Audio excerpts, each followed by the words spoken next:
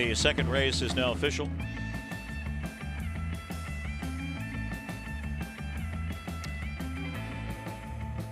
Andrew Morgan Besser, our winner's circle attendant. The blanket for Mickey and Minnie pays $210, $210, and $210. It's official. 2 Rodeo Drive Deo, $240, $210. 3 Jordana Hanover, $10. 6-2 Exacta, $3. 623 Trifecta, $31.20. Daily Double 6-6, $10.80. Superfecta, $4.99, $6237. The well-decorated Mickey and Minnie, 3-year-old Bay filly by Always Be Mickey out of That's the Ticket by Roll with Joe. And bred by the ownership in Illinois, Ohio, and Connecticut. Craig Henderson, Chicago, Illinois. Robert Mondillo, Delaware, Ohio. Lawrence Minowitz, Greenwich, Connecticut. Hall of Fame trainer Chris Ryder. And winning driver Dexter Dunn, a 5-time driver of the year. And Mickey and Minnie makes it 3 in a row, a winner of the Jerry Silverman here in the Tompkins Gears. It's her 6th win in 7 starts this season. She's a millionaire. Career victory number 12 in 18 starts. 148 3/5, equaling her lifetime mark in the Shady Daisy. Now, last year, she was voted the Dan Patch Award winner for the Sports Top 2-year-old female pacer, with major victories in the Breeders' Crown, Kentucky Sire Stakes Final, and the 3 Diamonds. She loves the Meadowlands. And Mickey and Minnie scores here decisively in 148 3. The Shady Daisy, sponsored by Diamond Creek Farm and presenting Roman and Adam Bowden.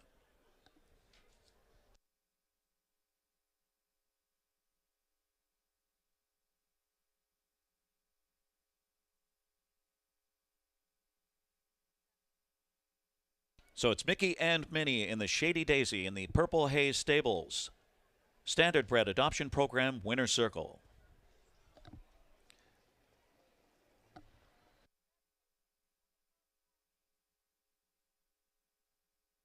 No changes in the upcoming third race post time, 12:38, a division of the Muscle Hill.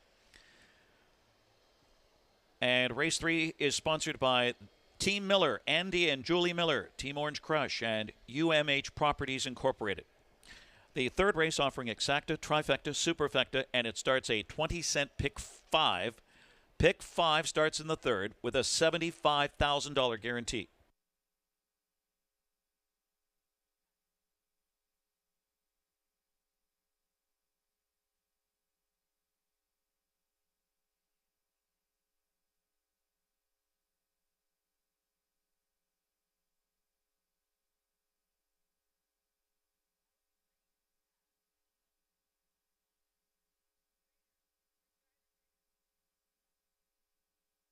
And John Rallis, our co-host today, has the Winner's Circle interview.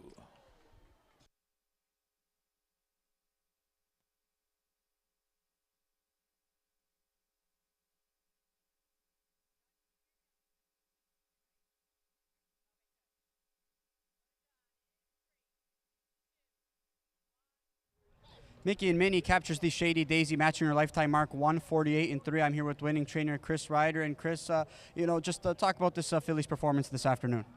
Well, we're not really surprised. She's just been a blessing from day one. She's had this year. Started last year, but this year's been fantastic. She's a little bit of a lazy filly, and she's starting to learn to race on the front, which is a plus. So it's she's such a special horse. She is a beautiful, beautiful filly. So it's just great to have her. I'm glad you mentioned that, because it looked like when Dex did clear after that hot first quarter, it looked like he had to keep her attention. I mean, she wasn't really looking focused in that spot. Has that been a tendency of hers throughout her young career, and have you done anything to try and tinker that? I haven't really done much.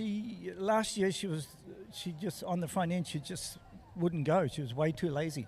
And she's still a little uninterested or lazy, whatever you call it, on the front, but good enough to race, obviously.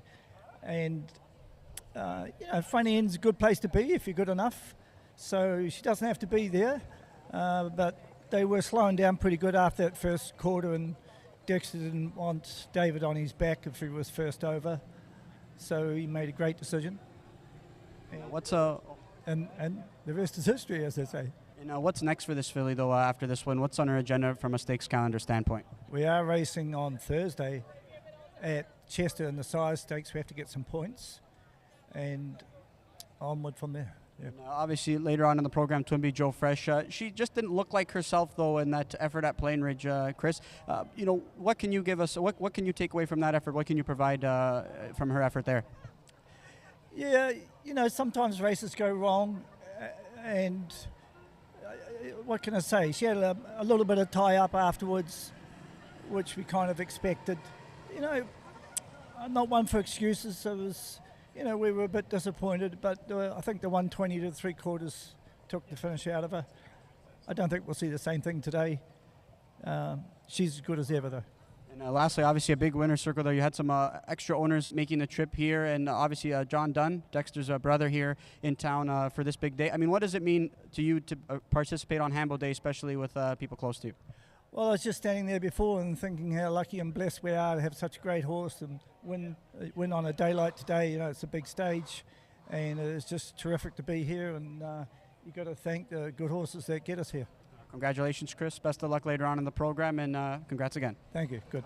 All right, McKe and Minnie, Chris Ryder, Dexter Dunn, get it done in the Shady Daisy.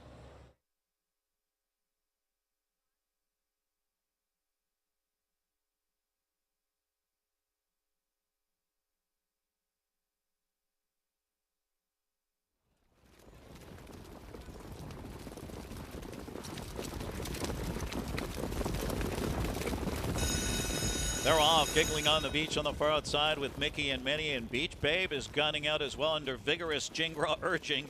The Beautiful Things is showing up on the inside 3 across the track around the first turn. McKe and Minnie 4th and continues on. Rodeo Drive Deo drops back to 5th on the inside. Then it's Jordana Hanover, the early trailers. Intricacy at the opening quarter. Beach Babe hustles to the top, used hard early here and stung to an opening quarter. A dazzling 25-4 for Beach Babe as Jingra grabs in and tries to ration out her speed. The Beautiful Things in the hot pocket spot. McKe and Minnie's on the move up now out of 4th. 3rd and gaining and looking for the lead with Dexter Dunn. As they continue across the backstretch, giggling on the beach is 4th. Tightening in, Rodeo Drive Deo takes a peek to the outside, followed by Jordana Hanover. Then Intricacy is still trailing. McKe and Minnie lands up front. What's the half going to be here? 54-1. McKe and Minnie shooting for 3 in a row. McKe and Minnie seizes control on Beach Babe. Second now, the Beautiful Thing shoveled to 3rd on the inside. She stayed in as they round that far turn. First up, Rodeo Drive Deo has to do it the hard way, and now second on the outside and threatening. Beach Babe locked in the pocket. 4 now. Up with live cover. Jordana Hanover 4th on the outside. The Beautiful Things was shoveled to 5th on the rail. Then it's Intricacy and giggling on the beach. Over by 3/4, McKe and Minnie. And arch rival Rodeo Drive Dale on the outside squaring off. 3/4, 1:22 and 2 into the stretch of the Shady Daisy. It's McKe and Minnie. Rodeo Drive Dale on the outside pouring it on, but appears to be getting the cold shoulder here. McKe and Minnie exerting her superiority. McKe and Minnie, and she is just toying with them in the Shady Daisy over Rodeo Drive Deo, then Jordana Hanover and giggling on the beach. 1:48 and 3/5.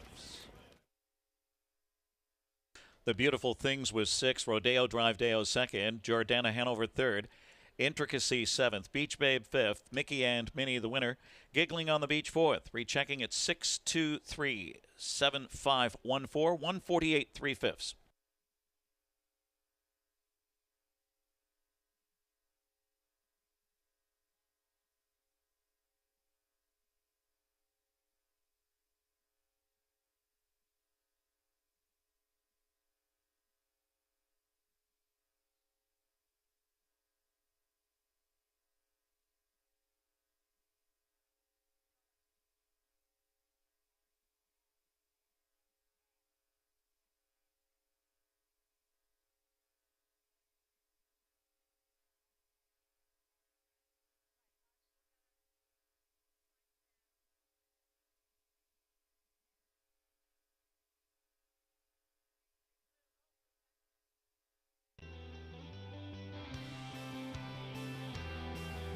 I'm John Campbell.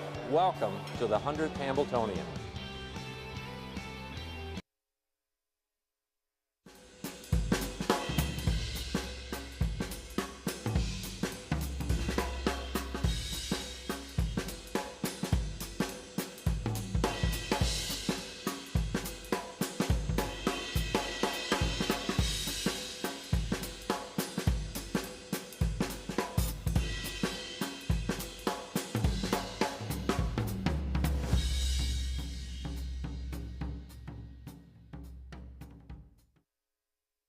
Purple Haze Standardbred Adoption Program in Oxford, New York was created in 2018 by Wanda Palacini to provide training to transition for finding homes and new careers for horses. Horses are started with groundwork and then ridden in an arena before moving on. Horses at Purple Haze are then evaluated and adopted out based on abilities and temperament. If you have a horse that you care about, or if you're looking for a great pleasure horse, contact Purple Haze Standardbred Adoption Program at 518-669-2715.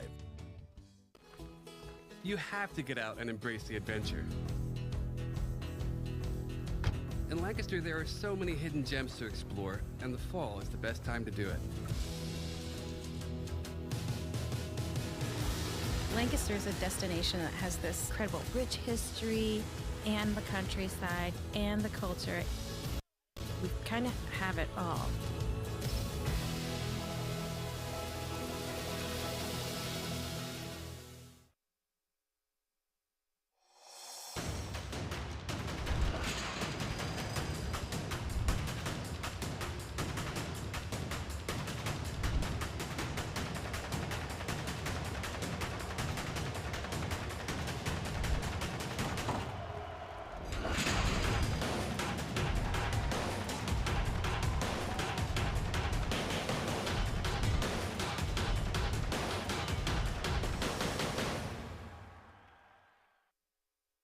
The London Classic Yearling Sale, Canada's premier standardbred auction, returns this October to the Western Fair District Agriplex.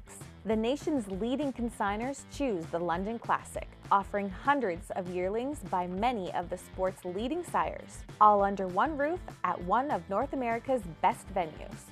Recent sale graduates include Canada's Rookie Pacing Colt of the Year, Stonebridge Wizard, O'Brien Award finalist Paquette, and O'Brien Award winning double millionaire Logan Park.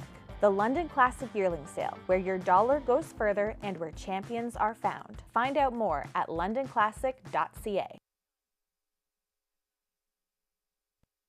Once again, leading our post parades today, Cocktail Fashion, Taylor DeCoker, Crosby, Michaela Schock, Don't Mind If I Goo, Ashley Parcells, Bean's Brother, Leslie McLaren, Big Bickies, Maria Buchanan, and Real Roxy, Linda DePinto.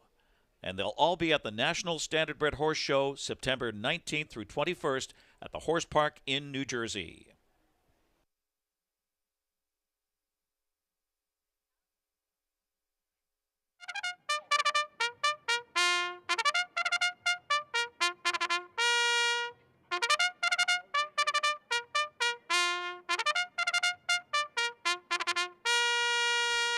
Three-year-old Colton Gelding trotters for race 3, start of the Pick 5, $75,000 guarantee. It's the Muscle Hill of the one Porto Barrasso As with Andy Miller for Julie Miller, Leslie's Atlantic Trot Incorporated.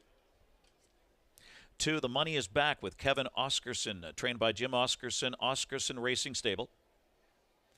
Jamais Vu, number 3, with Tim Tetrick for Lucas Wallen, Wallen Racing Stable. Harbor Racing Stable, Karen Walter Momert, and Daniel Plouffe. Lefties, righties, the 4, Dexter Dunn, Jenny Melander trains for Chuck Sylvester, Charles Stansley, Lenovit Investments, and John Likowski. Karen Check, number 5, with Mark McDonald, Ray Schnitker trains and co-owns with Ted Gewertz, Arden Homestead Stable, and Steve Arnold. Happy Jack B, number 6, Okas Fonstead trains and drives for B. Nastrom, Wolfgang A. Stable, Joe Sobraco, and Jaff Racing. Travolta Hanover, number 7, Andrew McCarthy. Nancy Tactor trains for Morrison Racing Stables, John Fielding, and E5 Racing. Fave Guy, number 8, Todd McCarthy for Annette Lorenzen, ACL Stuteriab, Shell Johansson, and Annette Lorenzen, a co-owner.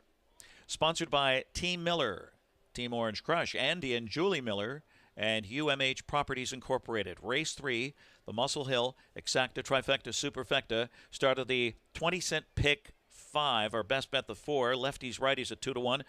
Steady Green Shoe Gelding just missed in his last 2. He almost got there with a sharp 27-1 surge in the Tompkins gears and draws better with Dexter Dunn. The 7, Travolta Hanover, a lightly raced Muscle Hill colt who raced better from the rail in the Tompkins gears 2 weeks ago. Challenging draw here. 3, Jamais Vu is 3-1.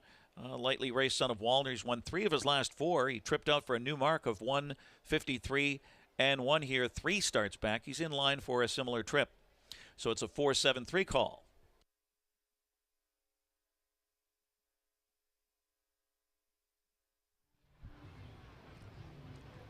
Race 3 is up next. The Muscle Hill for 3-year-old colts and geldings on the trot. $50,000 on the line. Sponsored by Team Miller, Annie and Julie Miller, and UMH Properties Incorporated. Now, John, when I took a look at this race, Lefties Righties and Jenny Melander really has this gelded son of Green Chew hitting on all cylinders right now. A couple of close-up second-place finishes coming into today, facing a field that I think is eminently beatable. Now, I see that Lefties Righties is 2-1. I think if that holds up, that's some value. I had this one tabbed at 7-5 at post time. Yeah, I think he's going to go off as the favorite. I think he might go even lower than 9-5 to your point, but I can't say it's a field that I'm absolutely in love with, and ultimately I decided with a horse who I think has just been more consistent than the rest of the field. This is a horse who has been racing pretty well all year despite just 2 wins and 9 tries. The cover didn't really develop though last time out. It looked like it kind of took him some time to get into gear for this Jenny Melander trainee. I do think that this is one that seems to be trending in the right direction, and hopefully he can work out a little bit of a better trip with this draw. John, are you a little bit more inclined to pick a horse? I mean, in this case, you didn't do that, but Jamais Vu certainly has better form than Lefties Righties in the overall picture with 3 wins and 4 starts this year. But when Jamais Vu faced the caliber of horses that he went up against in the Reynolds, Go Dog Go, Mr. Mouton, horse really didn't have a good showing. So how does Jamais Vu stack up class-wise against Lefties Righties, and is this one sharp enough to pull off a minor upset? I think he can pull off a minor upset. I think he's got a good draw to work with here as well. And again, this isn't a group that nobody really stands out. Yeah, 4 wins and 8 tries. I mean, his resume looks pretty good in regards to that, but I think obviously when he was a non-factor against the Mr. Moutons and the Go Dog Goes, I think that was just a little bit of a too much of a class hike for him. I don't think he's classy enough to go with those trotters just yet early on in his career, but one that I think is going to be able to work out a good trip. I think he's better off a helmet. He looked a little bit green when he was on the lead at Yonkers, and it looked like he was waiting on horses. I think a helmet's going to suit him better. Our colleague Jenna Otten likes number 7, Travolta Hanover from the Nancy Tactor Barn. 2 out of 8 on the year. Last win came in the opening leg of the New Jersey Sire Stakes and won 54-4. Travolta since then, the results have been kind of mixed. Don't know where this one is going to try to get away. What do you think Andy McCarthy's going to try and do with the 7 horse? I think he's going to float out of here in a horse that worked out a pretty good trip last time out. He just didn't have as much pop late in the mile. It worked out a pretty good trip early and didn't have the same level of pop maybe I was accustomed to seeing. I think if you're going to go price shopping or value shopping, this is the place to do it. This is the race to do it because I do think there could be a couple of susceptible favorites, but a good try there by her with Travolta Hanover, one who was racing better earlier on, has to find his form again. Annette Lorenzen is a trainer who sends out an awful lot of trotting power when they show up at the Meadowlands. Fave Guy is an awfully big price at 45-1. Went off stride early and last in an overnight at Chester, but was 2-1, John, and has been highly regarded at the windows in each of his last 3 starts. Can Fave Guy really get a piece at a price like this? Yeah, he's going to need to show what he can do here on the big track. 45-1, I think he can probably close for a piece. I think, getting the job done in terms of getting his picture taken might be a little bit ambitious by virtue of the draw that he has to work with here in this spot, but I think one that can definitely close for a share at a price. Race 3, the Muscle Hill for 3-year-old colts and geldings on the trot. Just about 90 seconds to go till post time. Want everybody to be aware that coming up we're going to have some very special interviews. Oh, John, what do you got? I just want to say one thing, though, before we sign off. Sorry, but obviously shoes off here on Happy Jack B. I think this is one. Again, maybe I didn't factor it in my top 4, but again, I think with handicapping, though, Dave, you got to be malleable, right? You got to be able to adjust on the fly, and I think when you see shoes off in a susceptible field, it's one you really have to consider here in this pick 5 sequence. Good draw to work with, good connections, and they always find a little bit more when they go barefoot. John, I just want you to explain to us how exactly does shoes off affect a horse? Typically, every trainer says that it typically drops 1 or 2 seconds. Not something that you can do consistently, but you got to kind of time it when you do it. I think the track surface must be feeling great for them to be going barefoot in this spot, and this is a horse that might be able to find a little bit more. I know he hasn't hit the board in 4 tries, but maybe they want to try and find something else with this guy tonight. All right, we're about 40 seconds of post time for the 3rd race. Stay tuned, ladies and gentlemen. After the replay of the 3rd race, I will have my yearly State of the Meadowlands meeting and interview with our chairman and CEO. Mr. Jeff Corral is up next after the 3rd race replay. You're not going to want to miss it.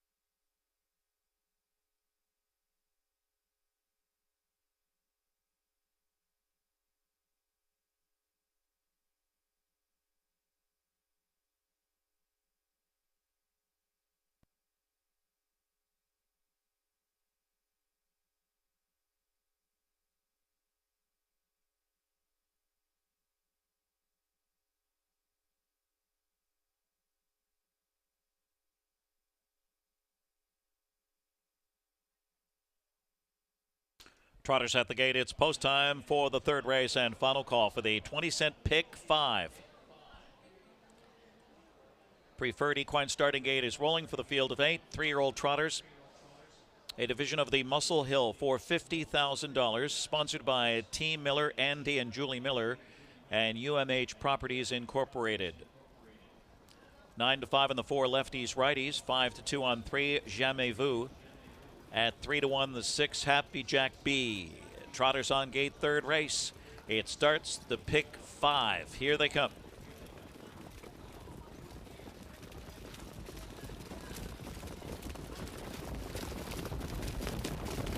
Up and trotting, the money is back, is off stride. The money is back, broke, as Jamais Vu shoots out with lefties, righties, and on the inside, Porto Barrasso Os cuts the corner into the top 3. So Happy Jack B right to the cones in 4th position, followed by Travolta Hanover 5th, the opening quarter. Then comes Karen Chak and Fave Guy, and far back that early breaker was The Money Is Back. 2 wide of that opening quarter. Dexter Dunn sends lefties, righties at 8-5 to the top. Strides clear 27-3.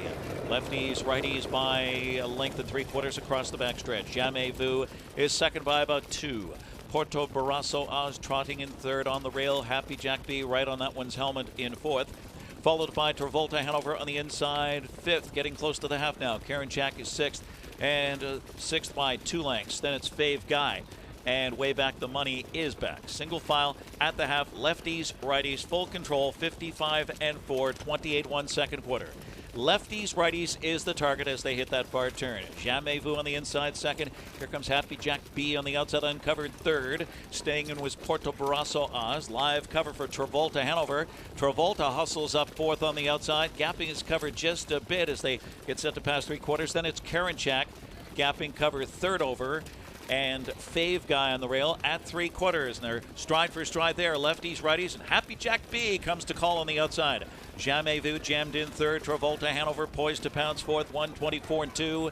They're in the stretch drive, and it's still lefties, righties trying to fight off Happy Jack B on the outside. Lefties, righties under heavy urging. Happy Jack B, relentless lunge on the outside. The others for minor spoils.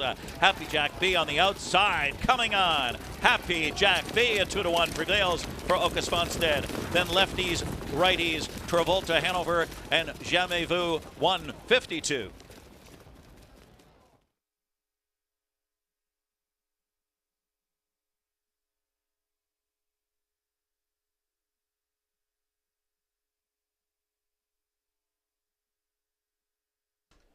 That's 6, Happy Jack B, 152 on your Brittany Farms. Slow-mo replay, Brittany Farms, upholding a tradition of breeding champions. The 4 lefties, righties, second, 7, Travolta Hanover third. In a photo, it's 6-4-7.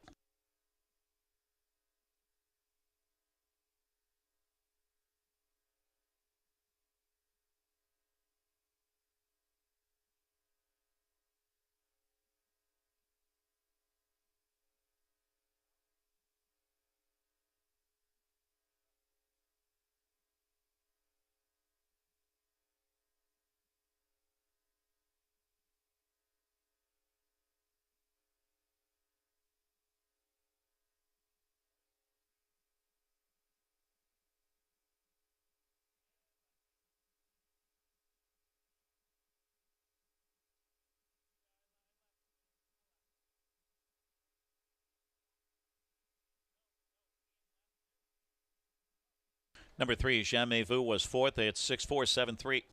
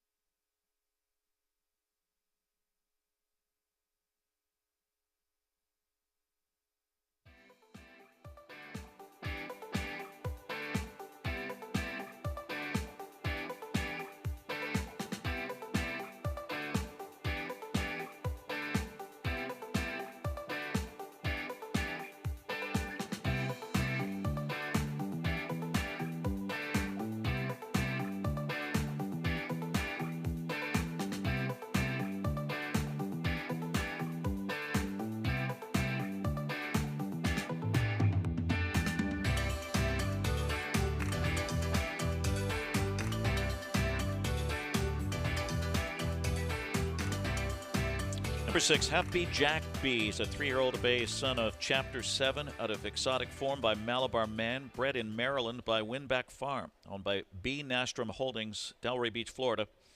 Wolfgang A. Stable, Wrightstown, New Jersey. Joe Sobraco, Jaff Racing, Staten Island, New York. Okus Fonstad, Trains and Drives. First win in 5 starts this season, career victory number 3. And he takes a new mark today of 152. Final quarter on the board was 27-3. Happy Jack B, it's official, $6, $3, $2.40. 4 lefties, righties, $2.40, $2.10. 7 Travolta, Hanover, $4.40. Exacta paid $10.80, $6.4. This division of the Muscle Hill, sponsored by Team Miller, Andy and Julie Miller.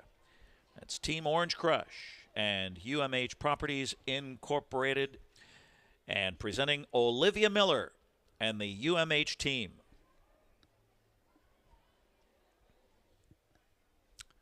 And Gary DeLeo, our Winner's Circle host, who introduces many of our fans to our drivers, trainers, and our great equine athletes.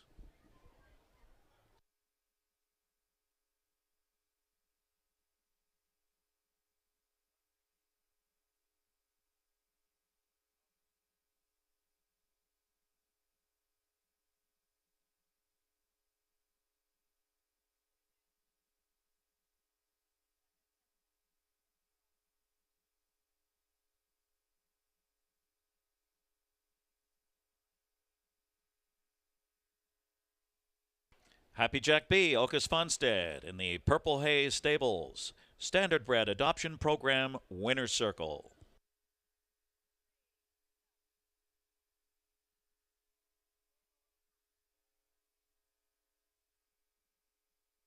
There are no changes in the upcoming 4th race, another division of the Muscle Hill.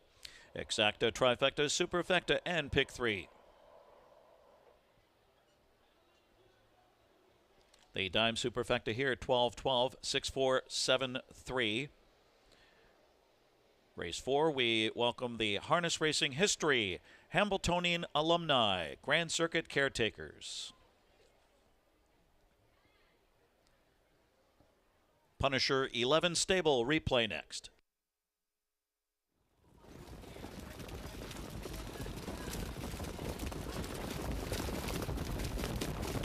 Off and trotting, the money is back, is off stride. The money is back, broke, as Jamais Vu shoots out with lefties, righties, and on the inside, Porto Barrasso Os cuts the corner into the top 3. So Happy Jack B right to the cones in 4th position, followed by Travolta Hanover 5th, the opening quarter. Then comes Karen Chack and Fave Guy, and far back that early breaker was the money is back. 2 wide of that opening quarter. Dexter Dunn sends lefties, righties at 8-5 to the top. Strides clear 27-3. Lefties, righties by a length of 3/4 across the backstretch. Jamais Vu is second by about 2. Porto Barrasso Oz trotting in 3rd on the rail. Happy Jack B right on that one's helmet in 4th. Followed by Travolta Hanover on the inside, 5th, getting close to the half now. Karen Chack is 6th, and 6th by 2 lengths. Then it's Fave Guy, and way back the money is back. Single file at the half, lefties, righties, full control, 55-4, 28-1 second quarter. Lefties, righties is the target as they hit that far turn. Jamais Vu on the inside, 2nd. Here comes Happy Jack B on the outside, uncovered 3rd. Staying in was Porto Barrasso Oz. Live cover for Travolta Hanover. Travolta hustles up 4th on the outside. Gapping is covered just a bit as they get set to pass 3/4. Then it's Karen Chack. Gapping cover 3rd over.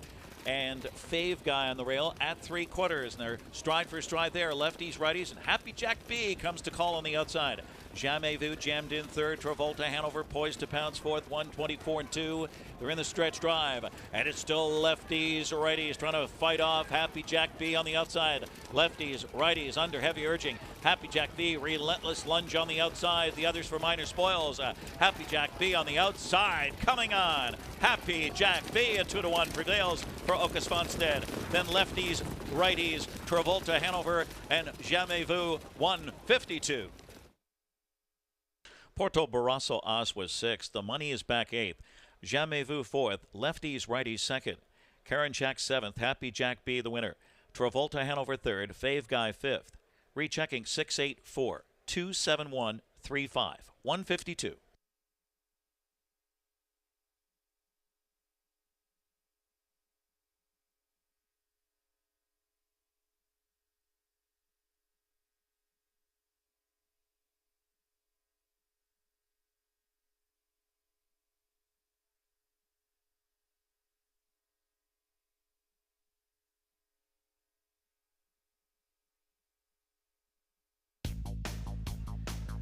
Happy Hamiltonian Day, everyone. Welcome to Meadowlands Racing and Entertainment.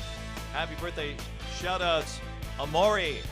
Amori, happy birthday. Way to go. Happy 70th birthday, Chuck. And happy 7th birthday to Everly Alea. Chuck Alea, Everly Alea. Happy birthday, Sarah Soul. Sarah Soul, from your whole family. We love you. Sarah Soul, happy birthday. Enjoy Hamiltonian Day.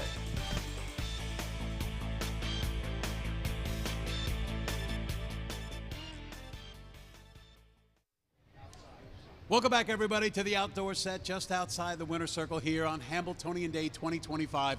Dave Little with you. Yes, it is time for the yearly State of the Meadowlands interview. I'm joined by Meadowlands Chairman and Chief Executive Officer Jeff Gural. And Jeff, we have a beautiful day, lots of people, just a perfect day for a day card here at the Meadowlands. Yeah, I've been waiting a long time for perfect weather because it's usually too hot or thunderstorms, and I'm stressed out all week.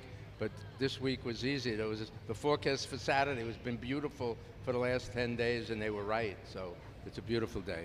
You know, your Nordic catcher led at every call in his elimination last week and has drawn the coveted 6-hole for today's Hamiltonian. Last year, you won the Oaks Award with Michelle. This year, you're looking for the Hambo. How do you like your chances? I really don't know. I was really surprised. I had 3 that were in the elims, and I thought the first 2 would qualify easily, and Nordic catcher was really in tough. And the first 2, Dexter got trapped with Mr. Mouton, right? And he's the best driver in the world, so that was really and then we had a 2-5 favorite, Lady Landia, and she was bad. You know, Aki said she warmed up terrible and was never in the race. She was last the whole way around. And then I gave up and I watched the movie, and I said, okay, let me see how Nordic catcher did. You never know. You know, you've been around the game a few years, to say the least. But it's still exciting to be in these spots, isn't it? You got to enjoy the highs, because like I said, last week it was really a low. And then last night, a horse that I named after a friend of mine, Mr. Penner, who I thought was in really tough, won pretty easily. And that was a thrill because his wife was watching. He died 2 years ago. And if there's one horse I want to be good, it's Mr. Penner. Well, Jeff, lots of good luck to you today, obviously. You know, we had some news yesterday.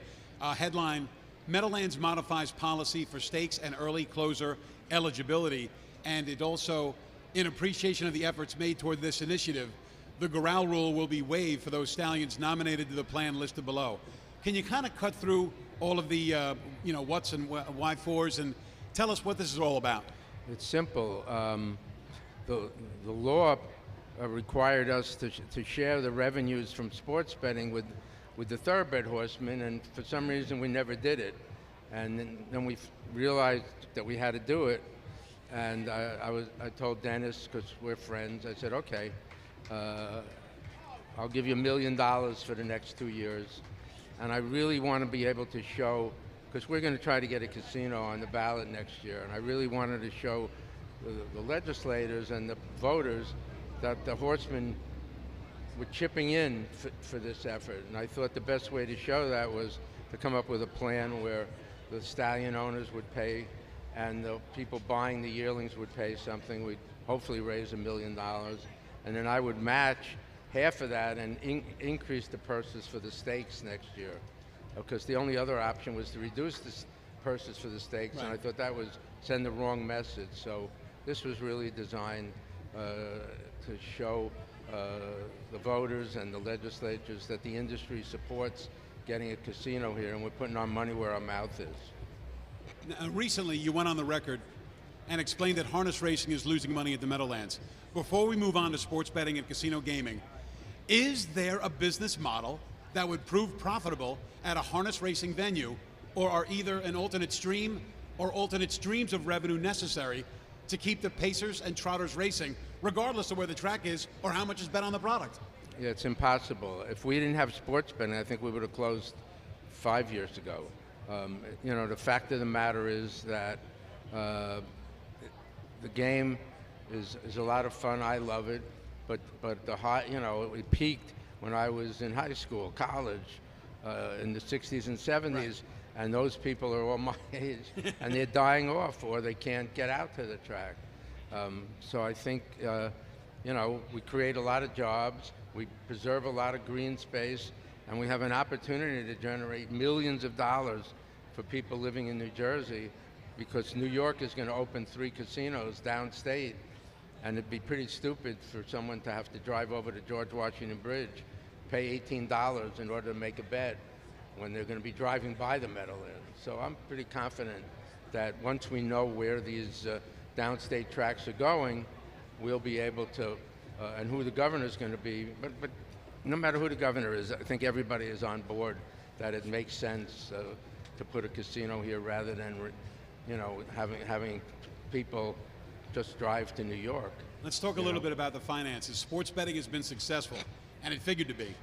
But have the revenues been enough to offset the losses from racing here at the Meadowlands? They were until this year. Right. And this is the first year we're really losing money. And actually, I reached out to my partners, and we just came up with $2 million to cover the losses. So we're losing. We projected to lose $2 million this year. Right. And I want to be able to show how important it is to be able to get a casino. I'm confident. I mean, I'm a logic person. Why would anybody want to drive over the bridge or through the Lincoln Tunnel to get to New York to gamble when they can come here? Plenty of parking. The roads lead here. We've been a racetrack forever, so nobody lives around here. So I don't think there'll be much opposition. And the key is that we've got to pay what they pay in New York, which is a $500 million license fee and millions of dollars. I mean, I would think a casino here will pay more in taxes than all the casinos in Atlantic City combined. All right, so we're going to have more on a possible casino coming to the Meadowlands, but first, let's get the post parade for the 4th race from Ken Warken, and more with Jeff Corral after this.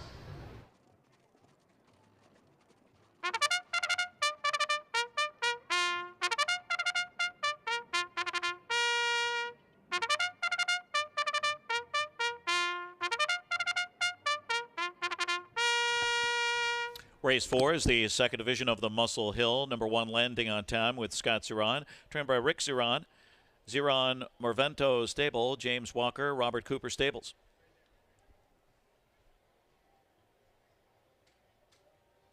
Number 2, Hey Porter, Todd McCarthy, Tony Alanya, owner Steve Stewart. Cameraman, number 3, Jason Bartlett for Bruce Saunders and owner Randy Zane. 4, Go Ahead Make My Day, Dave Miller for Blake McIntosh. Van Camp Trotting Corporation, Blake McIntosh, Mortgage Boys Stable, and Ozzie McKay.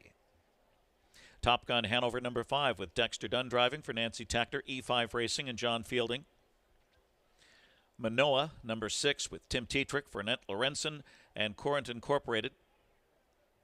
On a Jet Plane is the 7 with Andrew McCarthy. Noel Daly trains and co-owns with Showblom Racing, LA Express Stable, and Zeze Racing.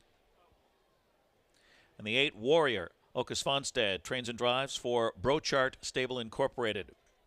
Muscle Hill, sponsored by Team Miller, Andy and Julie Miller, UMH Properties Incorporated, Race 4 for $50,000. Exacta, Trifecta, Superfecta, and Pick 3. We're on the 2. Hey Porter right now, 8-1, 271.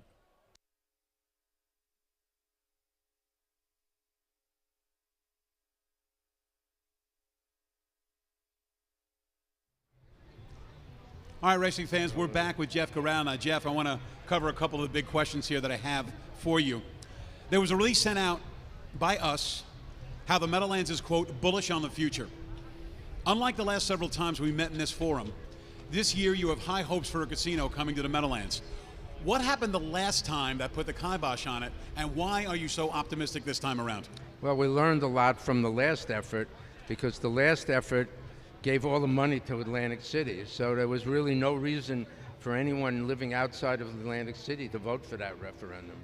And not only that, but you could have, under that law, you could have put a casino anywhere in the northern part of the state.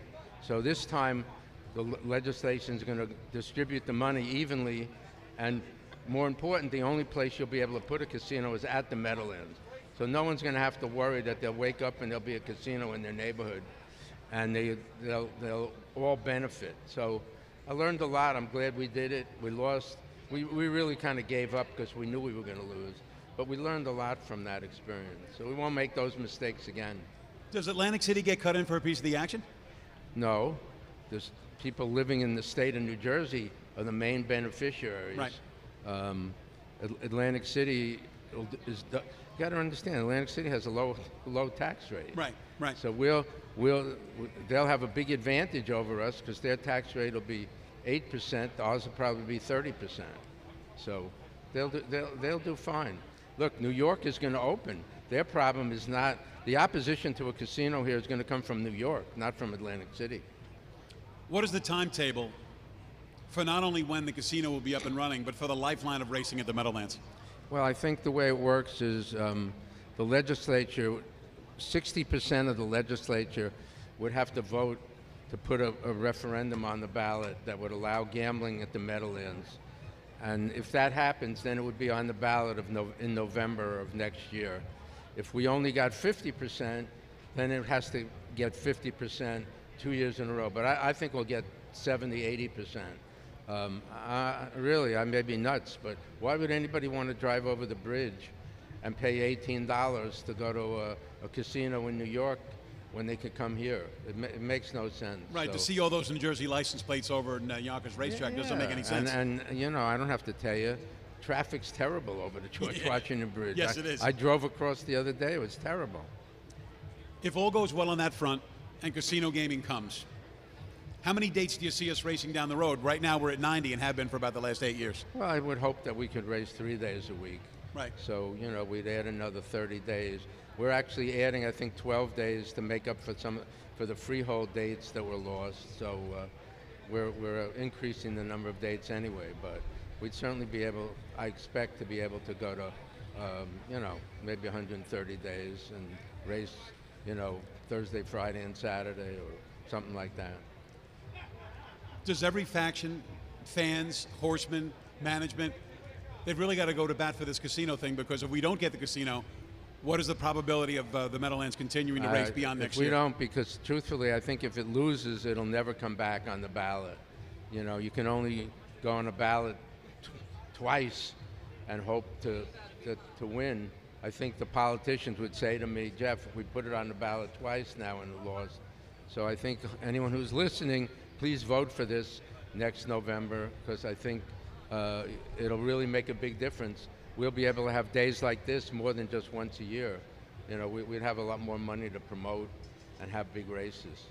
Certainly, to come back to the glory era of the Meadowlands would be great. Jeff Gural, thanks so much, as always, for giving us some great insights on the future of the Meadowlands. And everybody, you got to get involved and vote yes on that casino, don't you? Yeah, please. Thanks. It's in your own best interest. We're going to pay a lot of money in taxes and create a lot of jobs. So it's not about me. It's really a good thing for the people in New Jersey, and certainly the people that like to gamble who live in northern New Jersey, who obviously would much rather come here than drive over the bridge.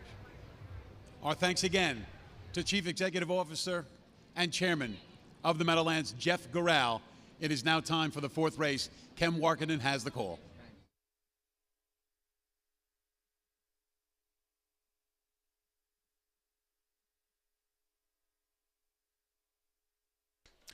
Three-year-old trotters heading to the gate here.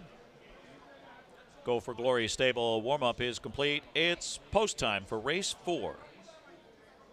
Preferred equine starting gate, ready to roll. Field at 8. For $50,000, a division of the Muscle Hill, sponsored by Team Miller, Andy and Julie Miller, and UMH Properties Incorporated. Even money on the 7 on a jet plane, 5-2 on the 1 landing on time. It's 6-1 the 8 Warrior. 9-1, the 2, Hey Porter. Trotters ready for a start. Race 4, the Muscle Hill second division. Here they come.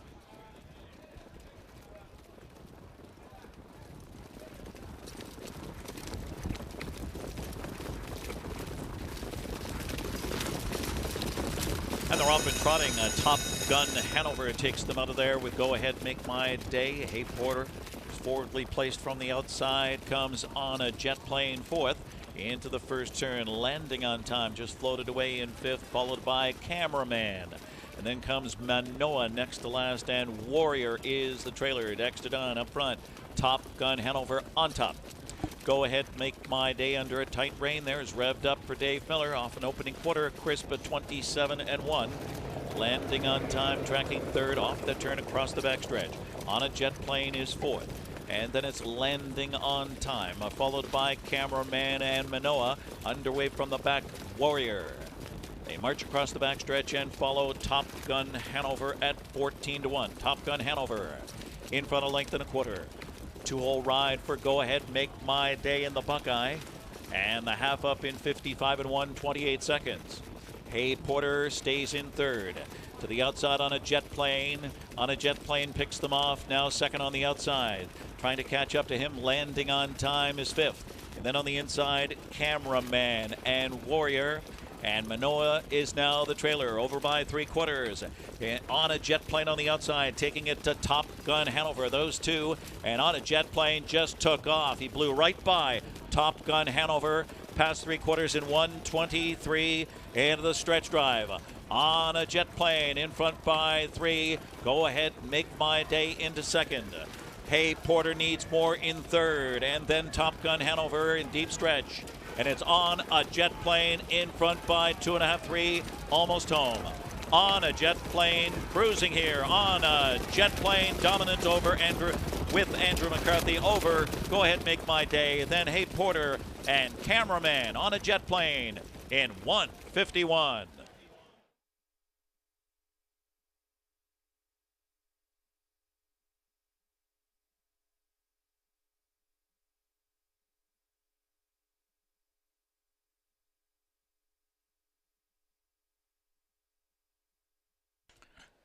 Judges posting 7 on a jet plane in 1:51, and the photo sign up.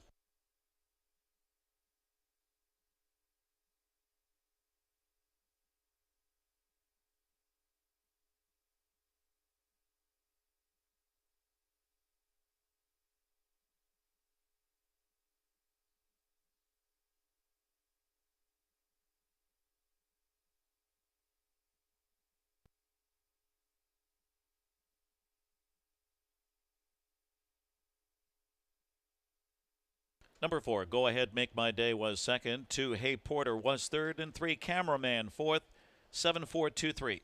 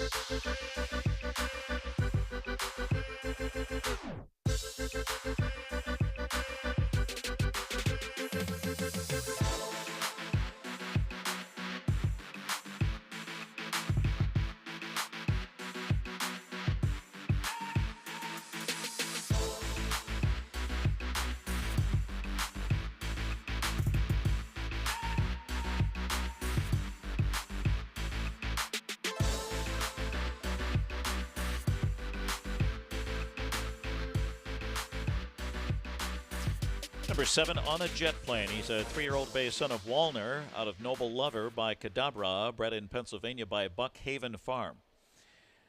Co-owned by the trainer Noel Daly of New Jersey, Schoblaum Racing of Florida, LA Express Stable, Pennsylvania, Zay Racing, Florida. Andrew McCarthy, the winning driver. That's the 3rd win of the season for On a Jet Plane. Career victory number 6. And it's a new lifetime mark here of 151 flat. Dominant performance here by On a Jet Plane. And the Thunder from Down Under scores in this second division of the Muscle Hill. Sponsored by Team Miller, Andy and Julie Miller, UMH Properties Incorporated. Presenting Olivia Miller and the UMH team. It's official.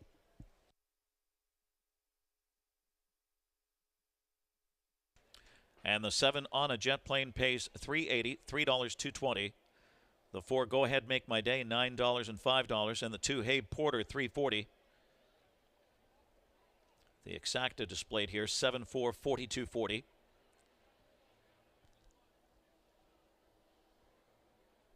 On a jet plane, Andrew McCarthy, Noel Daly in this division of the Muscle Hill. And coming up, a winner's circle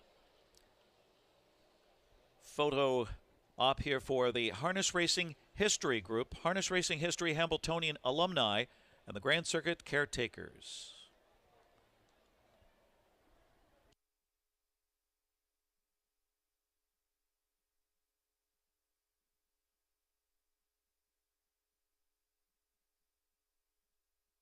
The upcoming 5th race is the Cane Pace for $227,350, sponsored by Alanya Racing.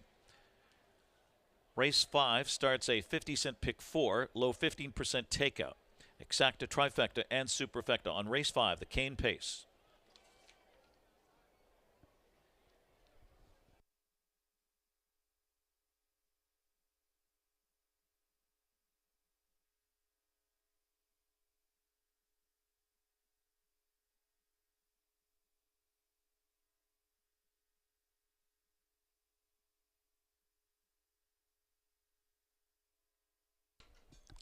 The pick 3, 1070, dime superfecta, 47.47.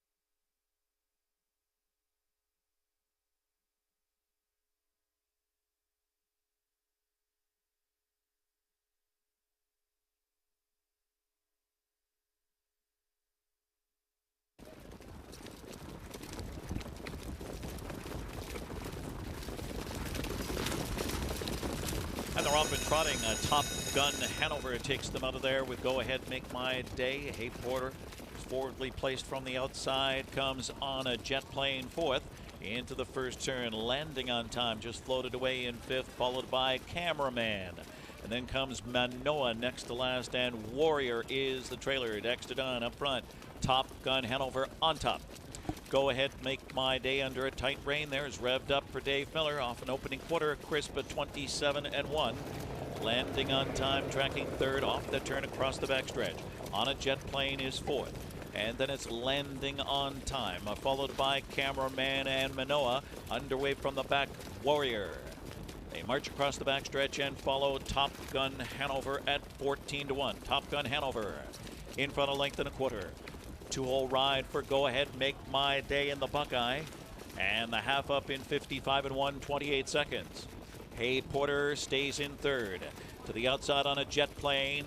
On a jet plane picks them off. Now 2nd on the outside. Trying to catch up to him. Landing on time is 5th. And then on the inside, Cameraman and Warrior.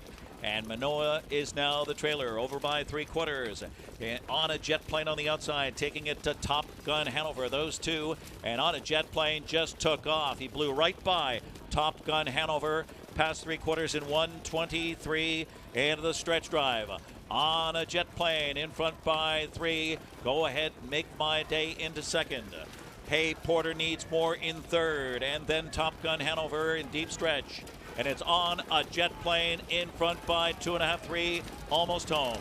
On a jet plane, cruising here. On a jet plane, dominant over with Andrew McCarthy over. Go ahead, make my day. Then Hey Porter and Cameraman on a jet plane in 1:51.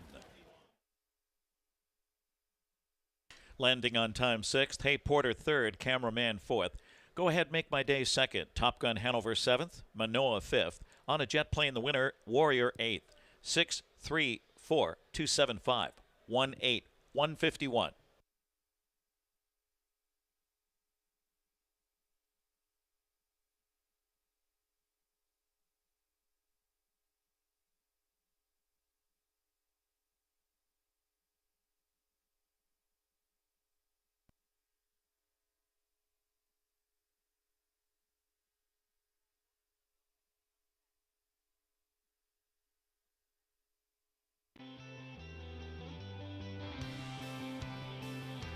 Hi, my name is Mark Lander.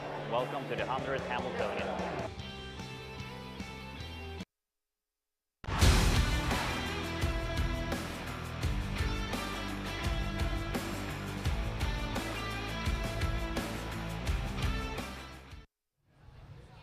Welcome, racing fans, to the outside set on Hamiltonian Day. Jess Gotten, and I'm so happy to be joined by 6-time Hamiltonian winning driver John Campbell, president of the Hamiltonian Society. So far, John, how's the day going? It's going great. We got a great crowd.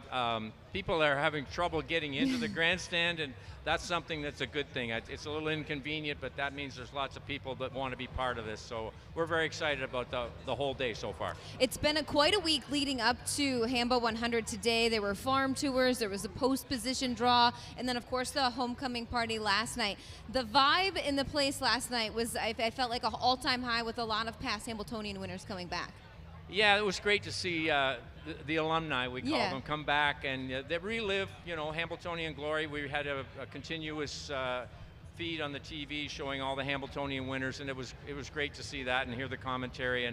And you're right about the vibe, Jessica. It was just everybody was so excited about being there, had a great time at the homecoming party, and I think just the fact that they're part of the 100th Hambletonian makes it extra special. Yeah, they were in the autograph tent today, and that place was overflowing. It was so cool to see a lot of them to come back and spend time with the fans. It was, and it was just as great to see the reaction of the fans that they remembered all of us from back in the day, and you know, had good memories, and just a positive vibe through the whole line for that. And you know, I can't thank them all enough for coming back and participating.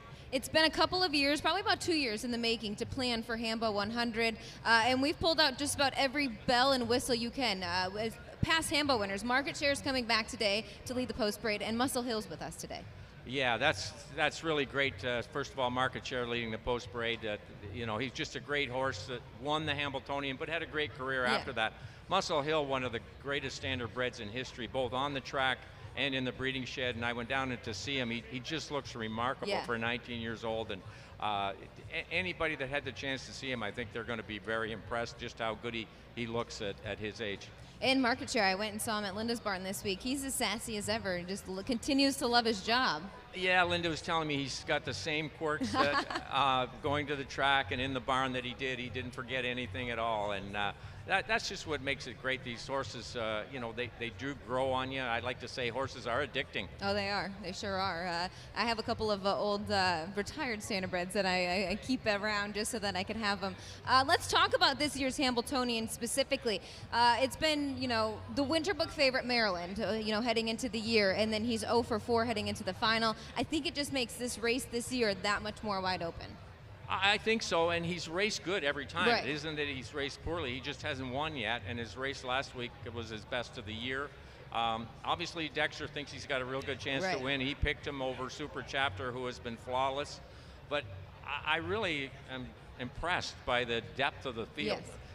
You can make a case for if a race went a certain way, almost any horse in the race could win, and it's going to take a really special drive by somebody to win this race, because I don't think any horse is good enough to overcome bad luck, and all of them need a certain amount of good fortune and a smooth trip to win. So I think the drivers are going to play a big part in this race. I think it's going to be a very nice betting board, as I like to say, when it comes post time. Absolutely. There's going to be horses 4-1 and higher that have a really good chance to win. Let's talk about a little bit of coverage of the Hamiltonian. I think this is the third or fourth year that we're fortunate enough to be on Network Fox with the crew at NYRA.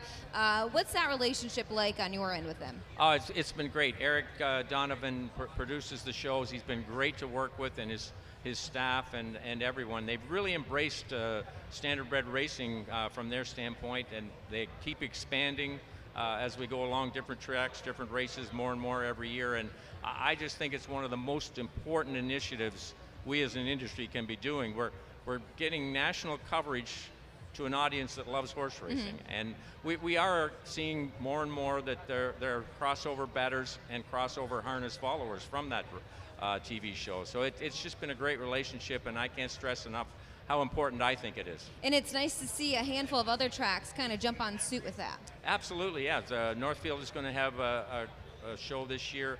The Adios last week was on Network Fox. What was a great coup for them to be on that show. Hoosier's going to have 2 or 3 shows.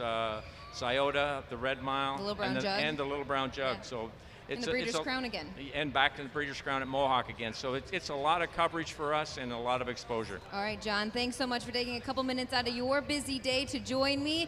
Enjoy the rest of your Hamiltonian day. Thanks, and you as well, Jessica. Thank you. We'll send it up to Ken Workington for the post-parade of Race 5.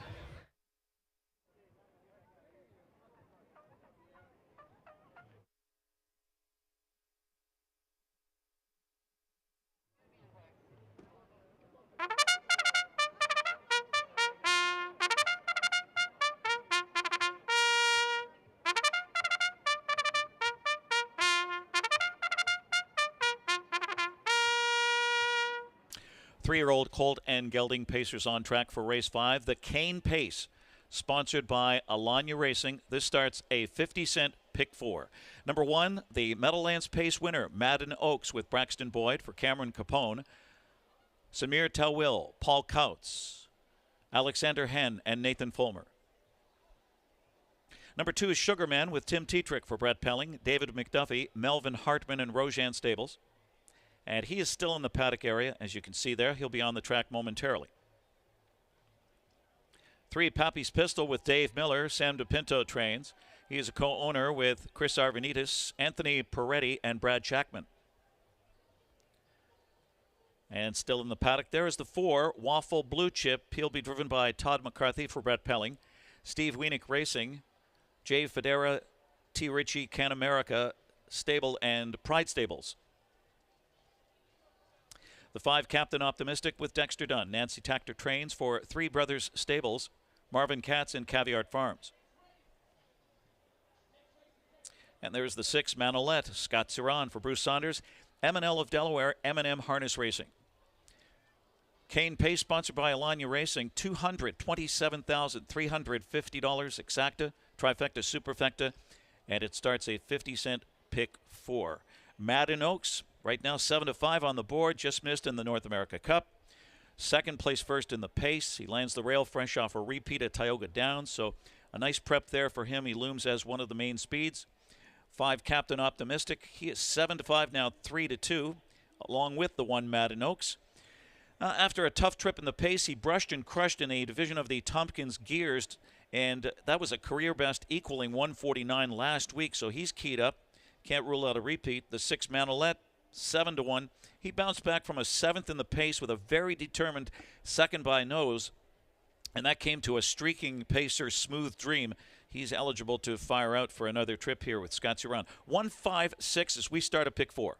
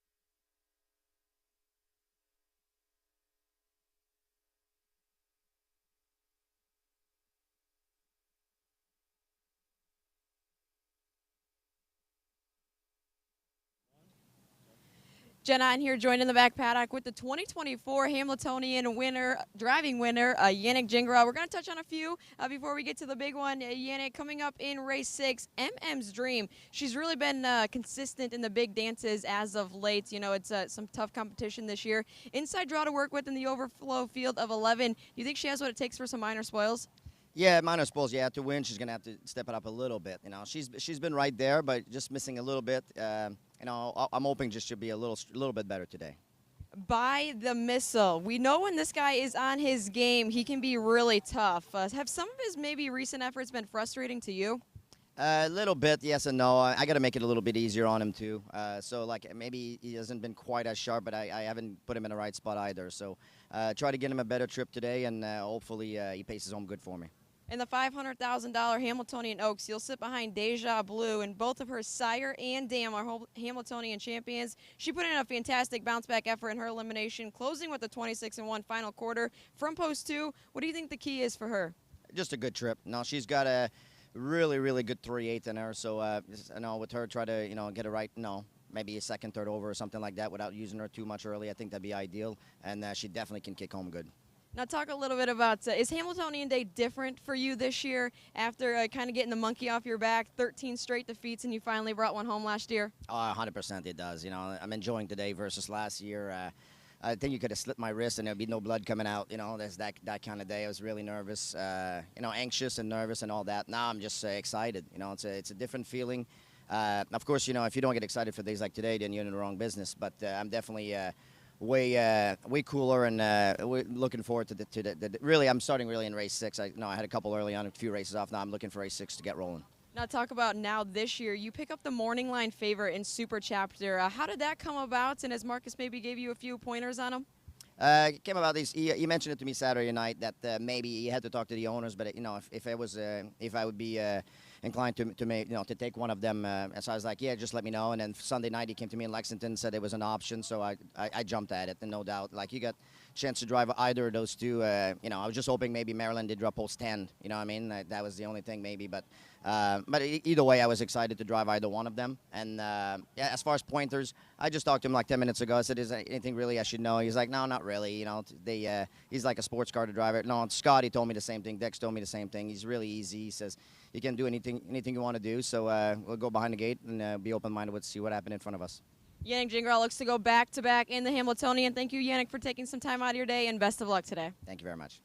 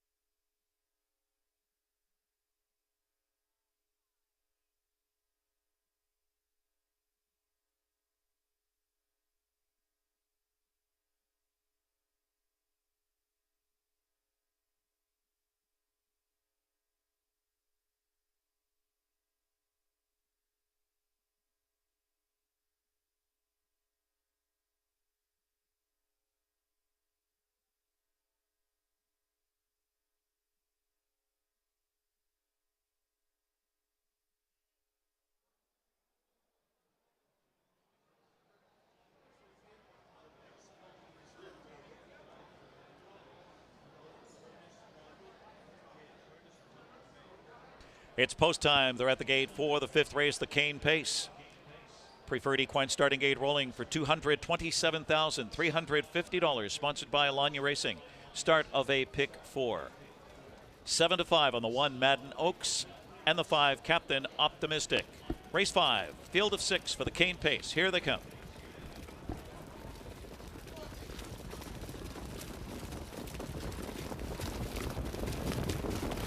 The raw Pappy's Pistol fires. Captain Optimistic on the outside.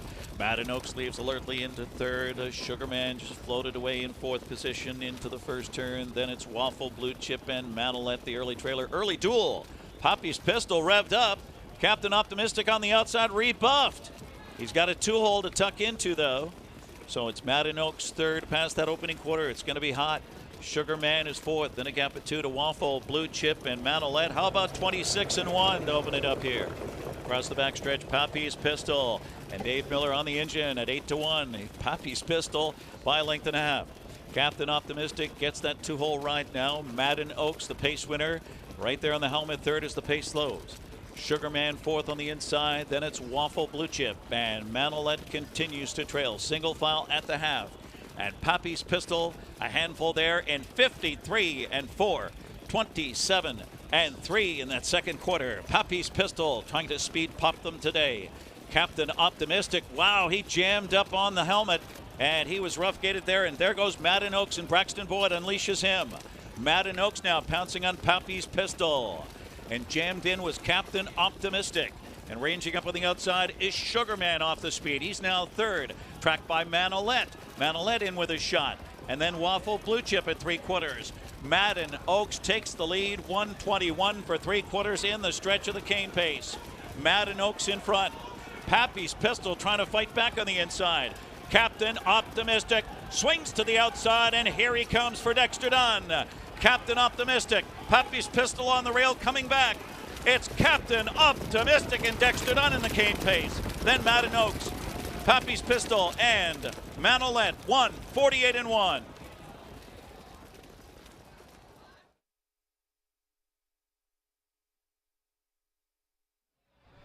Wow, Captain Optimistic. I didn't like the trip that I saw down the backside, John, but this one came back and stormed home to get the win. I loved the trip at the half, but I didn't love where he was turning for home. I mean, that's we always hear about how good he is off a helmet, and he looked revved up, but so did Pappy's Pistol, and he wasn't able to make front early is what Dex wanted to do. It didn't matter. This is the best effort that he's put forth all year. This is the colt we know he's capable of being. Seems like Braxton Boyd made the right move there, brushing down the backside, getting the lead, opened up some real estate out in the center of the track, top of the stretch.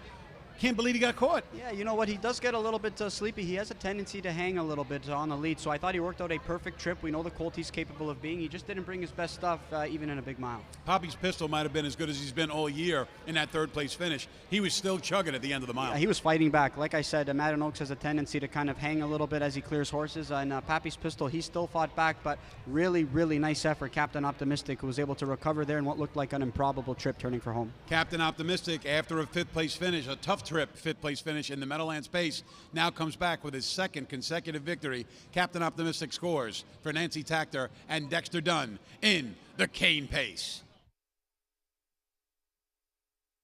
Judges have posted number 5, Captain Optimistic, the 1, Madden Oaks second, 3, Pappy's Pistol third, and 6, Manolette fourth, 5-1, 3-6, 1:48-1.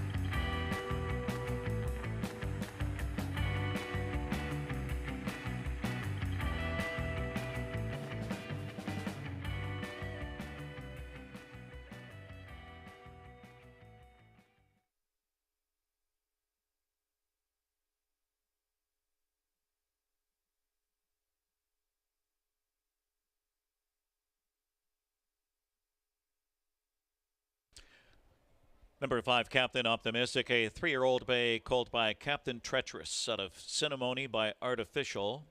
Was bred in New Jersey by Fair Winds Farm. Owned by Three Brothers Stables, New York, New York. Marvin Katz of Toronto. And Caviart Farms, Vienna, Virginia. Trainer Nancy Tactor. And a double today for Dexter Dunn. 2 in a row, fresh off his win in the Tompkins Gears in 1:49. Right back here today in 1:48-1. A new lifetime mark for Captain Optimistic. His 3rd win this season and 10th career victory in 18 starts. Final quarter on the board, 27-1. Captain Optimistic and Dexter Dunn winning the cane pace, sponsored by Alanya Racing. Presenting Andriana Fusco. Andriana Fusco, the Meadowlands bookkeeper. It's the second win in the cane pace for Dexter Dunn, who won the 2021 edition with Rocky Road, Hanover. The 5 Captain Optimistic, $3.60, 5-1 exacta, $9. The 5-1 3 trifecta, $36.40.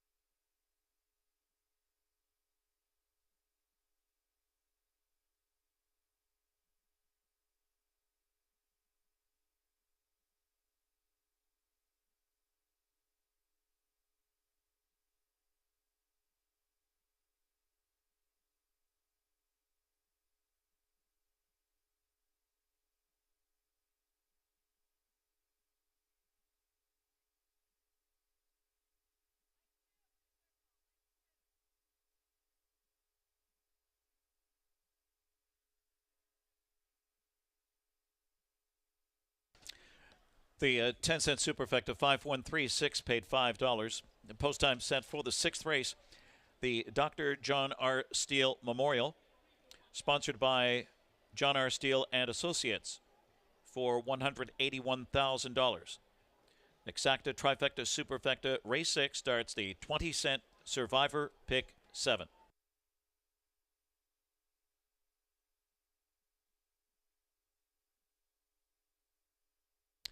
The 5 Captain Optimistic was $3.60, $2.40, $2.10. The 1 Madden Oaks, $2.80, $2.10. 3 Pappy's Pistol, $3.60. That trifecta 5-1-3, $36.40.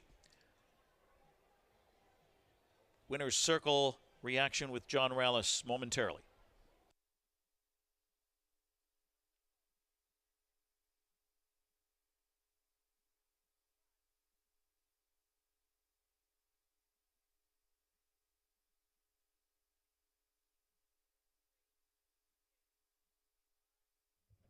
Captain Optimistic gets it done here in the cane pace. I'm here with winning driver Dexter Dunn, winning trainer Nancy Tactor, winning owner Marvin Katz. And Dex, we're going to start off with you. It was a little bit anxious there in that first quarter. It looked like you wanted the lead, but you had to succumb to the pocket there because Pappy's Pistol was a little bit too hot. How did he feel when you had to kind of tuck him back into that hole? He was really relaxed today, Johnny. Nancy opened him back up. We closed him up for a couple of starts, and he was pretty relaxed. I was happy to take the 2-hole behind Davies. Good horse to follow. So. Going the last turn though, Davies' horse just wasn't getting around it that good, and Brack's come with a bit of a charge, but we found a good split there, and he kicked home super. I know it's a colt who typically likes to have a helmet to chase, and for you, when you did get that tough trip turning for home, were you even confident that you'd still be able to get there? Yeah, I had plenty of pace. He was travelling good at the time. I was just hoping for some clear air, and really the way the trip worked out, it was perfect for him. He pounced out of that hole good, and kicked home. Nice job, Dex. Congrats. Thank you, mate. All right, we're going to bring in winning trainer Nancy Tactor. Colt, who has had some bad luck and some bad trips. It was the same here today, but he got at the 3 quarters, I wasn't too happy. I was like, oh gosh, here we go again, another bad trip for this poor colt, because he's actually a really, really nice colt, and he deserved to have a classic win. So I'm happy that he got a Triple Crown win for him. And Dex obviously touched on that you opened the bridle, made a bridle change again. Does he get a little bit more aggressive when you have a tendency to do that? I think he's the type of horse you have to keep tricking him a little bit, so I think it's not going to be the first time we change his bridle this year. Definitely more relaxed today. He was a little hot last week when we raced him, so I'm happy we had that race to kind of gauge him and make the appropriate changes for today. And obviously, I just want a really nice run-up effort in her elimination. What are you thinking from her? I mean, she trained absolutely super this week, so I'm really happy with how she and even the other 2 fillies are coming into the race. Obviously, she has the better post position and should probably be able to get a good trip from there. If she can sit and, get some room down the stretch, she'll be dangerous. One last agenda. We're going to discuss a little bit, but I think we're going to go to Poconos. right, appreciate it. Enjoy this win, Nancy, and best of luck. Thank you. All right, we're going to bring in owner Marvin Katz here. And Marvin, not really familiar with you owning Pacers. This is the lone Pacer that you do own. What has been your thoughts about this guy? This has been a really top colt from the beginning of his 2-year-old campaign. This is the only 3-year-old pacing colt I own. And yeah, so it's unique and quite fortunate to have him. And how gratifying are you to see him get the job done? Again, we touched on it with Nancy and Dex, just tough trip after tough trip, but the ability's always been there. Absolutely. You know, owners can be prejudiced, and I am as much as anyone else. But he deserves. He's demonstrated. He's absolutely one of the best 3-year-old pacing colts in the country. One of the best out there. Today was his day. He didn't have an easy trip, and I wasn't thrilled at the 3 quarters either. But he demonstrated what a great colt he is today. And speaking of big days, obviously Hamiltonian, the 100th edition here of the Hamiltonian. It is such a big day, but there are other big days in the sport as well. You're instrumental in the Breeders' Crown Charity Challenge, as well as the Breeders' Crown itself. You know, these big days. I mean, just how much do you enjoy being a part of them? It's thrilling, and it's great for the sport, great for myself. Of course, it rejuvenates you and all the people. You get to see all the people you don't see throughout the year. But it's what a wonderful crowd it is here, and what an injection of joy and happiness for our industry. As far as the Breeders' Crown in Mohawk, yes, we're very excited about that. A lot of work and preparation has gone into it. It's been an incredibly successful campaign, and we hope to top it off this year with another great performance in Mohawk. We invite everyone to Mohawk. I want to say one more thing. Captain Optimistic's groom today was Jimmy Tactor. Kudos to Jimmy Tactor. That's a heck of a groom. Adding to his resume. Adds to his resume, indeed. All right, well, it certainly is going to be a big day. We look forward to the rest of this day because it's just getting started. We look forward to the future events as well. Congratulations, Marvin. Best of luck the rest of the day. Thank you, John. Thank you, and congratulations to my partners. All right, Captain Optimistic gets it done in the cane pace. Winning driver Dexter Dunn, winning trainer Nancy Tactor.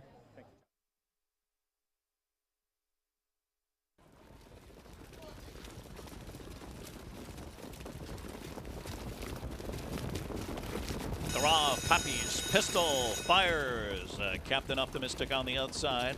Meadowlands Oaks leaves alertly into third. Sugarman just floated away in 4th position into the first turn. Then it's Waffle, Blue Chip, and Manolet, the early trailer. Early duel. Pappy's pistol revved up. Captain Optimistic on the outside rebuffed. He's got a 2-hole to tuck into, though. So it's Meadowlands Oaks third past that opening quarter. It's going to be hot. Sugarman is 4th, then a gap of 2 to Waffle, Blue Chip, and Manolet. How about 26-1 to open it up here? Across the backstretch, Pappy's pistol, and Dave Miller on the engine at 8-1. Pappy's pistol by a length and a half. Captain Optimistic gets that 2-hole ride now. Meadowlands Oaks, the pace winner, right there on the helmet. Third as the pace slows. Sugarman 4th on the inside, then it's Waffle, Blue Chip, and Manolet continues to trail. Single file at the half.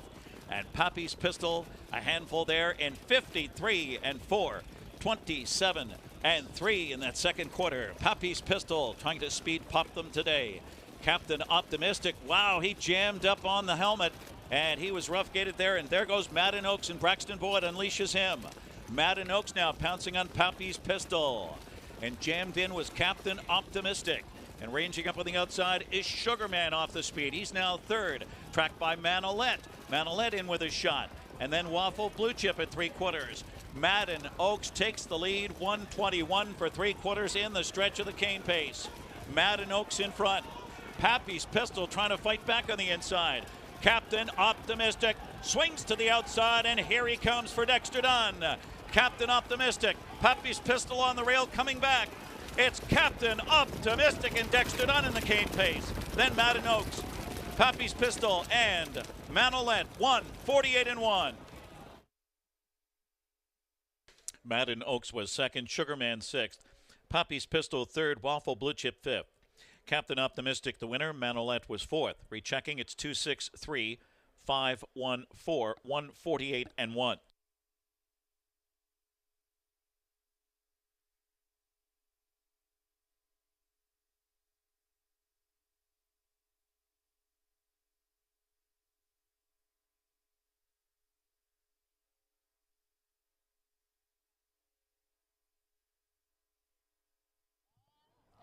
Gary DeLeo out here in the winner's circle with Emmy-winning, award-winning Carson Kresley, TV fame and personality. He's going to be handicapping the hat contest tonight, just like the horses, best hats. We're going to have a couple prizes coming out. Carson already did his picking, so Carson, take it away from here. All right, we've had some amazing young entries. Our Best Kids Awards go to number 18. Come on.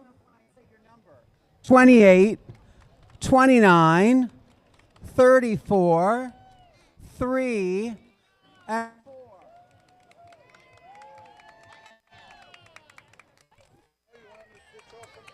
4.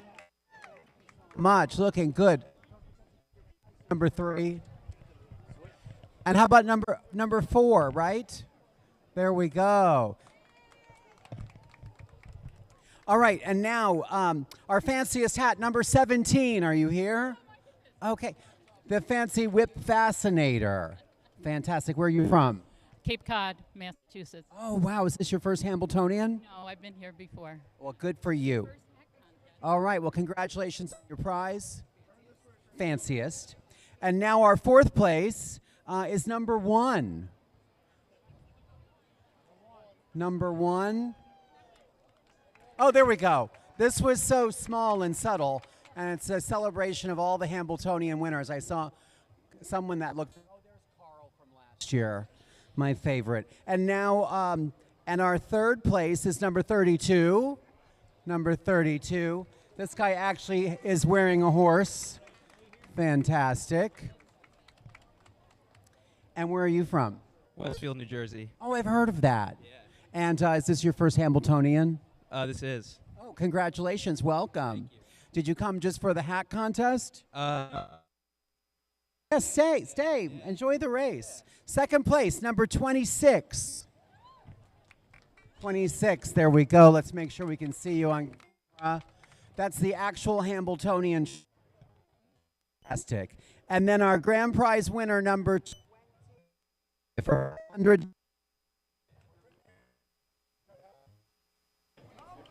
$25, that's you. Okay. Loretta Santos. Loretta Santos. And where are you from, Loretta Santos? Heights. Jersey City Heights. I haven't been to the Heights. I've been to Jersey City. You've got to come 15 minutes away. Fantastic. Who's your pick for the Hamiltonian? Number 1. Number 1. Winner. Okay. Very smart. All right. Well, congrats. You've got the Hamiltonian. I loved it because the track is actually rotating. Yeah. It's fantastic. Congratulations. Okay, guys, we're going to come back after next. Have 5 of the stretch. So come on back out after the next race and watch that contest go. We have a very big influencer here. The 5 best dressed, not excluding Carson, because he's automatically. So come on out for the next race. We'll see the 5 best dressed people right here. They are on the track, and here's the field for the 6th race, the Dr. John R. Steele Memorial. Number 1, Southwind Banshee, Jonathan Alley driving for Richard Aiken and Arden Homestead Stable. The 2-time winner of this event, 2 MM's Dream, Yannick Gingras, Ron Burke, Hillside Stables, Frank Baldacchino. Dial Square, number 3, James McDonald drives for Ocas Fonstead and stall Arsenal Ub. 4 is Bravo Angel with Jason Bartlett, trained by Per Engblom for Constance Racing Stable. 5, Emoji Hanover, Andrew McCarthy. Luke Blay trains for Determination. Number 6, Call Me Goo with Tim Tetrick for Ocas Fonstead, Graham Gray Stables, William Roberts, Kiwi Stables, and Ocas Fonstead. The 7, Elista Hanover, Dave Miller driving for Annie Stobie and Arlene and Philomena Curry. And there's Elista Hanover, the Hambletonian Maturity winner. 8, Date Night Hanover, Dexter Dunn, Marcus Melander, Jeff Snyder, Onda Racing Stable. 9 is Drawn Impression with Louis Waugh for Luke Blay and Determination.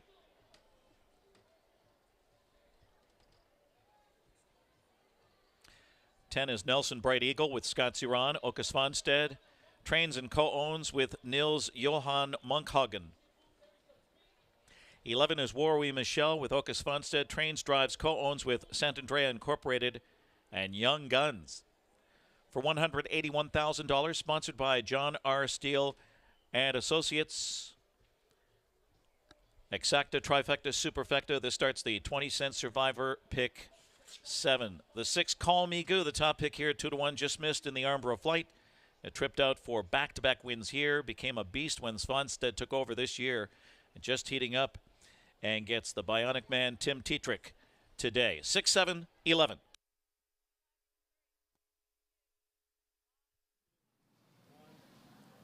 Joining the back paddock here with the 2023 driver of the winning Hamiltonian, Cool Papa Bell there, a long shot on the board that day. We're just going to touch on a pair of horses you sit behind here. A Perfect Annie has an outside draw here and maybe an outside chance looking in, but it was a step in the right direction last week. It was. She raced a lot better there last week. I was really happy with her. Wish we drew a little bit better today, but she's got really good tactical speed, so we'll just have to see how it shakes out early and where we get to. And then in the $1 million Hamiltonian, you sit behind Go Dog Go, who is a favorite going into the Hamiltonian week. You draw the unfortunate post 10. Take us through that trip. He maybe didn't have that late burst of speed that we are used to seeing him being second over, but were you still happy with his elimination? I was. It was a little tricky for him. It was his first time going through detention. He got a little worked up, but reports so far that he's been a lot calmer this week, so I'm sure that'll go a long way for him today. What's going to be the key for him with that outside draw?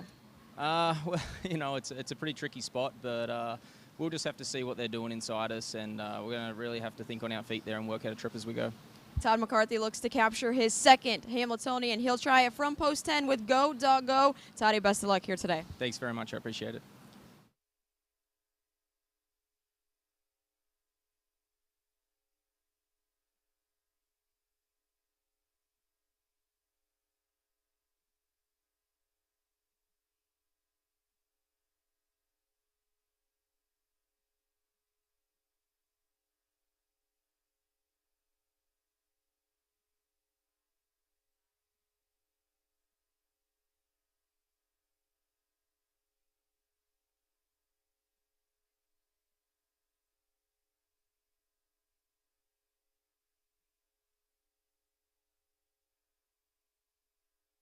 Final call to wager on the 20-cent Survivor Pick 7.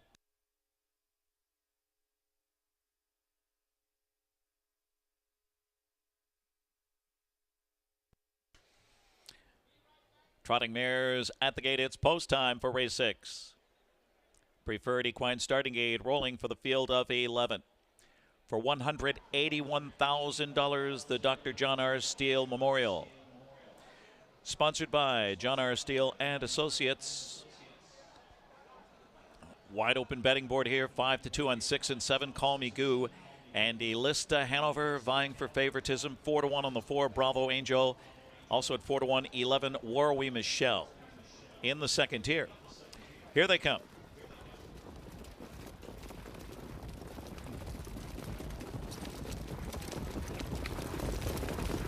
Mares are off and trotting. Drawn Impression on the far outside. Call Me Goo is put in play. MM's Dream and Dial Square gets away fourth. Bravo Angel fifth into the first turn. Southwind Banshee cuts the corner. Now Bravo Angel left the 3 deep on the outside as Warwi Michelle moves up on the outside quickly. And from the rear of the field, Elista Hanover a long way from the lead. Emoji Hanover is next. And then comes Date Night Hanover in the early trailer is Nelson Bright Eagle 11th and last. Torrid opening fraction 26-2 for Call Me Goo. Call Me Goo up front for Tetrick, leading it by a length and a half. Drawn Impression tracking in the second spot off the hot pace. MM Stream looking for 3 in a row in the steal is third as the pace slows. Dial Square fourth on the inside. Warwi Michelle stays in. There goes Bravo Angel to the outside along with the Elista Hanover. Southwind Banshee gets shuffled back. And then it's Emoji Hanover on the outside, followed by Date Night Hanover and Nelson Bright Eagle. Half up in 54-3. Solid pace here, carved out by Call Me Goo. Call Me Goo by 2. It's Drawn Impression left in the wake second. On the outside, Bravo Angel stalled third. As the pace picks up, MM's Dream is pinned in fourth. Elista Hanover needs to do more in fifth. Dial Square with no racing room sixth, and they turn for home, and Drawn Impression went off stride. And they turn for home on 3/4, 122-3 in the stretch drive. Call Me Goo by 2, revving up now. MM's Dream on the outside has dead aim. And Warwi Michelle on the rail. And on the outside, Dial Square in with a shot. MM's Dream on the outside for Jengra under urging. MM's Dream. 3 in a row in the steal for MM's Dream. Then War We Michelle. And then it was Call Me Goo and close. Southwind Banshee or Lista Hanover. 1:49.4, equaling the stakes record.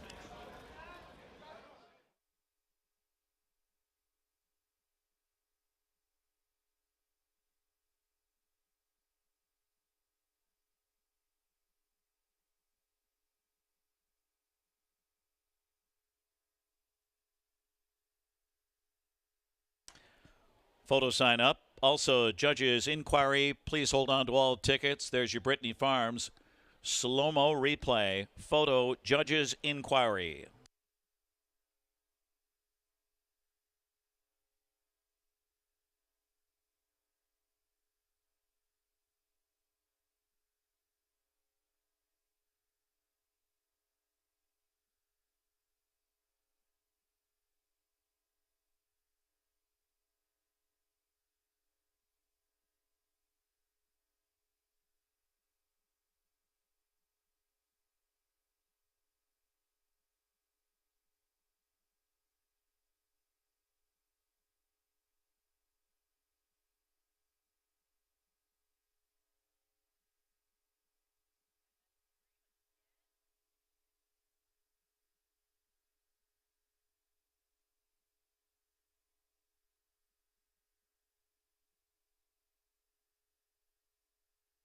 In the photo, 2 MM's Dream first here at 27-1. 11 War We Michelle second. 6 Call Me Goo third. The 1 Southwind Banshee fourth. 2 11-6-1. Inquiry continues.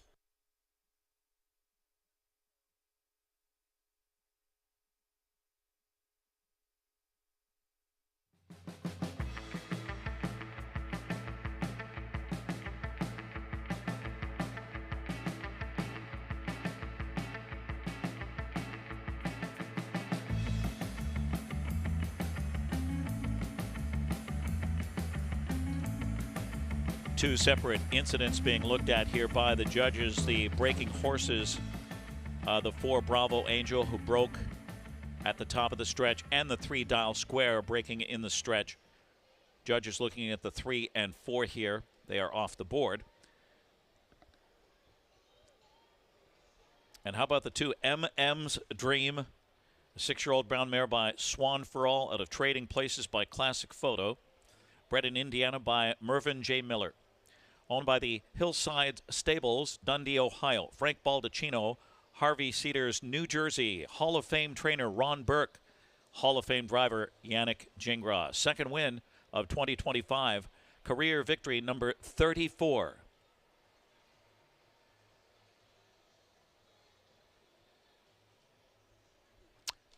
And she's closing in on the $2 million mark in career earnings. It's the mile of her life here. She won the 2022 edition in 1:49.4 and set the stakes record. She equals her own stakes record here today.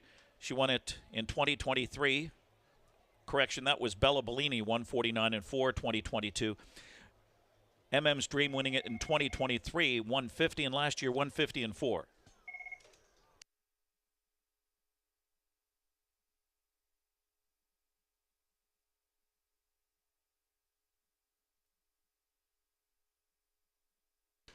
No placings among the top 4 here, result of the inquiry.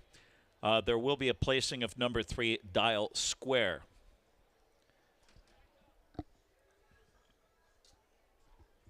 Winner Circle presentation, the Dr.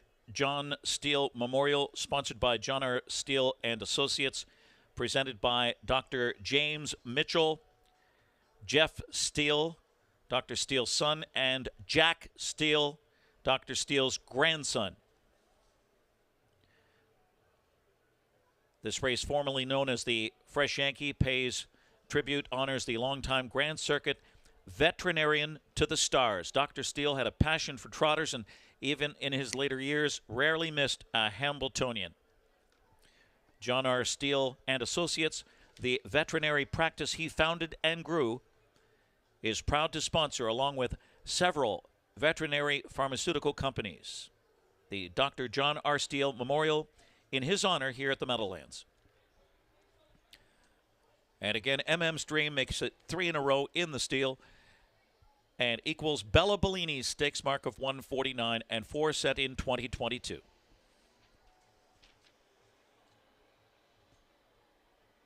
For Yannick Gingras, his 3rd steal victory. He won it with Atlanta in 2021 and Hannelore Hanover in 2016.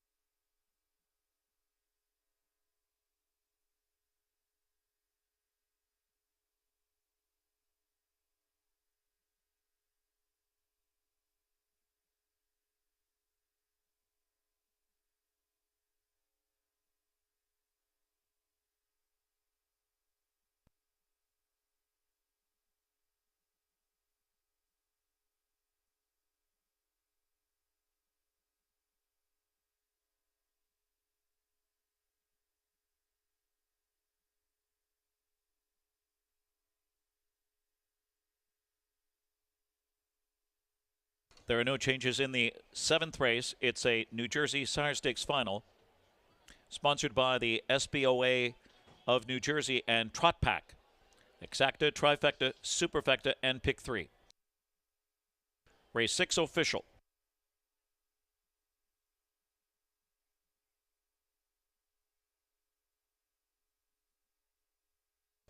Number 2, MM's Dream, pays $57.60, $18.60, $9.20. 11, Warwe Michelle, $6.60, $4.20, and the 6, Call Me Goo, $3. The exacta of 211 pays $413.20. A 211.6 trifecta, $1,906.40. The pick 3, $752. The dime superfecta, $4,454.83. 211.61 for 10 cents. And the pick 6, $1,444.54. Again, that pick 3, $171.10. Post time set for race 7, 2:17.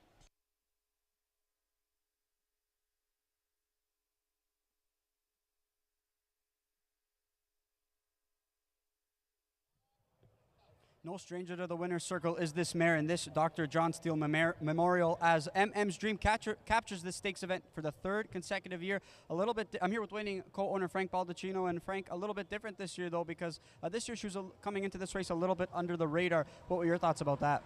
Yeah, she was. She hasn't been able to beat the best ones in the game up to this point. But me and Ronnie talked like a month ago, and this was the race that we were targeting on our calendar all year. This is the race where we knew we could pull her shoes. She loves the Meadowlands, and Yannick gave her a great trip, and things worked out around that last turn when a couple horses made some breaks and she had a clear path down the lane, and she'll run anybody down with a clear path down the lane. Yeah, and Yannick, you guys did make the driver switch this year to Yannick Gingras, and he's been aboard a majority of her starts, but she seems to be a lot better chasing horses. When you saw that breaker, though, you must have been pretty pleased at a clear lane.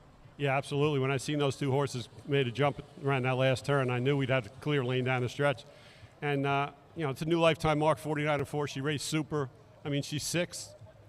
I mean, what can you say? And obviously, this is a mare who you've been a part of from the very beginning. I mean, just what's it like still watching her compete at such a high level? Oh, it's awesome. I mean, she's been a great horse since 2, 3, 4, 5, and now 6. And doesn't get any better than that.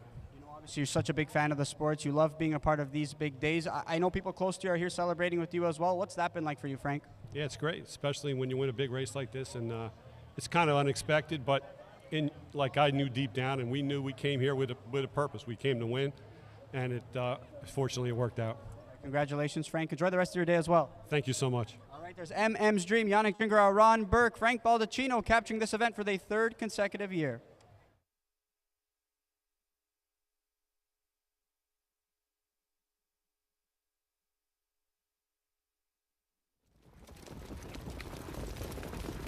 Mares are off and trotting. Drawn impression on the far outside. Call Me Goo is put in play. MM's Dream and Dial Square gets away 4th. Bravo Angel 5th into the first turn. Southwind Banshee cuts the corner. Now Bravo Angel left the 3 deep on the outside as Warwe Michelle moves up on the outside quickly. And from the rear of the field, Elista Hanover a long way from the lead. Moshi Emoji Hanover is next. And then comes Date Night Hanover, and the early trailer is Nelson Bright Eagle, 11th and last. Torrid opening fraction, 26 and 2 for Call Me Goo. Call Me Goo up front for Tetrick, leading it by a length and a half. Drawn Impression tracking in the second spot off the hot pace. MM Stream looking for 3 in a row in the steal is third as the pace slows. Dial Square fourth on the inside. Warwi Michelle stays in.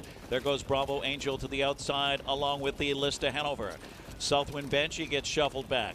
And then it's Emoji Hanover on the outside, followed by Date Night Hanover and Nelson Bright Eagle. Half up in 54 and 3. Solid pace here, carved out by Call Me Goo. Call Me Goo by 2. It's Drawn Impression left in the wake second. On the outside, Bravo Angel stalled third. As the pace picks up, MM's Dream is pinned in fourth. Elista Hanover needs to do more in fifth. Dial Square with no racing room sixth, and they turn for home, and Drawn Impression went off stride. And they turn for home on 3/4, 122 and 3 in the stretch drive. Call Me Goo by 2, revving up now. MM's Dream on the outside has dead aim. And Warwi Michelle on the rail. And on the outside, Dial Square in with a shot. MM's Dream on the outside for Jengra under urging. MM's Dream, 3 in a row in the steal for MM's Dream. Then Warwi Michelle, and then it was Call Me Goo and close. Southwind Banshee or Lista Hanover, 1:49 and 4, equaling the stakes record.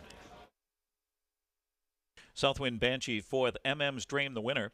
Dial Square sixth and disqualified, placed ninth. Violation of the braking rule. Bravo Angel 11th. Emoji Hanover 8th, place 7th. Call Me Goo 3rd. Elista Hanover 5th. Date Night Hanover 9th, placed 8th. Drawn Impression 10th. Nelson Bright Eagle 7th, place 6th. Warwi Michelle 2nd. It's 4-1. 6th, disqualified, place 9th. 11th, 8th, place 7th. 3, 5, 9th, placed 8th. On the other page, 10, 7th, place 6th, and 2, 1:49 and 4.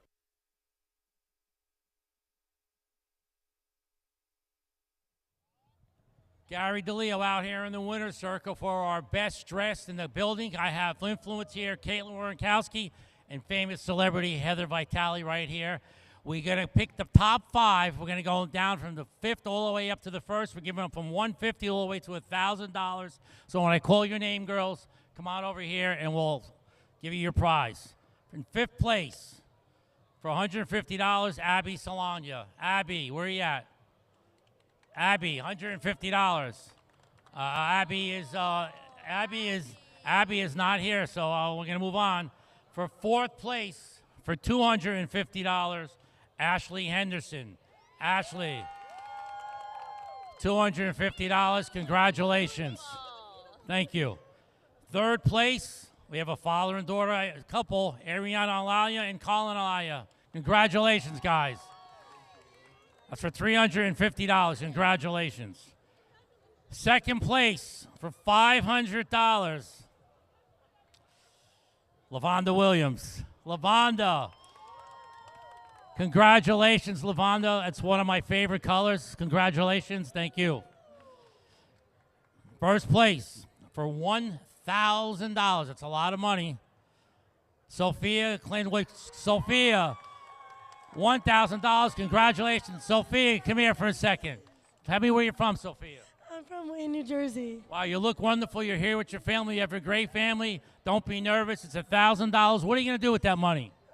I'm going to take my family out to eat. Oh, very good. Listen, congratulations, family, mother and father. Right behind is your mom. Congratulations, everybody. Don't forget, we have many more races to go. We have a lot more things. Make sure you check out the rooftop.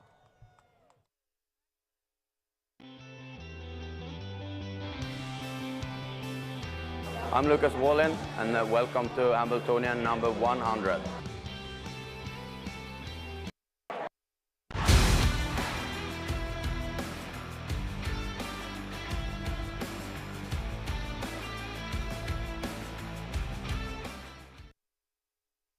Welcome, racing fans, to the outside set once again on the Hamiltonian Day, Hamiltonian 100. So excited to once again be joined by Carson Kressley. Thanks so much for coming back to the Hamiltonian this year. Oh my gosh, they couldn't keep me away. I love it here. We can keep the rain away though this year, right? We did, yeah. This is some real, I'm not a weather person, but I would like to take credit for today's weather. It's phenomenal. And you can wear a cute outfit and it won't turn into a wet t-shirt contest. Right. It's all good. All right, so you were with us at the draw this week. You learned a little bit about some of the contestants. Exciting day ahead of us, of course, with it being the 100th Hamiltonian. Yeah, I love it. I love doing the draw, and I got to meet some of the owners and trainers and really get the backstory on both the Oaks and the Hamiltonian. And I feel like I know what I'm doing this year, and I have some really good race picks. You do. Who is your race pick? In the Oaks, I really like Deja Blue. I agree. I think that's a good pick. And both parents, the sire and the dam, that's the mommy and the daddy, they each won a Hamiltonian. Yes. And I heard that the sire is right over here trackside, and you can go meet him. Yes. So I'm going to go check him out. All right, we're going to come back with you for your Hambo pick and a couple of other things, but we're going to send it up to Ken for the post-braid of race 7.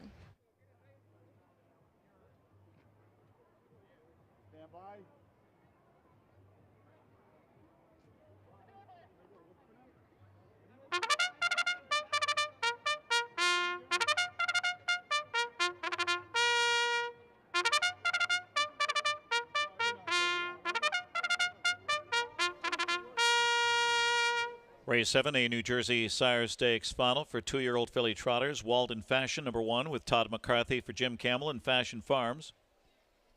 2 is Sugar Packet with Dave Miller. Blake McIntosh trains. A Bay Pond Racing Stable, Blake McIntosh and Ozzie McKay. Our Candies, number 3, with Scott Ziron. Linda Toscano trains. The Lessies, M&L of Delaware, Armitage Farm. Southwind Chaska, number 4, Tim Tetrick, Jim Oscarson Racing Stable. Days Away, number 5, with Jason Bartlett for Per Engblom, Frederica Caldwell, and Bluestone Farms. Leading Lady, number 6, with Yannick Gingras driving, trained by Nancy Tactor, Black Horse Racing, Marvin Katz, and Herb Liverman. 7, Lipstick, Dexter Dunn for Annette Lorenzen, Anvil and Lace Farm, and Girls Just Want to Have Fun. 8 is Glam, Ocas Fonstead trains and drives for SRF Stable. The 9, Emma's Mystery CCL with Andrew McCarthy and Noel Daly trains for Winning Key Incorporated. And the 10, Royal Patty, Jeff Gregory trains and drives and co-owns with Martin Gary, George Romanoff, and John Erdner. Sponsored by the SBOA of New Jersey and Trot Pack for $225,000. Exacta, Trifecta, Superfecta, and pick 3. We're on the 4 here. Southwind Chaska, 4, 6, 2. And Jessica, Carson Kressley stole my pick in the Oaks, Deja Blue.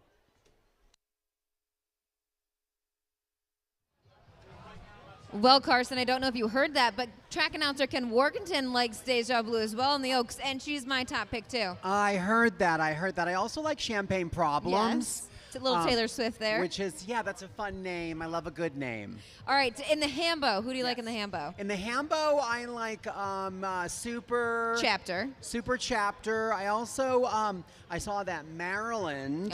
It's one of my favorite states. Okay. Is also, the odds are like 3 to 1. So that's really interesting. I know he's, a great horse and maybe hasn't had his moment yet this year. So today could be the day. It's perfect conditions for kind of everybody. You could be peaking at the right time. All right, there were a lot of hats out there in the winner's circle. How awesome was that? Yeah, we had more entries than ever. I think there was over 30. And they were incredible. The winner of the $1,000 prize, the jackpot stake, was one that had actual moving racehorses going around the hat. Lots of time put into that. Yeah, time, batteries, probably lots of, ruined glue fingers, hot glue burns.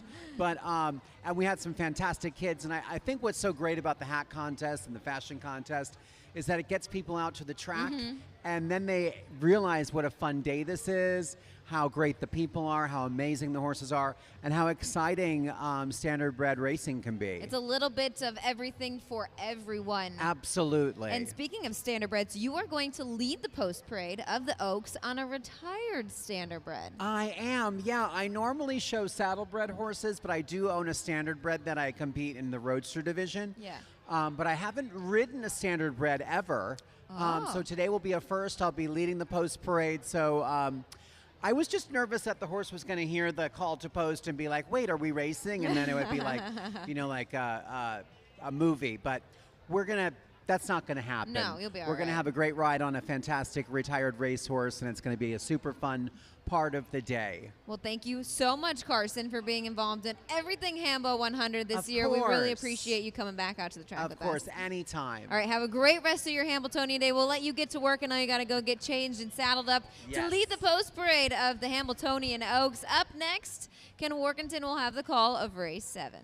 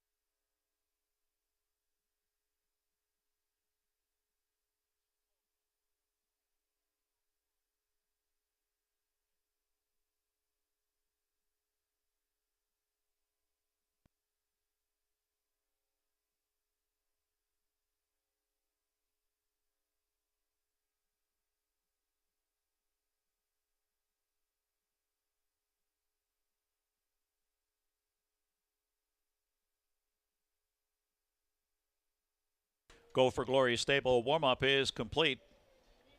It's post time for race 7. Final call to wager here. A New Jersey Sire Stakes final. Preferred equine starting gate rolling. Race 7 for $225,000, sponsored by the Standardbred Breeders and Owners Association of New Jersey and Trot Pack. Field of 10 two-year-old filly trotters lined up here. For the Sire Stakes Championship, the 6th leading lady looks to go 2 for 2. She is 7 to 5. 5 to 2 on the 4. Southwind Chaska. She's looking to go 3 for 3. On gate, race 7. Here they come.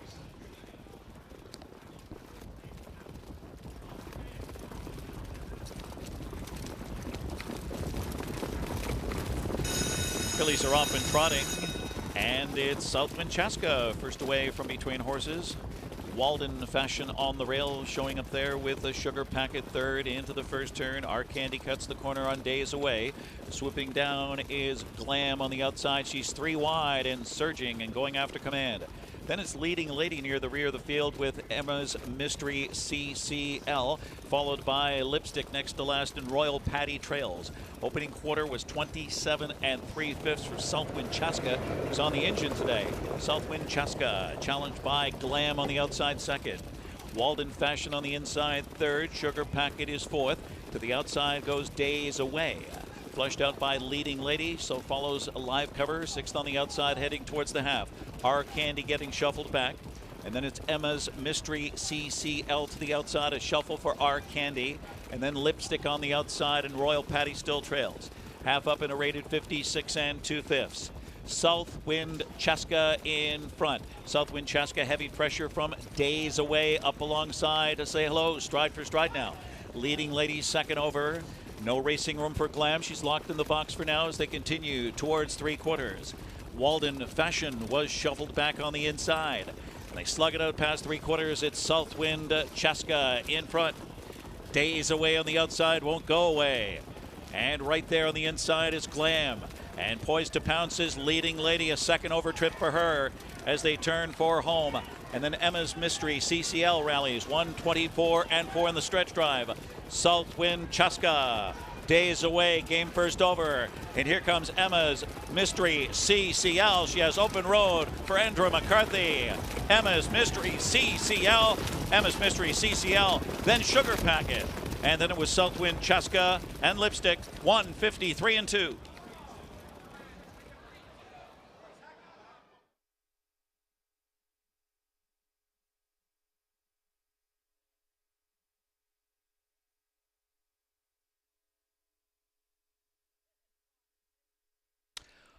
On your Brittany Farms slow-mo replay, it's the 9 Emma's Mystery CCL, 153 and 2.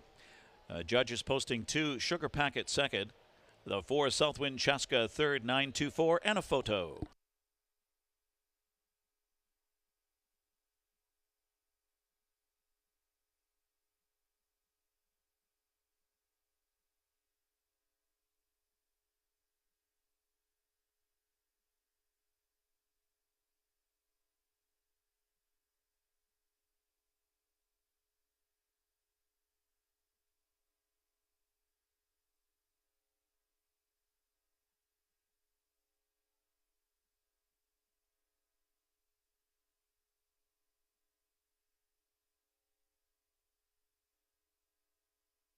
Number 7 Lipstick was 4th. It's 9247.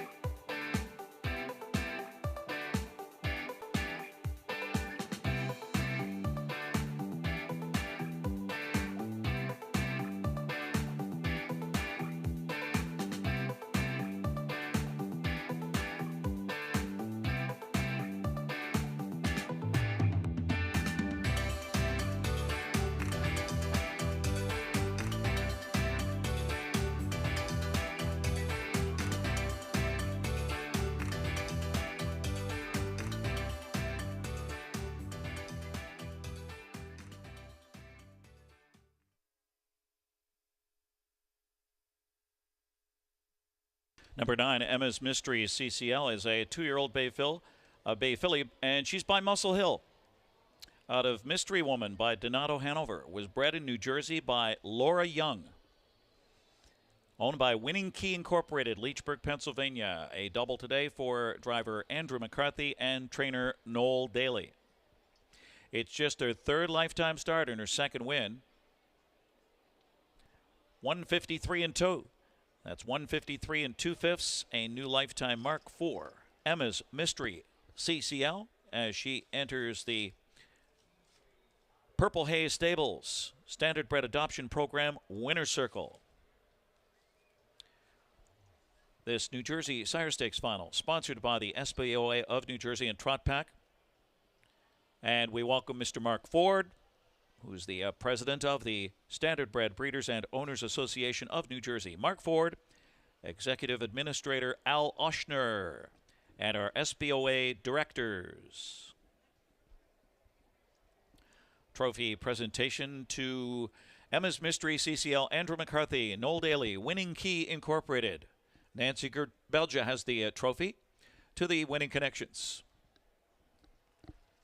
And it's official. The 9 Emma's Mystery CCL pays $33.40, $17.20, $8.40. The 2 Sugar Packet, $16, $8. The 4 Southwind Chaska, $3.40. Only the exacta being displayed right now on the board, 9-2, $299.40.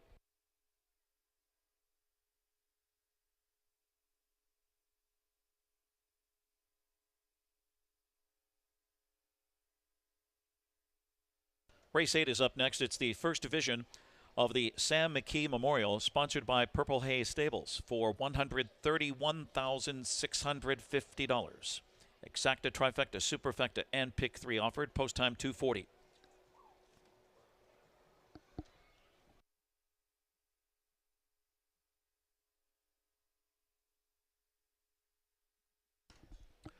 The pick 5, $4,528.64. Nice pick 5 payoff there. Dime Super, $1,812.06. 9247.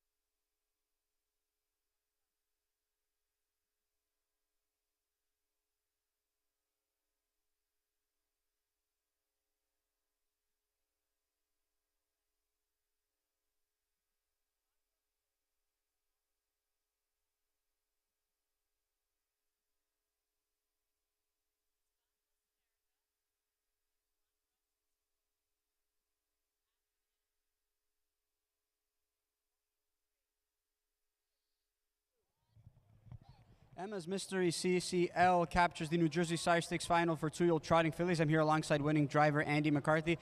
You had post 9 here tonight. What was your game plan going into it? I was just going to let her tell me what the game plan was. You know, she didn't handle the tracker last start very good. It was quite deep, and she just struggled to get through it. So I was a lot more confident today with a little bit of a tighter track, but I was just kind of letting her tell me what she wanted to do. You know, she got out of there pretty good, but everyone didn't as well. But it just worked out where, you know, we had a pretty good flowing trip there, and she was good enough to overcome it. You know what? She was impressive in her career debut when you sat behind her. She was impressive here tonight, this afternoon. But this was a filly who you chose over another one who was highly touted after the yearling sale. What was it about this filly that impressed you? Just the strength, you know. I go and help Noel a lot in the wintertime, and I got to sit behind her a lot in the wintertime, and you know, I always really liked her. You know, she was a little bit quirky at times, but I could just tell she had a lot of power, and you know, so I just that was pretty much the decision. Just felt like she had a little more power. You referenced the deeper track from last week, though. Is that something that you kind of know or have a feel for from the start of the day, from race number 1, or is that something kind of you gauge in post-parade with this filly going to the gate? Yeah, well, I knew it was tighter at the start of the day, so that kind of gives you a little bit of a heads up. But then after scoring them down, you know, you really get to get a feel for them and see how she's feeling. And, you know, I kind of let her scoot along for about, you know, 1/8 of a mile, and she felt great, so I knew we were going to be okay. Congratulations, Andy. Best of luck the rest of the day. Thanks, Johnny. All right, there's Emma's Mystery CCL, Andy McCarthy, Noel Daly getting it done here in this New Jersey Sire Stakes final. And ladies and gentlemen, at this time, we ask that you please rise, and we welcome Ronald Brooks. And Mr. Brooks, an accomplished vocalist and motivational speaker, his story truly inspiring. And he sings, "God Bless America." Please rise.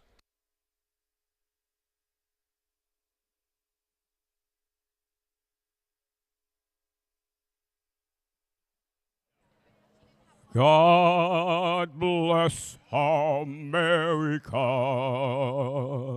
land that I love. Stand beside her and guide her through the night with the light from above, from the mountains, through the prairies, through the oceans, white with foam. God bless America, my home, sweet home. God bless America, my home, sweet home.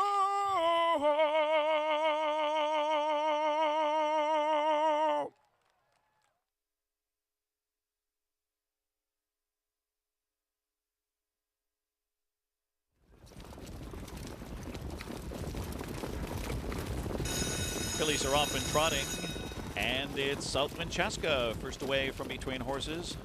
Walden Fashion on the rail, showing up there with the Sugar Packet third into the first turn. Our Candy cuts the corner on Days Away.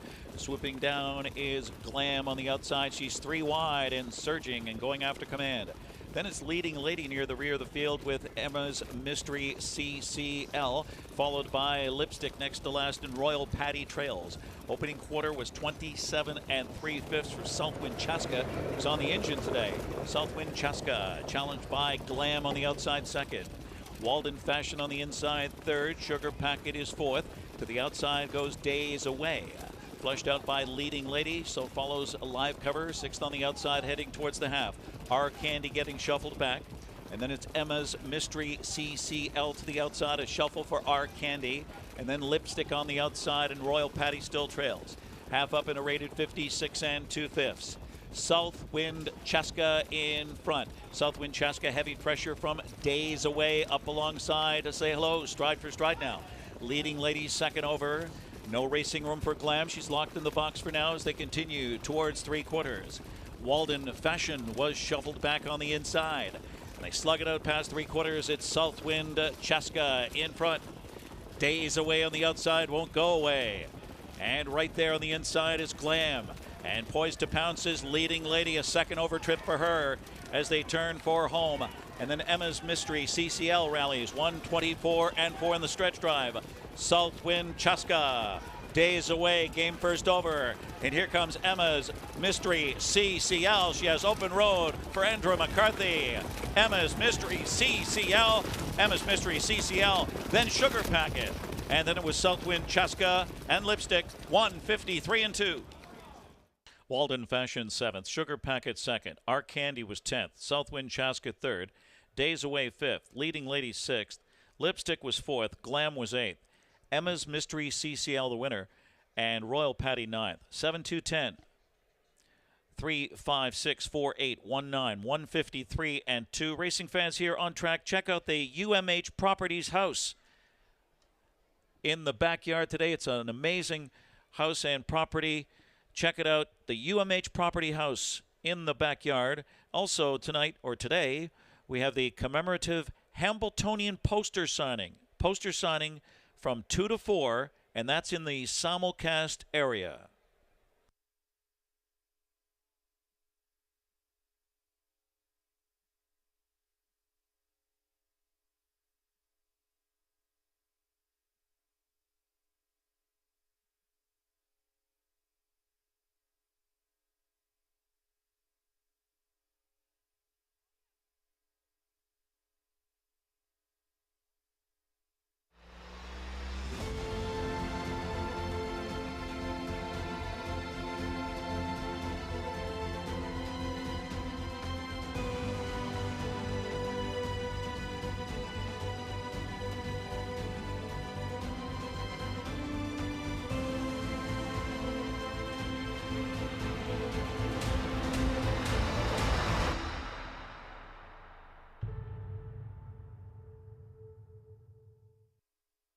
Marcus Melando, the youngest to be named Trainer of the Year, enjoyed the best season of his skyrocketing career in 2024 with more than 100 wins and $6.4 million in purses. Melander campaign Dan Patch Award winner Maryland, Winter Book favorite for the Hamiltonian, and one of 5 for Melander in the top 10. His other top performers were Oh Well, Date Night Hanover, French Chronos, Super Chapter, and Periculum, the 2025 Cutler Memorial winner. Melander unveiled another promising battalion of 2-year-olds in 2025 from his New Jersey base. The Melander star continues to rise. Just call on Marcus.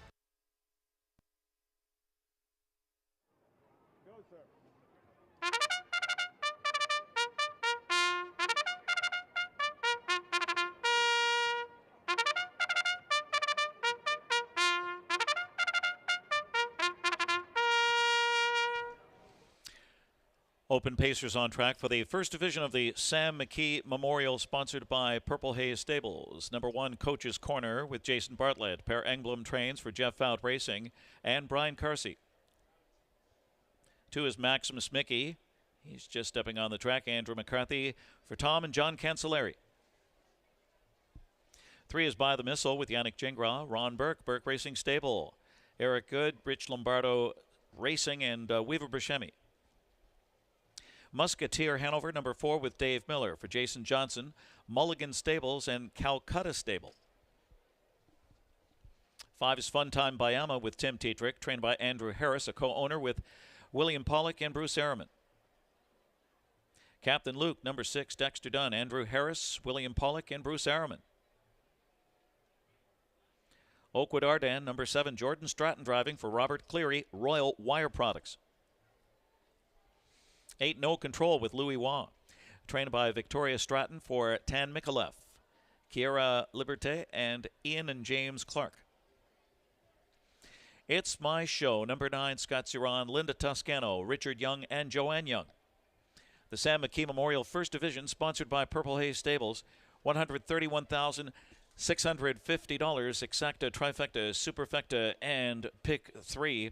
The Sam McKe Memorial pays tribute to the late, great Hall of Fame announcer and colleague Sam McKe, who passed away in 2017. The loss sent shockwaves throughout the entire industry. A beloved colleague, a key figure at the Meadowlands for more than a decade.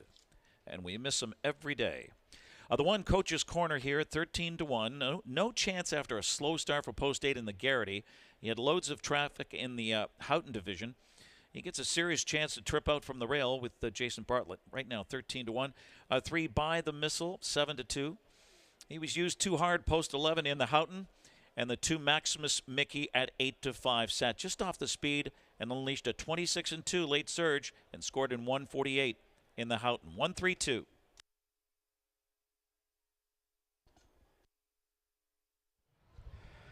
It's going to be an exciting first division of that Sam McKe Memorial, but first and foremost, I'm joined by the editor of DRF Harness, Derek Givner. How is Hambo 100 Day going for you so far? So far, so good. You know, I'm alive in a pick 3 with the horse that just won at 15-1, and the crowd here is nice, and just such good weather today. I was going to say the weather is beautiful.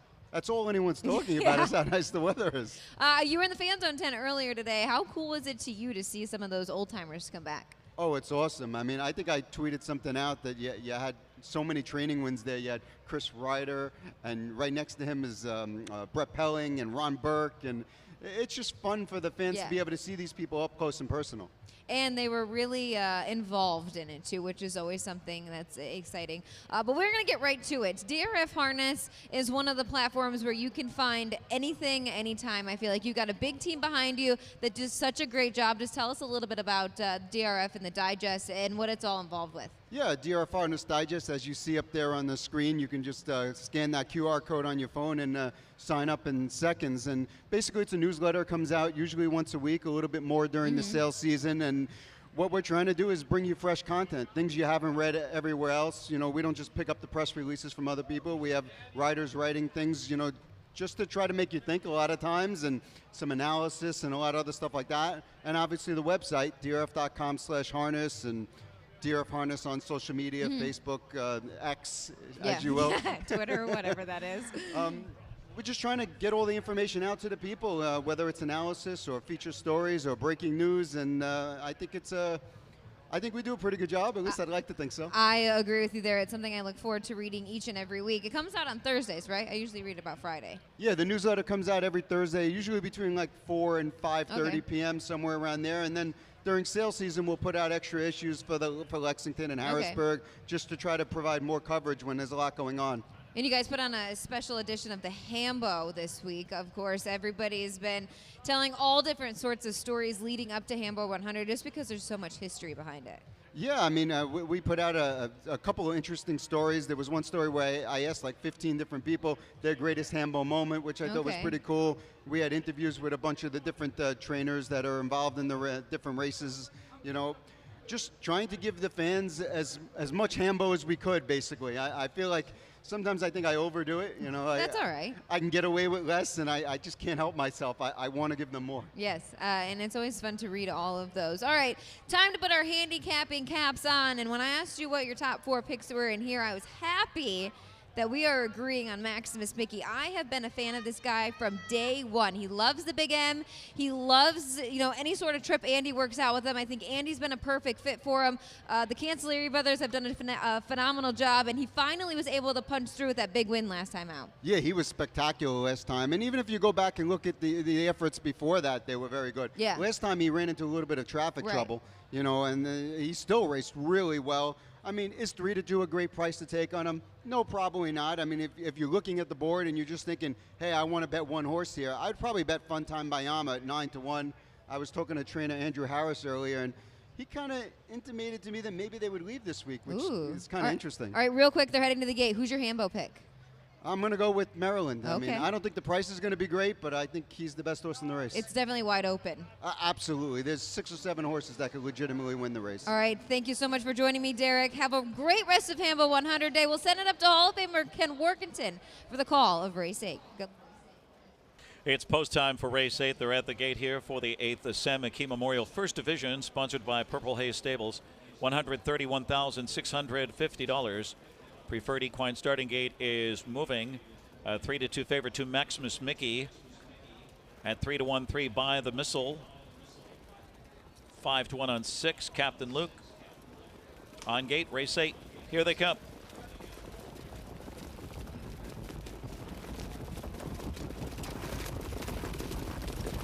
And they're off. Musketeer Hanover, and there goes Captain Luke, who shoots out to Maximus McKe, and Coach's Corner on the rail, leaving sharply.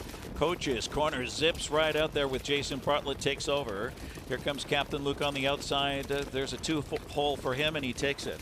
So it's Maximus McKe outsprinted third to the opening quarter, looking anxious. By the Missile, fourth on the inside. Then it's Musketeer Hanover, fifth on the rail. Oakwood Arden gets underway on the outside, followed by Funtime Bayama and It's My Show. And No Control is your early trailer. Crisp opening quarter of 27 flat. Loose leader, Coach's Corner at 10-1. Coach's Corner in front, looking for a second quarter breather now. Captain Luke pockets up for now. Maximus McKe back in the third position, By the Missile fourth. As they continue towards the half, that's Oakwood Arden looking to flush out By the Missile, and almost doing that. Then Musketeer Hanover to his inside. Then Funtime Bayama looks to get going. Dull flow so far for him. Then It's My Show and No Control, half up in 54 seconds. So it's Coach's Corner the target. Maximus McKe goes after him on the outside, soon to be second. Captain Luke in the pocket spot. By the Missile, second over on the outside as Maximus McKe looks to get going. He's inching a bit closer. So By the Missile is fourth on the outside. Might have to come 3 wide. Musketeer Hanover pinned in fifth. Oakwood Arden sets up his rally from third over 6 past 3 quarters. Coach's Corner there in a brisk 1:21 flat, 27 flat third quarter. Coach's Corner by length and a half. Here comes By the Missile, firing his best shot on the outside, and Captain Luke after a perfect trip, and on the rail, Musketeer Hanover. Coach's Corner digging in. Captain Luke getting to him with Dexter Dunn. Captain Luke almost there. Captain Luke, then Coach's Corner. Musketeer Hanover and By the Missile, 1:47-3.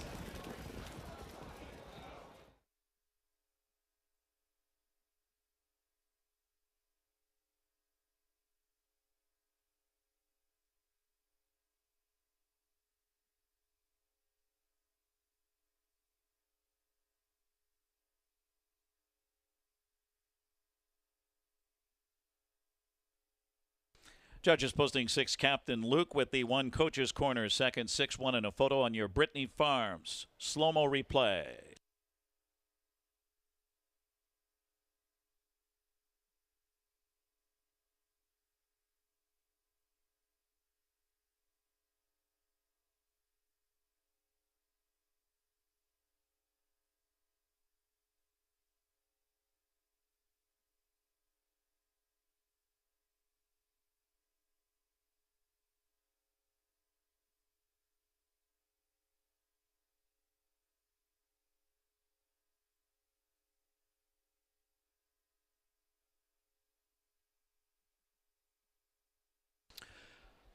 Number 4, Musketeer Hanover, 3rd, and 3 by the missile, 4th, 6-1-4-3.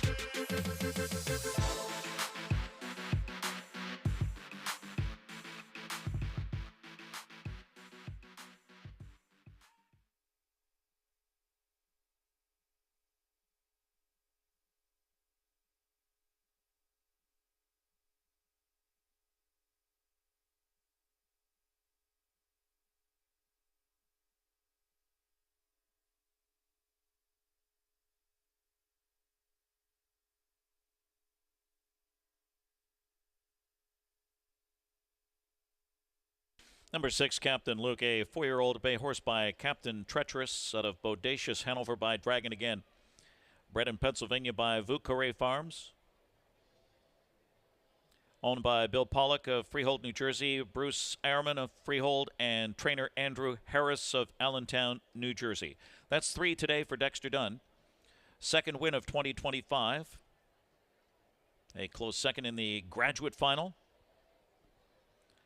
His 7th career victory, vaulting past the $800,000 mark in career earnings with a dazzling new mark here of 147 3/5 in the first division of the Sam McKe Memorial. Sponsored by Purple Haze Stables, we welcome Taylor Smedshammer. That's Taylor Smedshammer on behalf of Wanda Policini. And, of course, Sam McKe did everything in the sport. He knew everybody. We miss him every single day, and we have dedicated our efforts going forward to his legacy of great work and honoring Sam's wife, Christine, his daughters, Lindsay, Megan, and Melissa. This is the first division of the Sam McKe Memorial. And 6, Captain Luke, is the official winner, 1360, 845.80. The 1, Coach's Corner, 845.20. And the 4, Musketeer Hanover, paid $19 to show. A 6-1 exacta 93, that's 93.60. 93.60, 6-1. 6-1-4 trifecta, $1,660.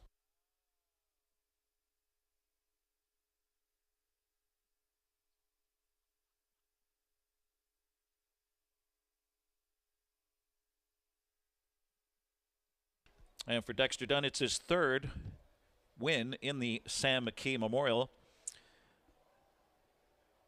He won it in 2020 with Better's Wish and set the stakes record with Catch the Fire, 146-4 in 2022. The pick 4, 8,769.80. Dime Superfecta, 409.05 for that 10-cent super. 6-1, 4-3. Post time is up for race 9. The Vincennes Preferred Trot for $60,000 at 3:05. Exacta, trifecta, superfecta. Race 9 starts the 50-cent mid-pick 4 with a guarantee of $125,000.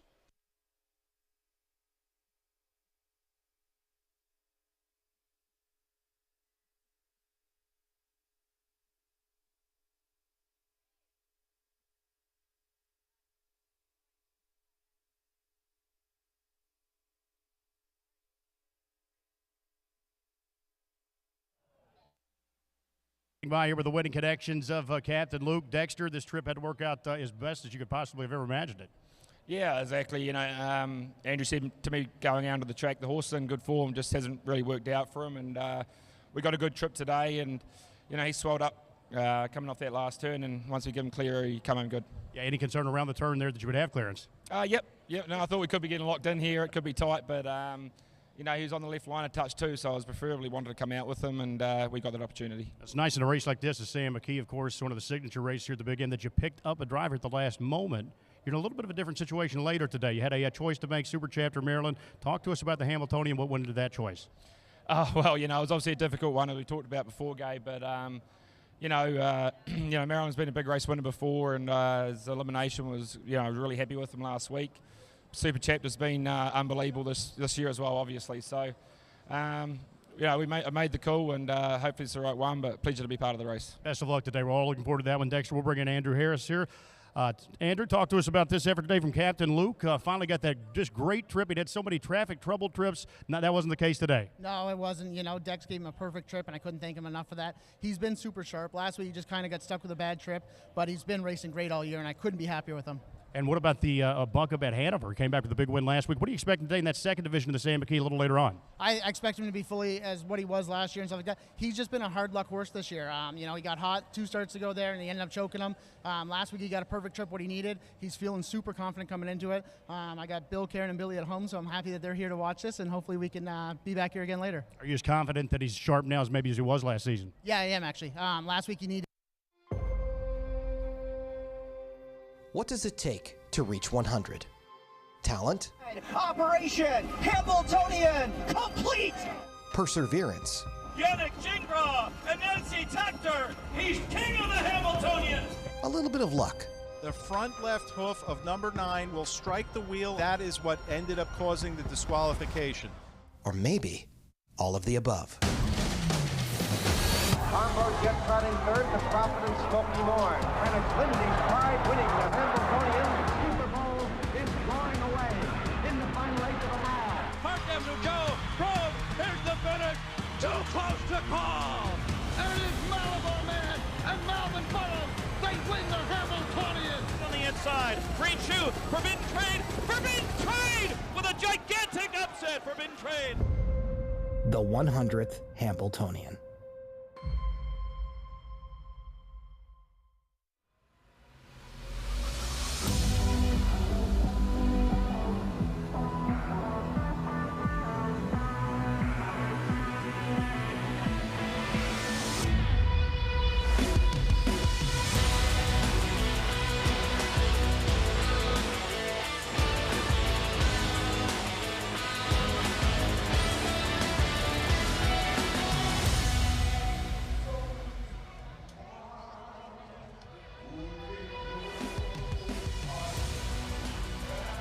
The Meadowlands Racetrack in East Rutherford, New Jersey. Today, the epicenter of the harness racing world as we present the Centennial edition of the Hamiltonian. Beautiful afternoon for racing and a large crowd on hand today, taking in all of the fun-filled festivities. A little bit of something for everyone today, young and old alike, as excitement abounds as we move toward the $1 million Hamiltonian, the most important race in the sport of harness racing. There's a look at what we have coming up today. Busy afternoon on the show. We'll start off with the Vincennes Trot race number 9. On the undercard, the Hamiltonian Oaks is the highlight, the filly counterpart to the Hamiltonian. $500,000 on the line there. Top older trotters in the John Cashman Memorial, and of course the 100th $1 million Hamiltonian. And that comes up in race number 12 on today's program. And hi again, everybody. Welcome trackside here at the Meadowlands. Greg Blanchard, pleased to be joined once again by Emily Ratcliffe this year. And Emily, it is hard to believe when we think about the Hamiltonian that we're already at the 100-year mark. Incredible. 100 years, Greg. That is hard to believe. 100 years, one race, but it's more than just a race. It's a rite of passage. Since 1926, this race has crowned the best 3-year-old trotting colts in North America, and through the decades, it stood the test of time. It's also become the race that every driver, trainer, and owner want to win. And so many storylines each and every year, and I think the one this year may be the depth and how wide open this race is. In fact, a couple of undefeated colts heading into the final this season. They went in undefeated to their eliminations a week ago. We're going to take a look back now and show those 3 eliminations to you and dissect how things unfolded here. One of those colts who had yet to taste defeat this season coming in was Emoticon Legacy. the Canadian-based invader, same connections in Luc Blais and owner's determination, who won this event a few years ago. Louis-Philippe Bois driving this guy, Emily, handled him nice and confidently here. The winning move coming in the second quarter. That was the winning move right there. We're taking a look at it. And as you said, Louis Bois making his Hamiltonian debut. This will be his first Hamiltonian appearance, and he's got just the horse to do it. This horse has pedigree behind him, the connections behind him, and he just oozes confidence, Greg. People may be a little critical here. It looked like he was going to get beat, but he did what he had to do to get the job done, and as I said, a super professional horse. Very important that he found the wire just in time here and holds on. That ensured that he would get a good post position for the final. Yes, detractors will say, you know, he was tired, maybe needed that wire, could be vulnerable this week. Others will say there's lots of room for improvement and he could be that much better. The other colt who came in yet to taste defeat on the season was Super Chapter for Marcus Melander, and Dexter Dunn with similar tactics just floated him to the lead in the second quarter. He did, and this colt's undefeated in 5 starts. He's another one that has passed every test they have thrown at him, and he just is so confident, as is driver Dexter Dunn. Horses were taking aim at him, as they have all season, but he's another one that just gets the job done when he needs to. An eye-catching rally from Maximus Miras, who was the runner-up there.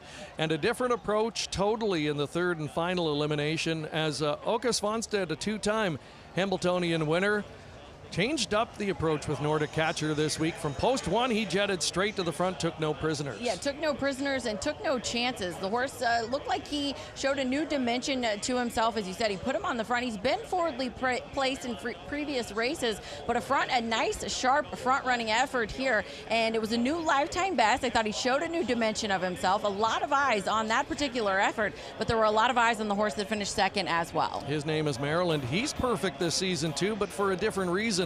He's been second in all of his 4 starts. He was the divisional champion last season. So those 2 runner-ups, Maryland and Maximus Miras, they draw well. 2 elimination winners, Super Chapter, Emoticon Legacy, both undefeated this season. They leave side by side. And Oka just outside of all of them with Nordic Catcher. He drew post 6 and actually saying that he wasn't all that happy with post 6. He said post 1, as is a lot of folks' favorite post position, would have preferred to have the 1, but he draws post 6.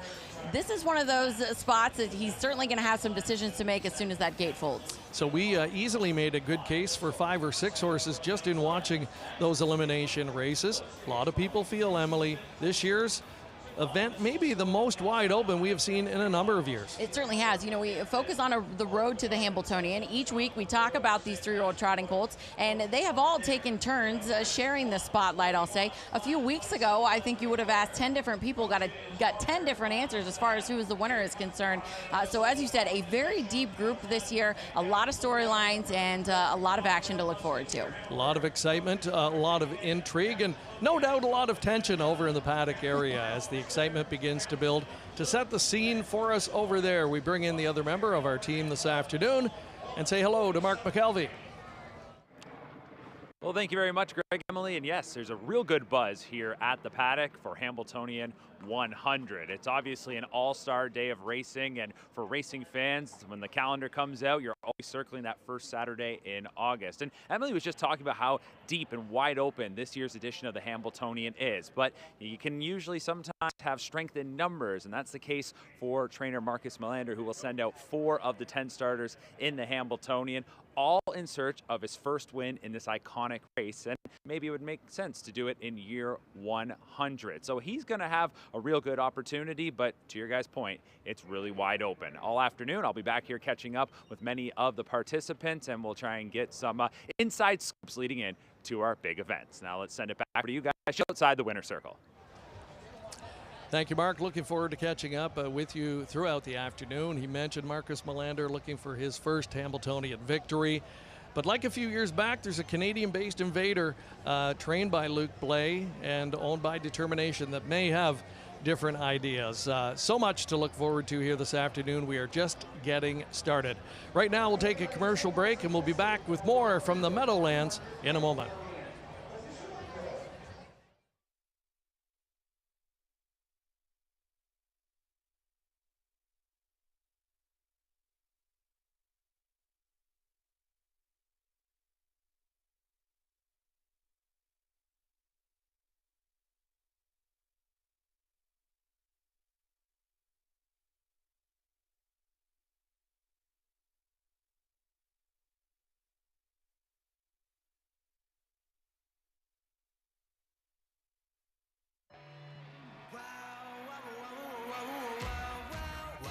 New Jersey, we've got more summer wows under the sun than anyone. So come see what your wow's gonna be in the little state of New Jersey, where it's one wow after another, after another, after another. You get it.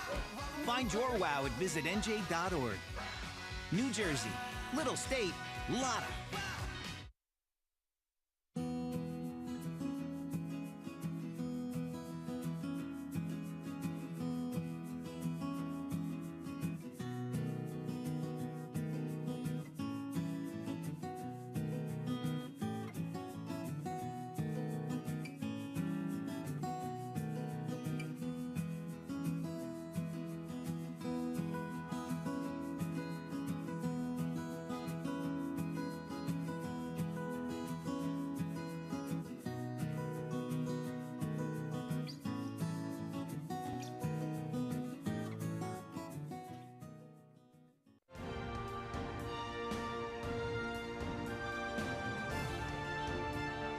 Raj Farms, more than 4 decades of trend-setting and modern-day trotting.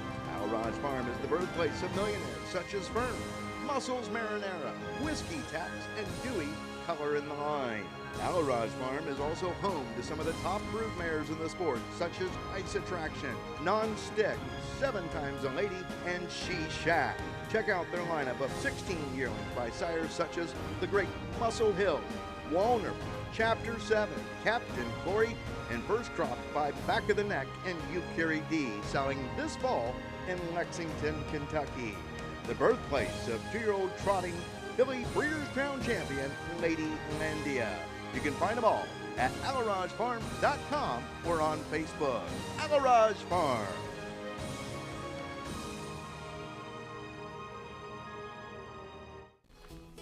You have to get out and embrace the adventure. In Lancaster, there are so many hidden gems to explore, and the fall is the best time to do it. Lancaster is a destination that has this incredible rich history and the countryside and the culture. We kind of have it all.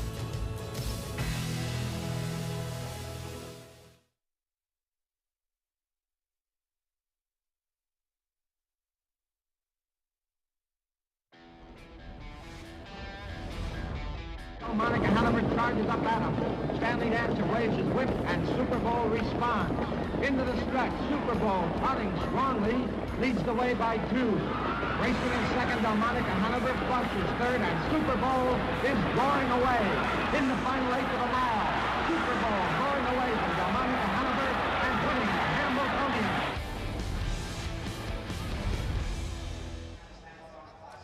The legendary Stanley Dancer going way back there with Super Bowl and winning the Hamiltonian. Stanley, of course, one of the titans when it comes to trainers and records in the Hamiltonian. He is one of only 3 5-time winners. His dominance started in the late 60s, throughout the 70s, even into the 80s. Of course, it was Ben White who first came into prominence in the early days of the Hamiltonian. Then the late, great Billy Houghton reeled off 5 Hamiltonian victories in a span of 9 years. Remarkable. And in more recent times, of course, Jimmy Takter and Chuck Sylvester adding to their legend.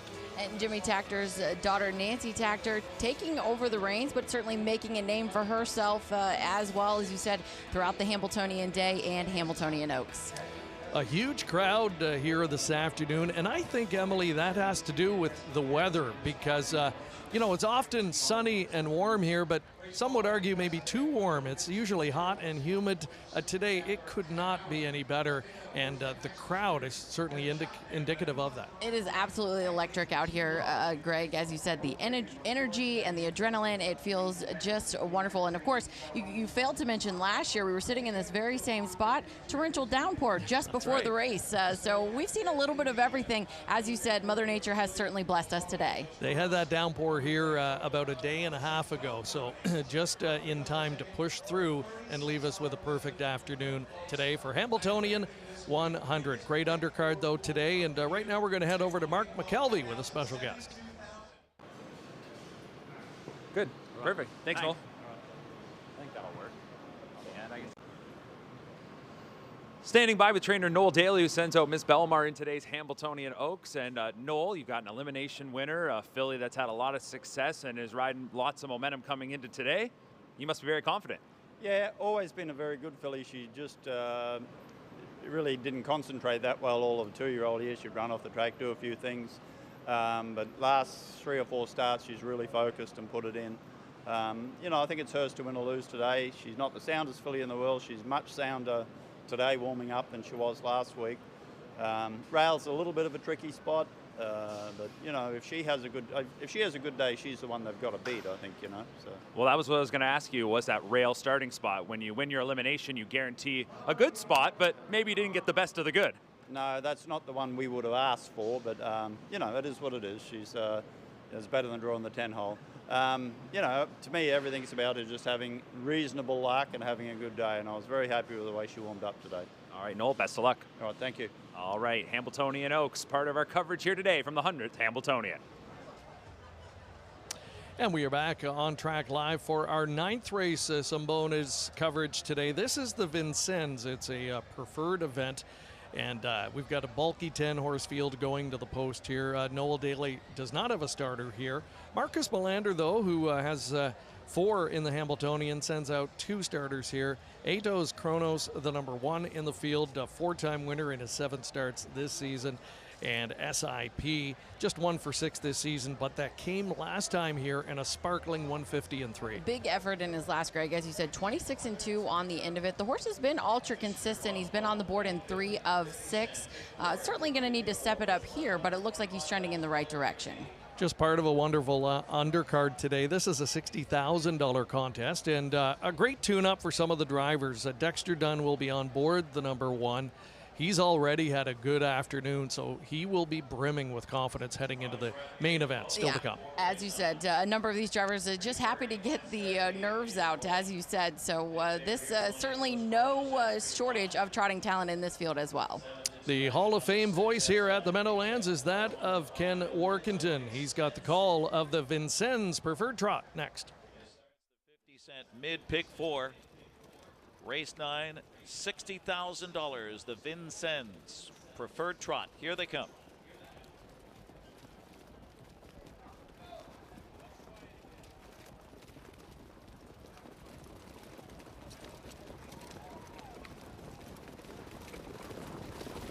And they're off and trotting. Resolve to win. Tried to blast off on the outside. Dire Straits, a little expensive. The big favorite, 8-Toes Kronos, leaving sharply on the inside. Into the first turn, Winter Soldier cuts the corner on Little Expensive, now 5th on the outside.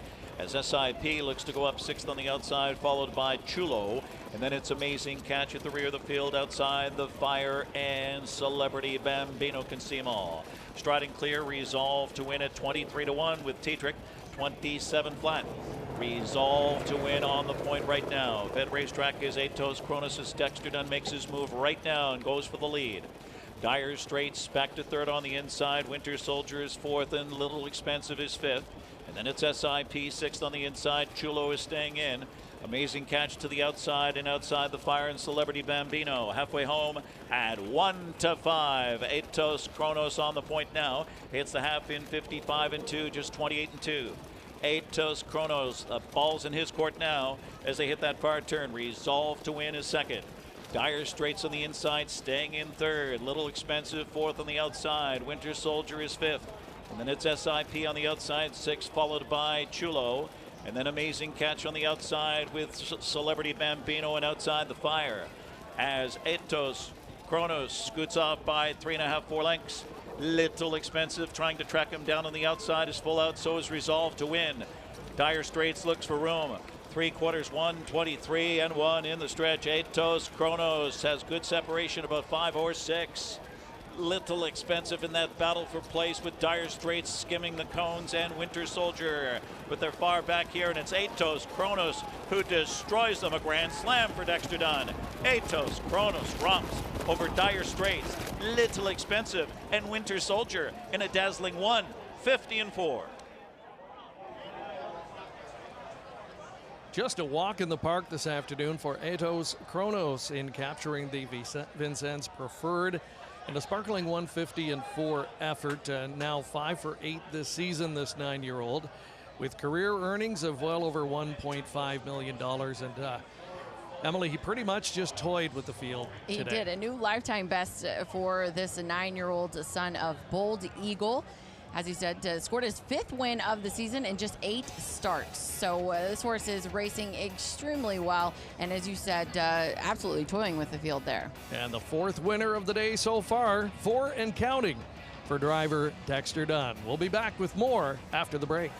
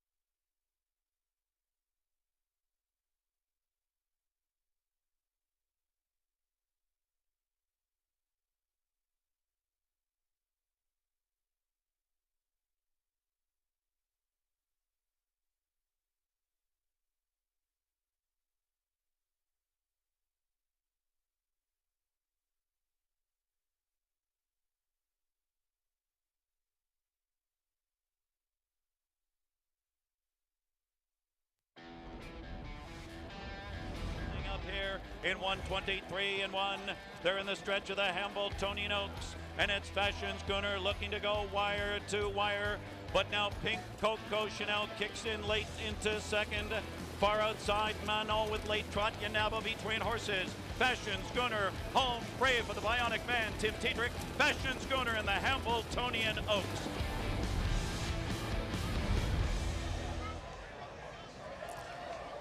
We are back, and here's a look at the Winter Circle celebration for today's 9th race. It is the Vincennes Preferred Trot, 4th winner of the afternoon for Dexter Dunn, teaming up with Marcus Melander and Atos Kronos.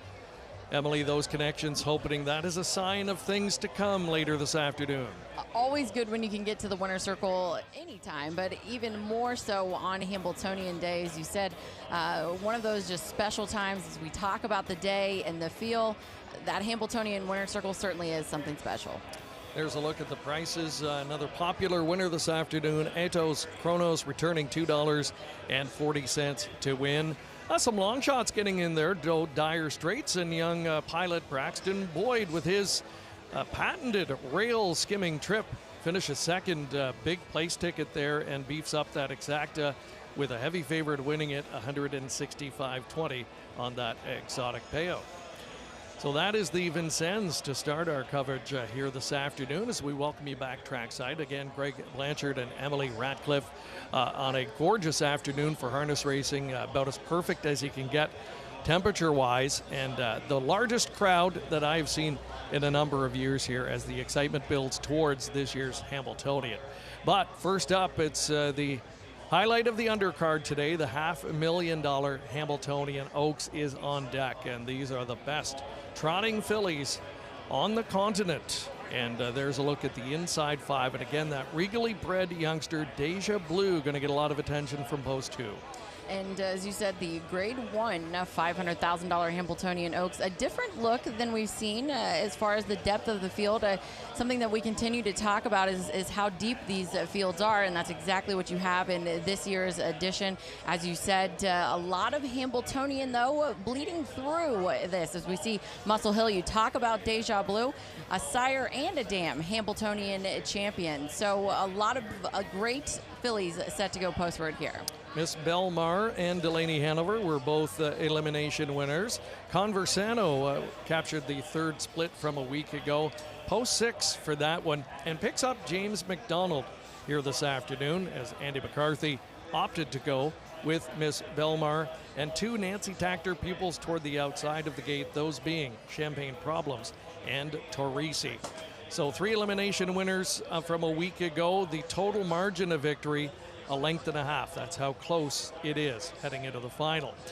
Many great fillies over the years have bypassed the Hamiltonian Oaks, and tell us more about that. Once again, here's Mark McKelvey. Well, the fillies are certainly going to be in the spotlight when we get to the Hamiltonian Oaks in just a little bit, but over the course of 99 prior editions of the Hamiltonian, we've seen the fillies take on the boys and have success. 15 in total, and with it being the 100th Hambletonian, let's go down memory lane and look at some of these famous fillies. 1936, Rosalind. Now this story is so remarkable, they even wrote a book about it called Born to Trot.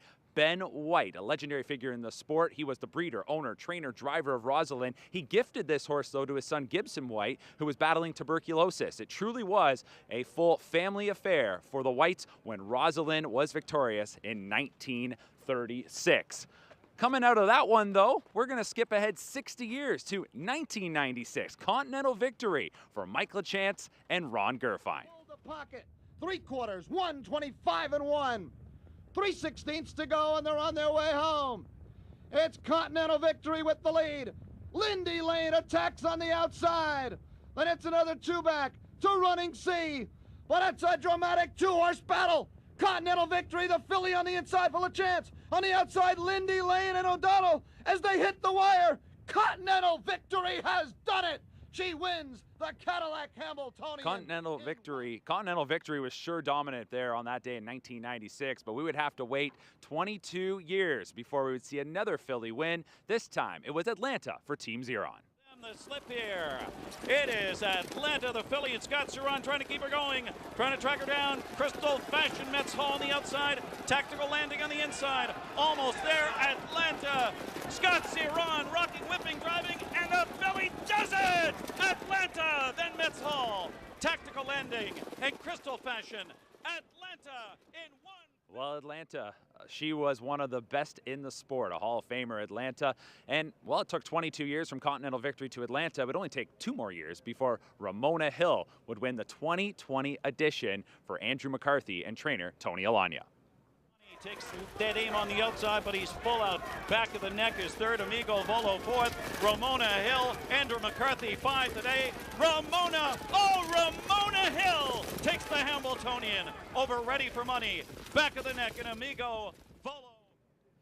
Well, we're not going to see a filly in the 100th Hambletonian. Maybe next year, 101, we could get that 16th filly to win America's Trotting Classic.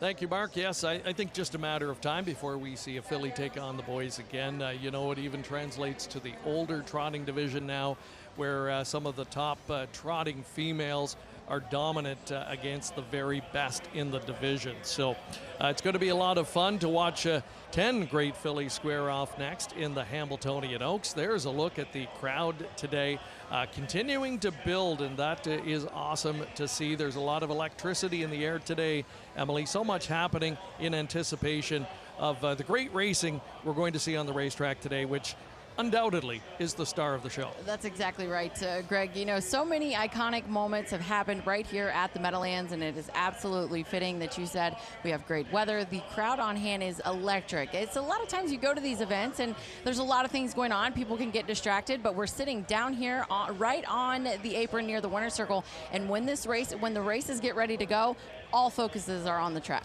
Yeah, my focus was on one of those food trucks earlier. There are a lot of great options here today in that regard.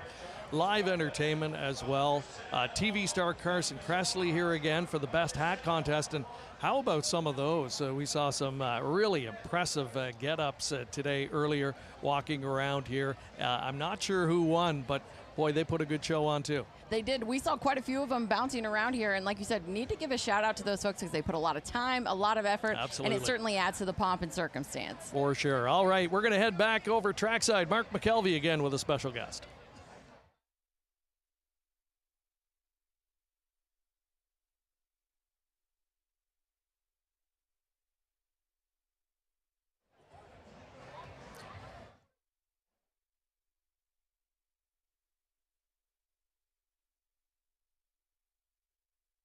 Raced great, and she won. Andy happened to win a couple of limbs, and they just asked me if I was coming back, and always thrilled to get a drive like this in a big race. Absolutely, $500,000 race. You know about winning big races, but when you sit behind one for the very first time, what are you going to be looking at when you get out there? Just try and feel her out as much as possible, try and learn as much as I can, as quick as I can, so the surprises are less in the race. So she seems, I've talked to Andy, and I talked to a few people that have driven her and won, so they give me all the information I need, and just hopefully I can work out a trip. Well, I know that Conversano, Juan Cano, they got a big cheering section here today, so best of luck. Thanks a lot, Mark. All right, there you go. Conversano, one of the limb winners as the horses are heading out now for the Hamiltonian Oaks. All right, thank you, Mark. James McDonald, Captain Canada. He's been the multiple O'Brien Award winner there as Driver of the Year and becoming more and more of a regular here on Hamiltonian Day in these marquee events. And he's a go-to guy now and picks up a very live drive and elimination winner, Conversano. Yeah, this filly has just been near perfect. 6 of 8 this season, and really can't make any marks about her. Getting a look at the field now on post parade. There's Deja Blue, the number 2. Yannick Gingras, what a record he has in this event. He's a 6-time winner and once rattled off 5 straight Hamiltonian Oaks victories. 3 in the field. Sound judgment's going to be Kevin Oscarson driving here for veteran trainer Jim Oscarson. This one 0 for 5 coming in. Talented filly. Certainly would be a big step up today, but if she does it, she'll reward her backers well. She's 33-1 right now on the tote board. Going to take a look at the 4. That's going to be Our Charm, a 3-year-old filly by Propulsion, who's looking for her 2nd win of the season in 4 starts for trainer Linda Toscano.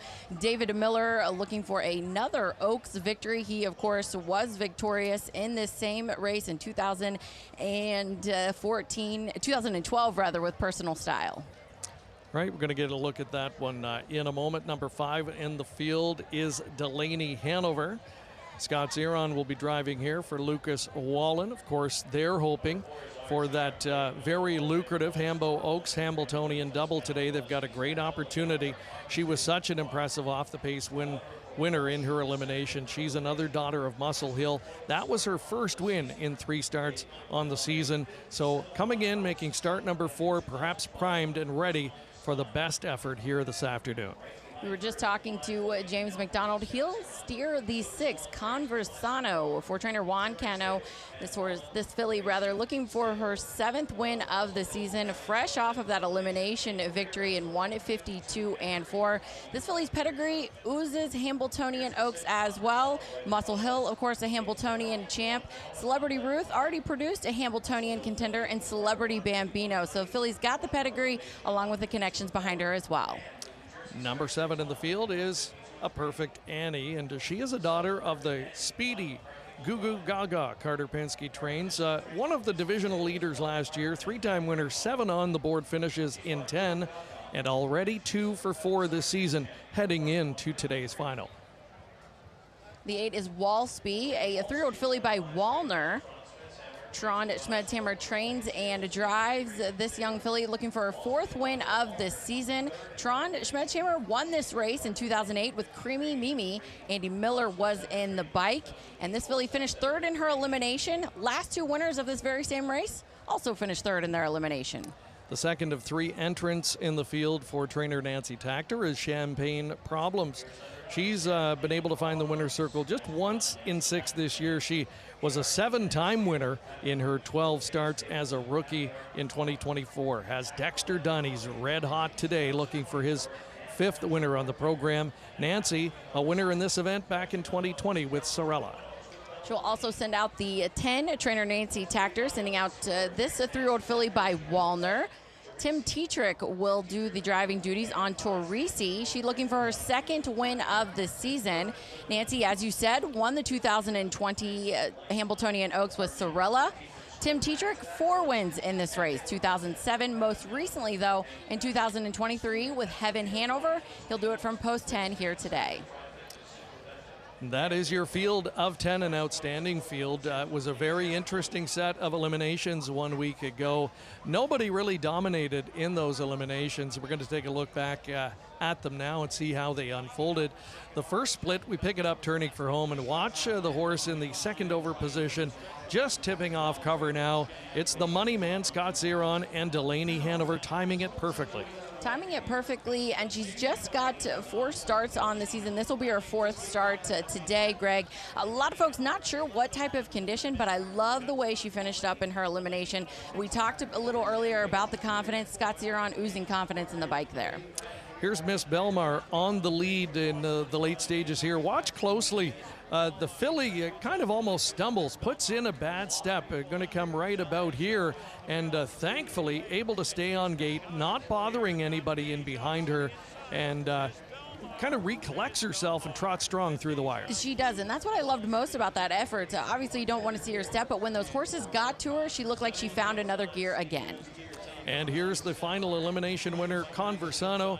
Again, Andy McCarthy in the driver's seat appears to be on cruise control. You're expecting this one to trot clear and widen the advantage, but on the other hand, late it ends up being a lot closer. The filly on the inside re-rallies. She maybe gets a little bit wandery late in the mile and made it closer than I'm sure the connections wanted it to be. Certainly so, and she switched up her tactics. So we'd typically seen this filly forwardly placed. She was forwardly placed in her elimination, but as you said, maybe got a little wandery there.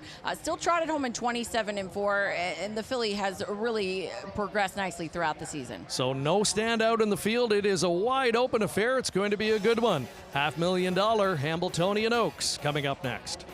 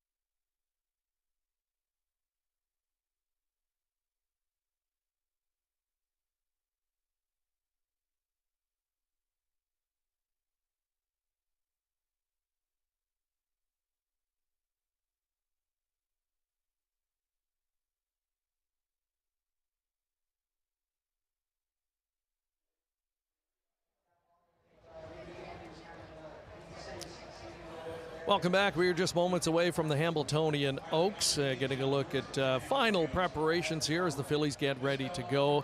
The stakes record could be in jeopardy here. It's 150. That belongs to Manchego back in 2018. The last of 5 consecutive wins in this race for trainer Jimmy Takter and driver Yannick Gingras. Yannick today, though, hoping that Deja Blue can give him another victory from post 2. Yes, the winningest leads all, 6 Oaks wins, as you said, and you talk about the track, you talk about the conditions. We've already seen a world record earlier today, so the conditions are right, and as you said, a very deep group that I think will set up for a very competitive race. The starting gate is in motion, $500,000 on the line. Top trotting fillies in the sport of harness racing. Here's Ken Workington with the call. 7-2 on 2 Deja Blue. The 6 Conversano. Elimination winner was 4-1. And they're on gate for race 10. The Hamiltonian Oaks final. Here they come.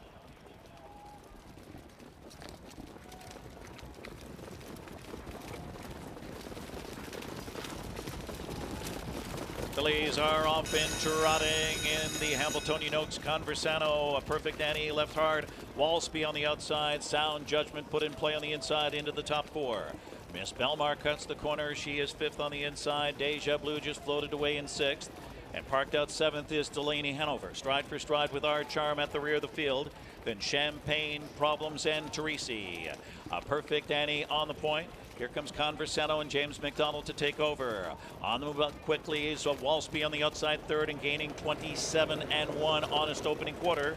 Sound Judgment 4th on the inside. As they continue across the backstretch, Miss Belmar is 5th on the cones. And 6th is Deja Blue. That one followed by, on the outside, Delaney Hanover. And then comes Our Charm, and still trailing is Teresi. Halfway home, Walsby in front here at 20-1. With Franz Smedshammer taking him past the half in 55 seconds. Walsby, Conversano 2nd. A perfect Annie on the inside, 3rd. Sound Judgment goes first over on the outside. Miss Belmar to follow her. Deja Blue 3rd over, 6th on the outside. Teresi shoots a gap on the inside, 7th, but needs racing room. Then it's Delaney Hanover, stacked up 4th over in a dull flow here. Then Our Charm is last. Walsby, they're trying to figure her out. Conversano in the pocket spot. Sound Judgment first over, a perfect Annie on the inside. Miss Belmar, 3 wide on the outside, and Deja Blue. Gingras got a lap full there, 124-1. They're in the stretch of the Hamiltonian Oaks. Walsby will try to hold on. Conversano had a perfect trip and looking to pay off. Walsby on the outside, Conversano, and James McDonald drawing clear. The conversation's over. It's Conversano scores over Walsby. Then Delaney Hanover and Deja Blue. Conversano, James McDonald in the Hamiltonian Oaks in 151-2. James McDonald picking up perhaps the drive of his life here, winning the Hamiltonian Oaks with Conversano, and could not have worked out a better trip for the filly. She knew exactly what to do with it. She looked like a true professional out there, Greg. Like James said before going out, you know, try to get a good feel for her, put her in the right spot, and that's certainly what he did. The filly put her head down and just got to work. She was home free. As soon as she got to the leader, Walsby, a gallant effort. As soon as she got to the leader, though, Conversano, as Ken Workington mentioned, the conversation was over. The race unfolded perhaps differently than most people thought, as Walsby came dangerously close to taking it all the way, but it's Conversano and a pumped up James McDonald getting it done in the $500,000 Hamiltonian Oaks.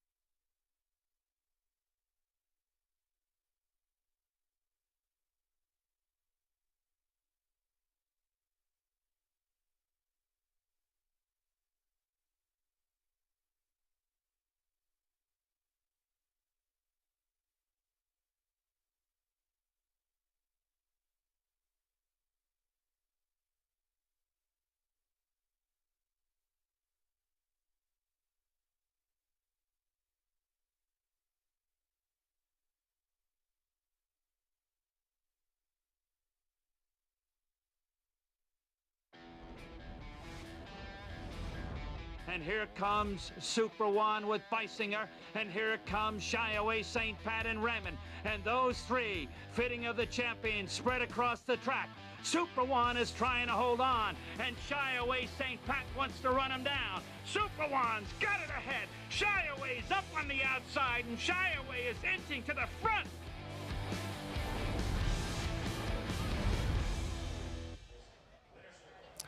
Welcome back. Here's another look at the stretch drive of the Hamiltonian Oaks. Perfect trip converted for Conversano.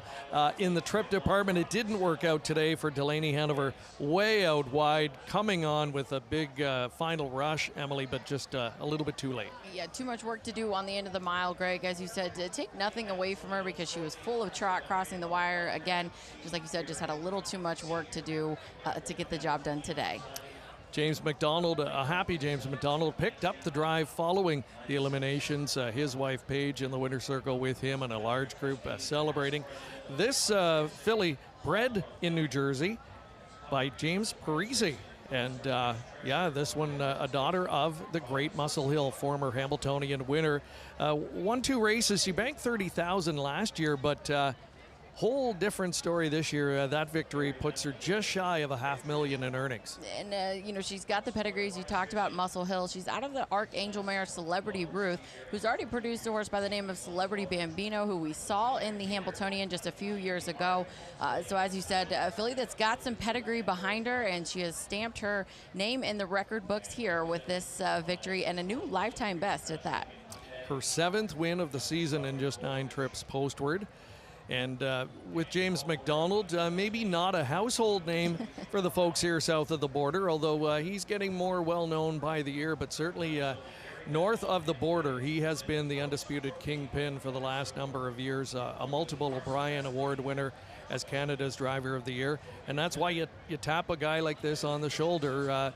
He did not shy away from the big moment, and could not have worked out a better trip scenario. If you're looking for a guy to hop aboard for the first time, I can't think of anyone more qualified and anyone with a resume quite like James McDonald. As you said, cool, calm, and collected, and you know, getting the job done every time he sits behind an opportunity like that.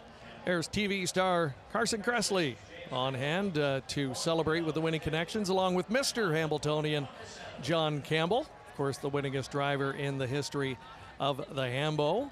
And he was part of a big alumni night here last evening. Many of the past titans of the sport, and especially the Hamiltonian, were here. It was wonderful to see such a collection of Hall of Fame talent here, and John, of course, trackside for the presentation. Very happy. Winning connections, Juan Cano, local trainer. Big moment for him as well. As you said, well, this is one of those races like we talked about, just like the Hamiltonian.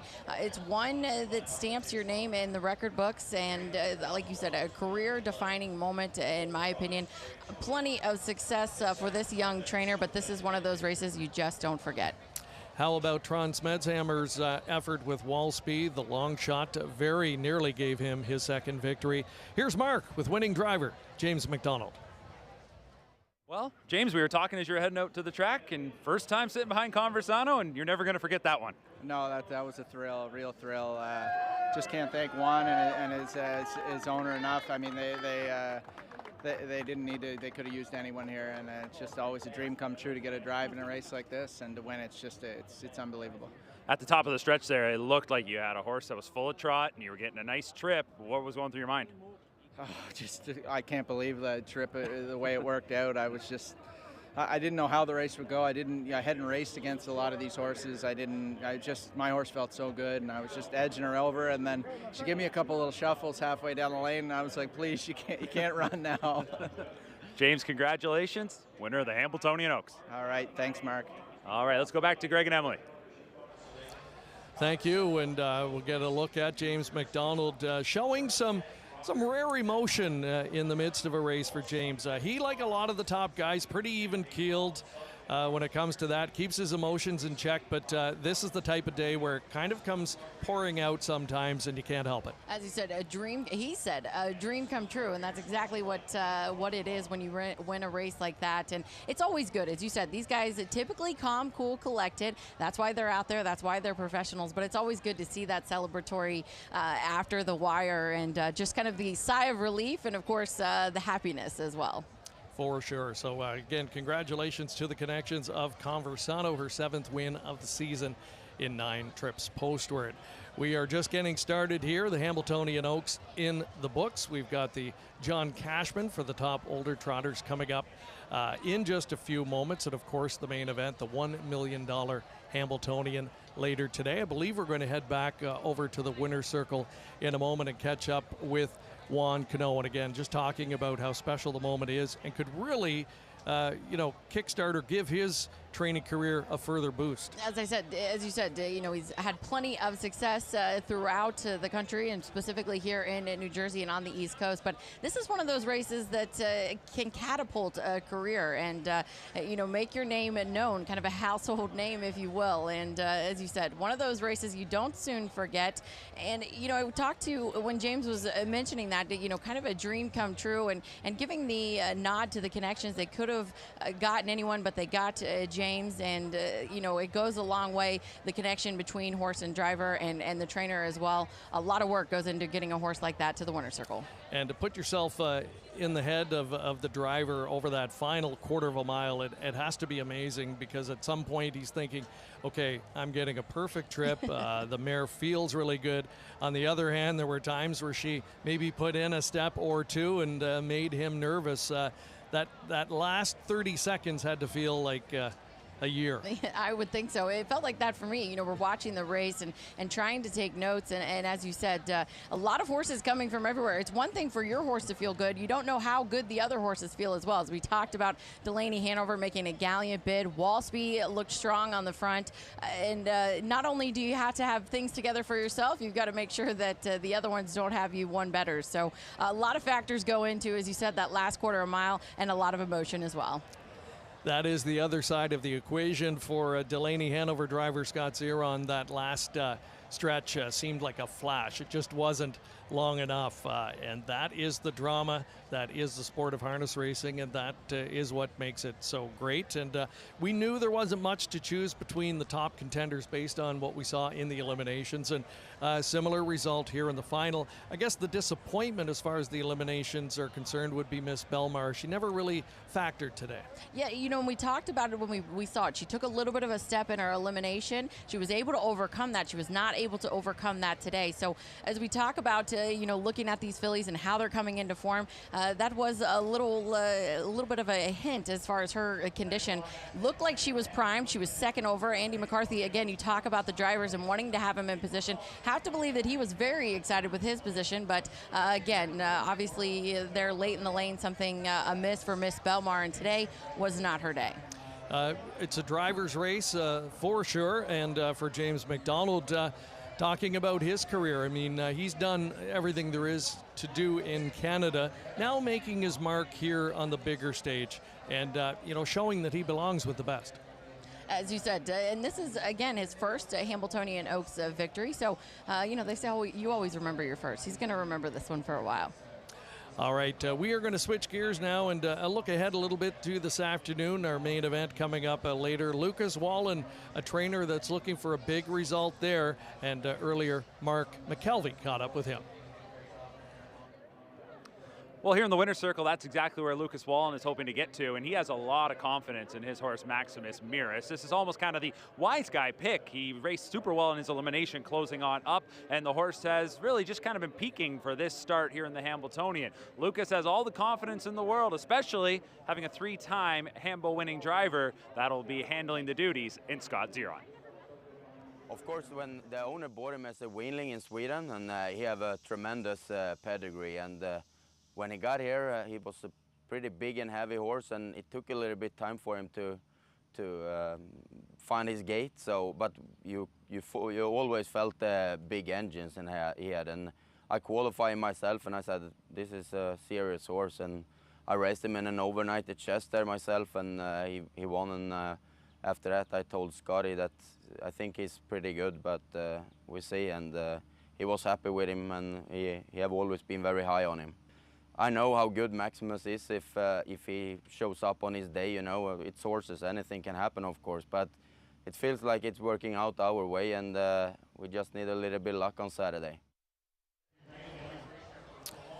Lucas Wallen, nice to hear from him, and driver Scott Zeron. They call him the money man. He's a three-time Hamiltonian winner. He is as cool as a cucumber, so expect big things from them later this afternoon.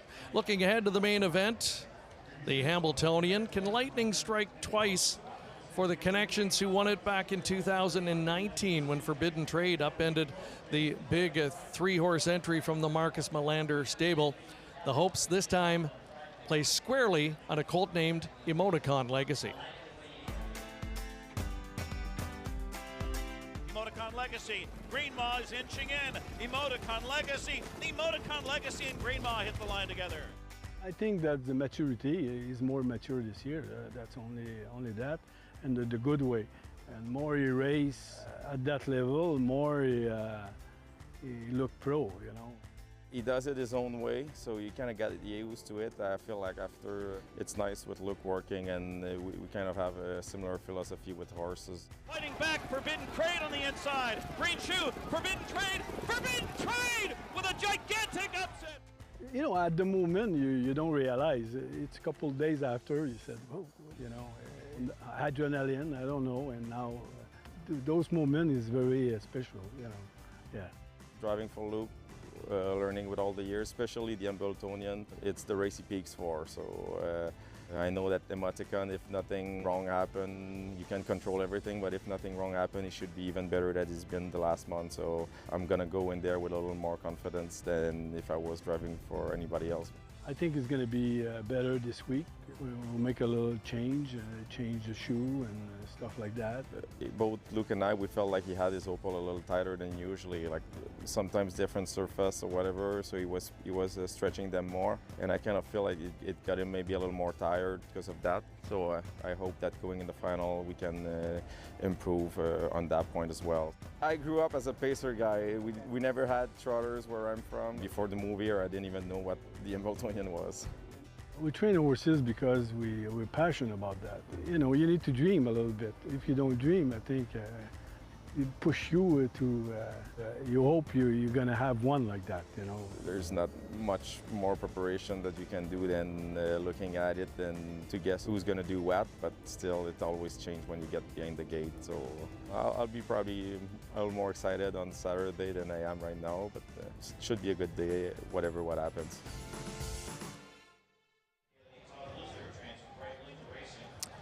Looking to give trainer Luke Blais and owner Determination a second Hamiltonian title later this afternoon. Here's a horse they raced in last year's final. His name is Private Access, and we're going to see him in this upcoming John Cashman Memorial FanDuel trot here. $300,000 on the line, top older trotters, and a field of 11 this time, 10 on the gate and 1 from the second tier. Private Access, one of a number in this field, Emily, who are former Hamiltonian finalists. So they truly go on to bigger and better things as older horses. As you said, the Hamiltonian, a bit of a catapult for a number of these horses. But yeah, there's a look at the Hamiltonian graduates that we'll see coming up. And take your pick, because they all are very competitive in this particular field. The best result of the horses competing in this event, Oh Well, who was the runner-up in 2023. He's a career winner now of $1.8 million. Up Your Deo hit the board back in 2023. Unfortunate luck for Security Protected, one of Marcus Melander's entrants last year in the Hamiltonian. He made a break in stride, which cost him all chance. He finished 10th in that event. So 6 of the 11 finalists here did compete previously in a Hamiltonian, the springboard to the older ranks for sure. Getting a look at the odds board here as we near post time for this event. Periculum, the even money choice. He was 5th in the 2022 Hambo, one of a couple in this field for the Marcus Melander barn. He has really looked fantastic to start this season. I put together a really good 5-year-old campaign, a 6-time winner. He banked well over $800,000. 2 for 3 this year. His only loss came last time. Real tough trip in the spirit of Massachusetts trot at Plain Ridge, where he just missed. He could very easily be 3 for 3. And, you know, I think it's interesting as you get to the Order Trot division, Greg, there's a lot of paths that lead to this particular race. Unlike the Hamiltonian, where it's pretty scheduled and they've got a pretty strict schedule that they follow. Interesting that Periculum, just 3 starts on the season, so he's making his 4th. And obviously, by design, his connections, picking and choosing their spots. As you said, that last out, a tough trip, tough to overcome. Prior to that, though, the horse set a new lifetime mark. Last quarter in 26-4. I think that just speaks to his condition currently. There is Periculum. Love the body language of the horse. This is what you, I think, would like to see prior to a big race. Nice and relaxed on the racetrack. And Scott Zeron, they're just waiting for post time here. Time to roll. And Periculum, he has done absolutely nothing wrong over the last couple of seasons. A son of Muscle Hill, career winner now of $1.5 million. Gruesome Twosome did a lot of his early racing in your neck of the woods in Indiana. You would know a lot about this guy, and quite a resume as well for him. He does. He, as you said, comes from my country in Indiana, a 4-year-old horse by You Know You Do, who really set the Indiana Sire Stakes program by storm, or took the Indiana Sire Stakes program by storm, both as 2- and 3-year-old year. So he's an Indiana Sire Stakes champion. Driver Daryl Bontrager did much of the training and driving as a 2- and 3-year-old. They opt to send him out here as a 4-year-old to the great Nancy Tactor. Interesting about Gruesome Twosome, Greg, he not only racing as a 4-year-old, but he also covered a book of mares as well. So pulling double duty, and he's just really getting rolling for this season as well. 5 starts, 1 win on the season. That's an interesting aspect of the business. We've seen horses that do that double duty. A lot of them, it helps them on the racetrack for whatever reason. You know, they're a little bit sharper out on the racetrack. You know, from past experience in that regard. Let's talk about Well. He had a runner-up finish in the Hamiltonian. That's really been the story of his career. This son of Muscle Hill has $1.6 million on his program, but a lot of people feel he's left money on the table over the course of his career. You look at his lifetime summary, 35 starts, he has 8 wins, but 13 runner-up finishes. There's been a lot of times where he looked like he could win the big money race and he falls just short, but he has been an excellent, excellent horse to have in the barn. Yeah, you may not get your picture taken as much, but $1.5 million, not too bad finishing second. But as you said, we were just sitting here a few years ago talking about if this horse should break through. And as we said, some horses just camera shy, and I think that's a very telling stat. As you said, 13 second place finishes. Again, take nothing away from him, $1.5 million, the richest horse in the field, but he's going to have his work cut out for him from the outside post here today. Another of the Melander trainees is Security Protected, and we talked about his bad luck last year in the Hamiltonian, but comes into today off a winning effort right here last time. And Andrew McCarthy looking to break through with this one. He's been the regular pilot. As you said, a big effort in his last. From an outside post, they'll start from the inside here today, and he looks to score his 2nd win of the season. The stakes and track record in this event is 149-2, set last year by the great trotting mare, Jiggy Jog. What is in store this year? To give us the description, back up to Ken Warkentin. Memorial. Here they come.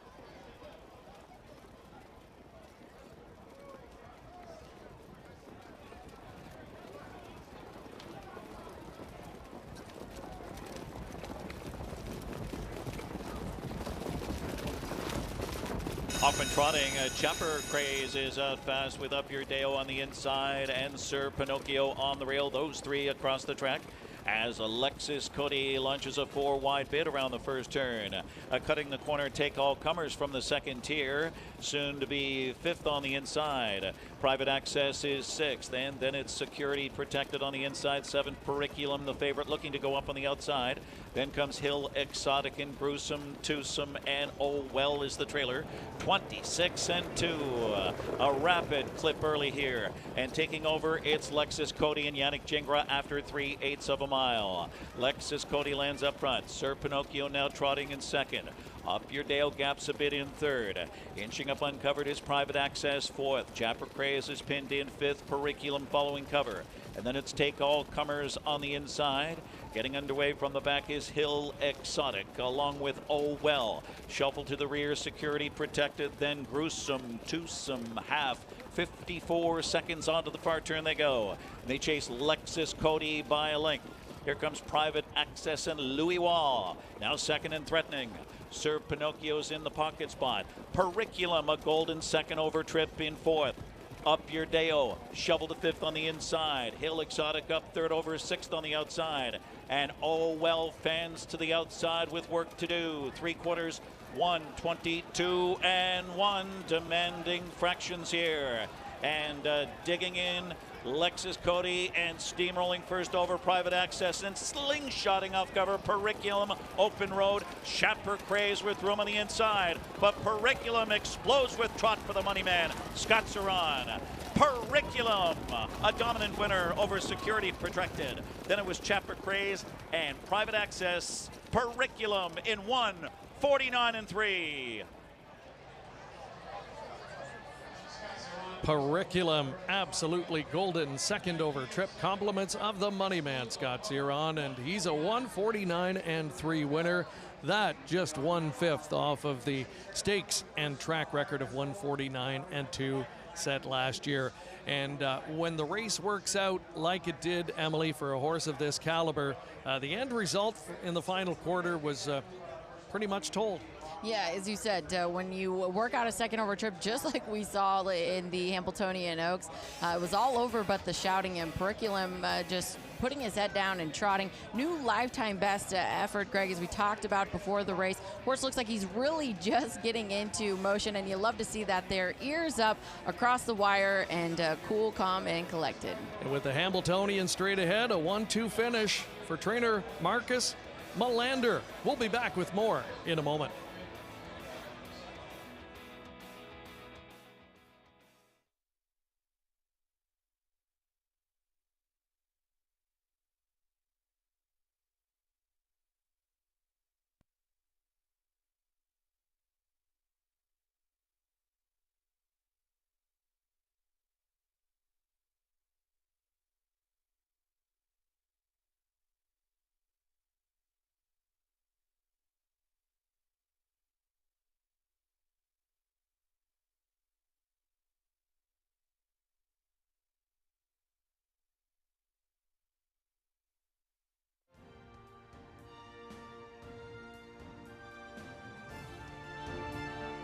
Raj Farms, more than 4 decades of trend-setting in modern-day trotting. Al Raj Farm is the birthplace of millionaires such as Fern, Muscles Marinara, Whiskey Tax, and Dewey Color in the Line. Al Raj Farm is also home to some of the top brood mares in the sport, such as Ice Attraction, Non-Stick, 7 Times a Lady, and She Shack. Check out their lineup of 16 yearlings by sires such as the great Muscle Hill, Walner, Chapter 7, Captain Corey, and first crop by Back of the Neck and Ukiri D, selling this fall in Lexington, Kentucky. The birthplace of 2-year-old trotting filly Breeders' Crown champion Lady Landia. You can find them all at alarajfarm.com or on Facebook. Alaraj Farm.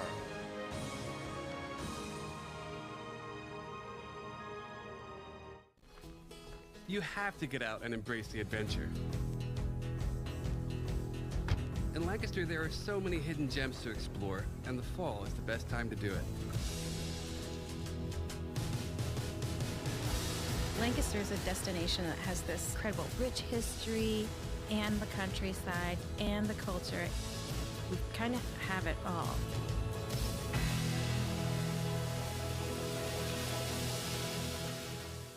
You can master harness racing with the power of DRF Harness. It's a must for every standardbred player. Visit drf.com/harness to read fresh stories from award-winning writers like Jay Bergman, Derek Givner, and more. Raise your game with the best-in-class harness IPPs and analysis from the industry's top tracks. View entries and results, and sign up for our free DRF Harness Digest newsletter in seconds to stay up to date on everything harness. DRF, we're not just thoroughbreds.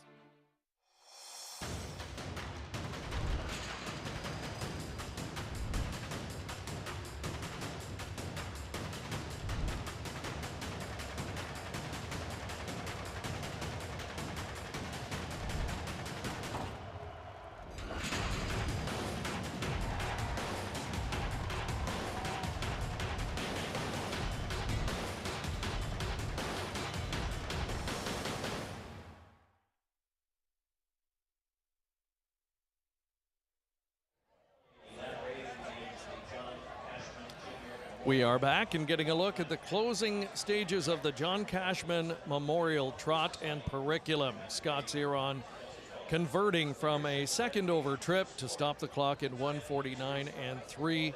The third win in 4 trips postward this year and the 14th lifetime for the trotter, and a new career speed badge as well, and a popular winner on the tote board, $2.80. You know you're in good form when the win price is that low at this level. As you said, to good form, just 3 starts or not, the horse was coming into this race exactly where he needed to be, and the betting public responded. Interesting that you get a little bit of a price on Security Protected. This is a horse he was 6-1 on the morning line, sent off near there come post time. As Team Melander finishes 1-2, as we talked about, Andy McCarthy, this horse, another one that raced extremely well in this particular spot. And for young trainer Marcus Melander, a lot of pressure on his shoulders. He's been close to winning the Hamiltonian before. It looked like as close to a sure thing as you could get back in 2019. Here he is again today with an amazing entourage going postward. Has to be feeling good after a 1-2 finish here. As we talk about, getting to the winner's circle is great. Getting to the winner's circle on a Hamiltonian day just hits different. And as you said, maybe getting some of those nerves out as well. Much the same for the drivers. Always good when you can get a victory, whether it be not just a stakes race, a stakes race or not. Getting the job done feels great on Hamiltonian day. It is the Centennial edition of the Hamiltonian this year. This is the 100th time the Hamiltonian has been contested. So much history. We take a look back now in this retrospective.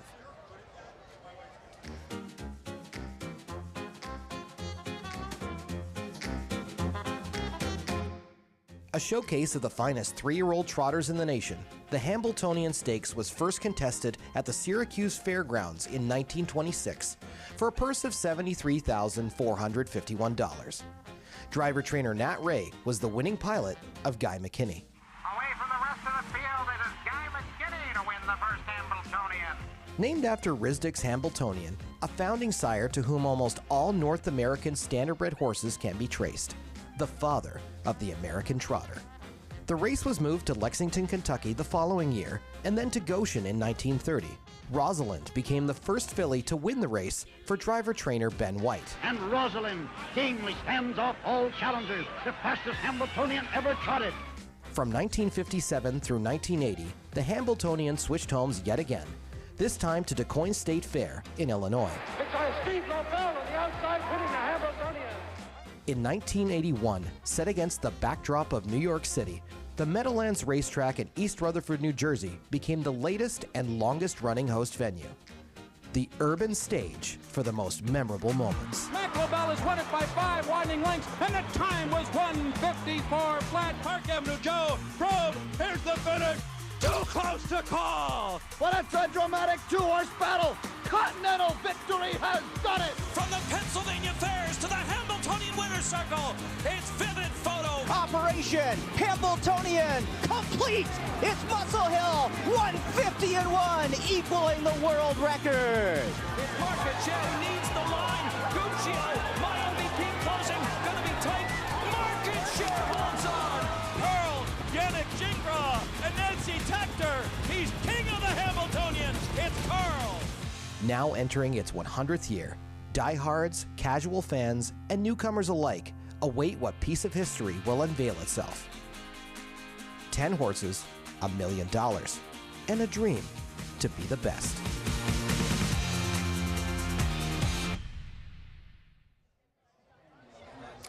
So much fun to look back at the history of the race and the storylines that you think of over the years, the moments, the great moments, and the race where you have to come to expect the unexpected.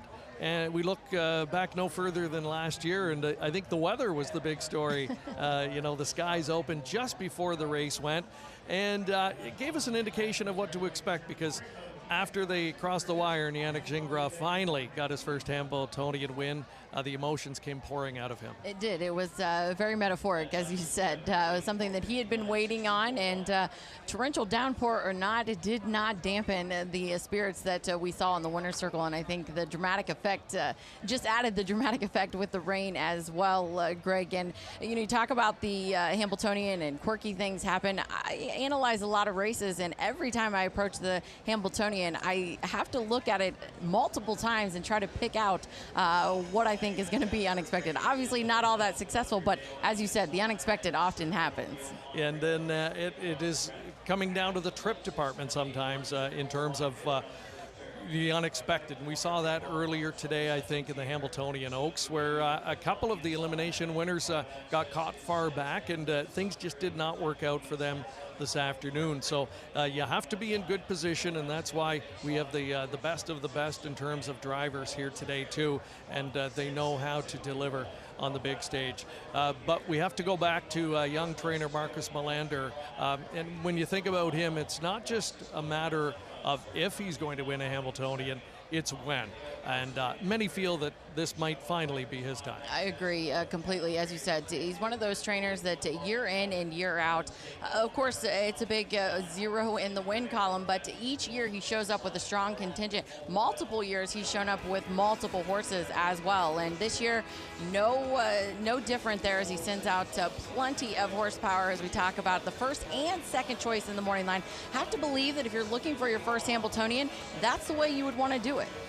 He had Green Shoe as the big favorite back in 2019, and for backup, he had Jim Pansy and Green Manalishi, but it was Forbidden Trade, the Canadian Invader, who upended on that occasion, and his connections are back this year, so a lot of intrigue around this year's event. Another young trainer that's hoping for big things this afternoon, Carter Pinsky. He sends out Go Dog Go. He's standing by with our Mark McKelvey.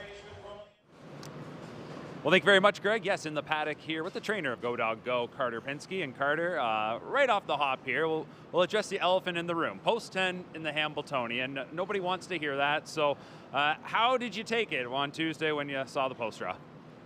Last week, we're beaten favorite, and, things just really didn't go our way. The horse didn't have a great day. And then you get to Tuesday and you draw the 10 hole. I mean, it's not very fun, but you know what, on a different aspect, the pressure's off. The horse had a good week now. We found a few things to pick out and, work on, and hopefully we should have him freshened up, and, it's just going to have to take some luck. So. Well, it's the 10 hole, but you've got a great horse, a horse that obviously you were probably all winter, had that first Saturday in August circled. How's he come along this season? I couldn't say enough about the horse, the way he's changed from last fall over the winter and into this racing season. And like you say, you point him for one race, but all season he's just been a joy to work with. He's a smart horse now. He's a gamer. He appreciates the work, and he's just been he's been a treat. So. Well, we wish you the best of luck here today. We can say Post 10 has won the Hamiltonian before. Maybe it'll happen here for a second time. Yeah, thank you. Well, we can hope. All right, there you go. Go Dog Go, one of the starters in the $1 million Hamiltonian. A trotter certainly with the credentials to upset today, but would need a lot of luck, no doubt, on his side. As Mark said, Post 10 has been able to win the race in the past. Driver Todd McCarthy has been able to win in the past too, so there are some things going in his favor. Very much so. As he said, he does have things working in his favor, and we talked earlier, Greg, about the favorites and how it was leading up to the race. 3 weeks ago, I think if you would have asked multiple people, they would have said Go Dog Go, a likely morning line favorite for the Hamiltonian. Obviously, a lot of things change, and we talk about Post 10. That's certainly one of those factors. He's 10-1 on the morning line, but he doesn't know that. That's right. We remember Tactical Approach from a few years back, and it's probably going to take a trip like that. We remember he left out, got position on the pylons, and just stayed there.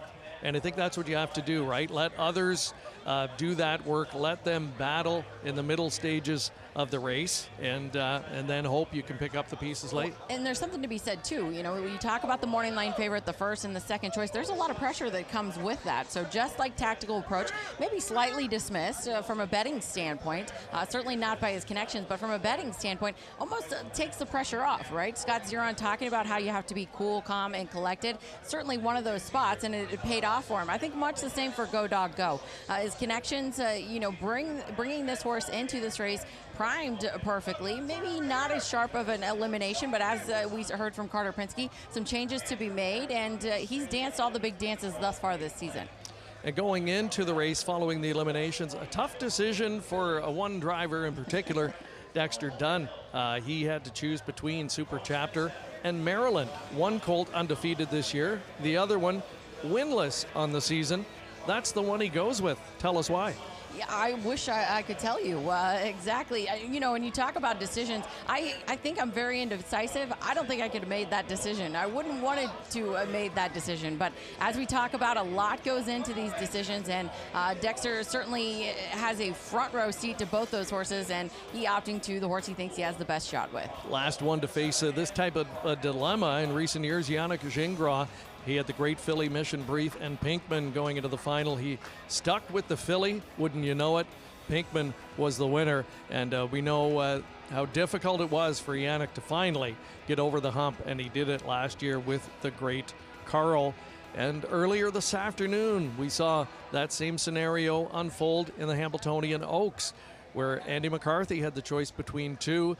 The one that he opted away from, James McDonald picks it up into the winner's circle. Yeah, like you said, that hits a little different, as you said, and it's a tough choice to make, and a lot of factors obviously go into it. And just as we talked about, the trip, you can put the horse in the perfect spot, but they've got to show up, and they've got to be just right on this particular day.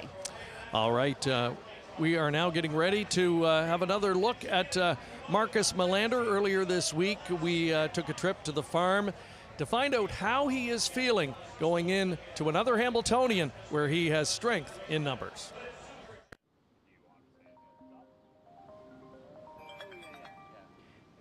This is about the drive. Yeah, no worries. You do that, yeah. Hey, bud.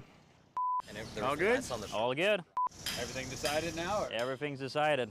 He picked Maryland. My name is Marcus Melander, and in today's Hamiltonian, I'm training Meshuggah, Super Chapter, Maryland, and Blank. But it's Super Chapter, 5 for 5. Super Chapter dominates over Maximus Mieres. We had 5 that we tried to qualify for the final, and 4 of them made it. So, I mean, it's trainers that never have a horse in a Hamiltonian. So having 4 this year, it's unbelievable, yeah. Last year, you know, he did great, finished up being second in the Valley Victory after made a lot of money. And then, of course, in the chat over Maryland, you know, when he went on his run, you know, people maybe didn't talk as much about him as they did with Maryland. So he was a great horse last year, and he showed this year he still is a great horse. I've been happy with his every start he's been. I mean, he's been flying home every time, and you know, it feels like the form is right there. So we draw good. You know, he's a great horse. He showed that already. He never gives up. So hopefully, you know, with the right trip, he can get it done. Both are consistent horses. You know, Meshuggah is made over 400,000 and no one ever talks about him, but he's right there. You know, he was third in the Milwaukee Million last year, went to the British Crown final. Now he was third in the Swag here about a month ago, and then, you know, he got locked in there in the elimination. So he, you know, he can pick up a good check if, you know, if we got some luck there. And Blank is, you know, he also been racing great here the last couple of starts, but the 8th hole, he needs a little bit of luck from there. You know, you can't push him from the beginning because then he won't have anything until the end. So he needs to save his speed, and then he can, you know, then he can speed home pretty good, but we need some luck. We have great horses that can win the race this year. If we don't get it done, you know, we'll try again next year.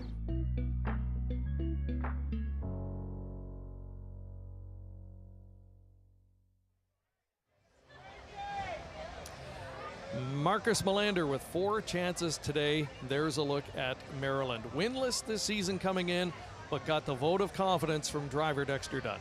And as you said, winless, but as we heard from Marcus Melander, he's finished up all of his races with plenty of trot. He's one of those, as we talked about with those eliminations, all eyes were on him, equally as impressive with his elimination effort. Will today be his day? We will find out soon. The Hamiltonian straight ahead.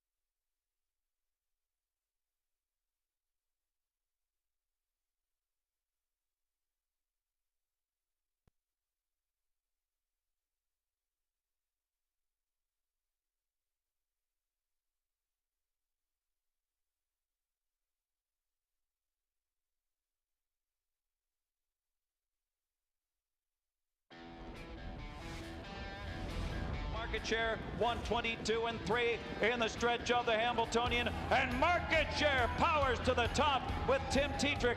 Market share, Uncle Peter can't trot with him. Guccio up on the far outside. My MVP is closing hard. It's market share who needs the line. Guccio, my MVP closing, gonna be tight. Market share holds on.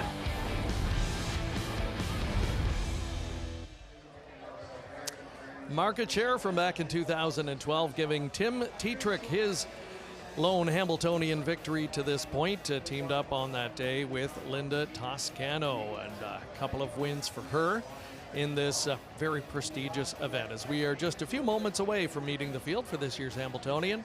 And in fact, Market Share will be with us today. He's going to be the parade marshal. He will, and we saw Muscle Hill was actually on property as well earlier, Greg. He did a meet and greet with the fans and drivers, trainers, and then we also brought Muscle Hill as well. So, you know, we talk about the Hamiltonian and what it means to win this. It makes you a household name around here. Market Share, Muscle Hill, you know who you're talking about when you talk about these Hamiltonian winners. And interesting to see those horses put their stamp on the next generation. And today, a number of former Hamiltonian winners and Hamiltonian competitors represented by youngsters in the field. Going back to 2019, Melander had Green Shoe, Chimpanzee, Green Manalishi going postward that day. Green Shoe has 3 offspring this year in the final. Chimpanzee with 1. No green Manalishi, but I can tell you he's the top trotting stallion in Canada currently. So they've not only made their mark on the racetrack, they're making it off. Yeah, and as you said, the Hamiltonian, one of those races that pretty much solidifies a stallion career if they obviously can do it. But as you said, when you've got a Hamiltonian in your sights, it certainly elevates things quite a bit because it puts you in that upper echelon of horses. And to win a Hamiltonian as a trainer, a special accomplishment. Only a handful have been able to do it multiple times. And among the recent generation, Åke Svanstedt, he's won it twice. He'll look for another one today. Earlier this week, we caught up with him for his thoughts coming into this year's final. Hello, my name is Åke Svanstedt. I'm trainer of Nordic Catcher and Gap Kronos. We're going to race in the Hamiltonian. Nordic Catcher all the way.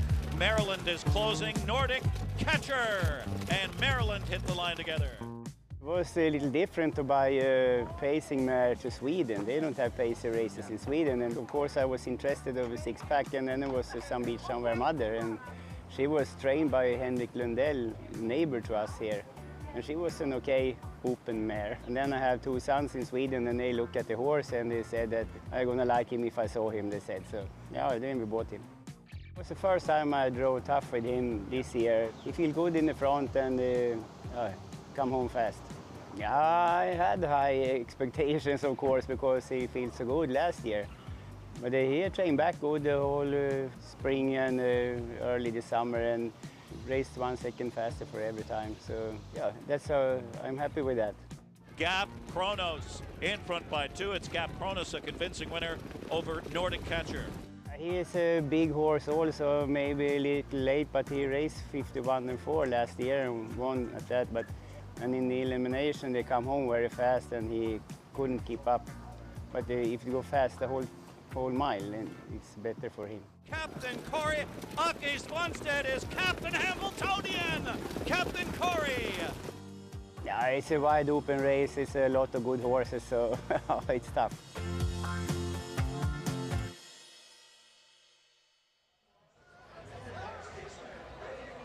Åke with 2 wins in the Hamiltonian, 2 chances again today. His past victories coming with Captain Corey. That was kind of a never a doubter. A perfect spiral. That was the year there was some controversy, and one of the rare times there was a disqualification and he got promoted to first. But nonetheless, Åke, a 2-time winner, good chance to make it 3 today. That's right. As you said, they can't take it away from you once they, as you said, declare you the winner. And you talk about sires, Captain Corey off to a great start as well as a sire. So again, this race just seems to solidify great stallion careers. I think it's just going to be a matter of time, in fact, before we see a Captain Corey offspring win the Hamiltonian. You are right, he is making a real statement in the Stallion Barn this season. I can tell you we are just moments away from meeting the field for this year's Hamiltonian. Horses, drivers, trainers putting the finishing touches on their connections over in the paddock area. And we're going to give you another quick look at the field for this year's $1 million main event, where we have strength in numbers for a couple of barns again this year. We talked about Svanstedt, of course, Melander with his powerful looking quartet, including the 2 favorites currently, Maryland and Super Chapter. Emoticon Legacy, good price on him. His elimination win, maybe not as impressive as others. Public seemed to be swayed by that. He's 8-1. And that's the thing you've got to appreciate about the Hamiltonian. If you've got an opinion about one of these horses, you feel like they're coming into the race in right form, you can take a swing. It is not out of the ordinary to see a price happen in the Hamiltonians. We talk about long shots and the likes. You've got horses like Cool Papa Bell, and of course we recently mentioned the upset winner, Tactical Approach. So out of, it's not often that we see the heavy favorite always get the job done. That's not something that often happens. As we've talked about all day, a lot goes into it, and as you said, if you've got a strong opinion, you could find a good price on your horse. It is a race that casual fans of the sport love. Horse players do as well. It's a great betting board this year as we get set to meet the field here in just a moment. And there's a look at market share and Linda Toscano reunited, and they will be leading the post parade. getting word that Carson Kressley is going to be on horseback, joining as well. This should be a lot of fun. I wonder if Market Share thinks he's going to post in the Hamiltonian. That's actually his caretaker that took care of him in the Hamiltonian. Shelley reunited with her Hamiltonian champion.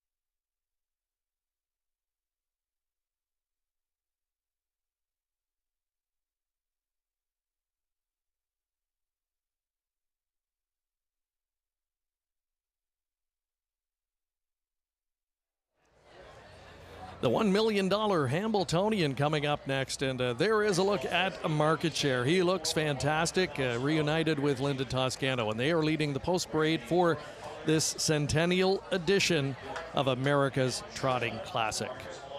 Outstanding field of 10 getting set to assemble. And one gentleman coming in from Sweden, especially to drive today, Bjorn Goop, making his second Hamiltonian appearance. And Mark McKelvey caught up with him moments ago. All right, standing by with driver Bjorn Goop, who's driving Meshuggah as we step out onto the track for the post parade. Bjorn, welcome back to the Meadowlands. Talk about getting another chance to come over for the Hamiltonian. Well, it's a great, big pleasure to come over here to drive such a big race. So, yeah, it's a big honor. The Melander stable has 4 horses in here. What do you know about Meshuggah? Meshuggah is a good horse. He was locked up with a little gas left the last time.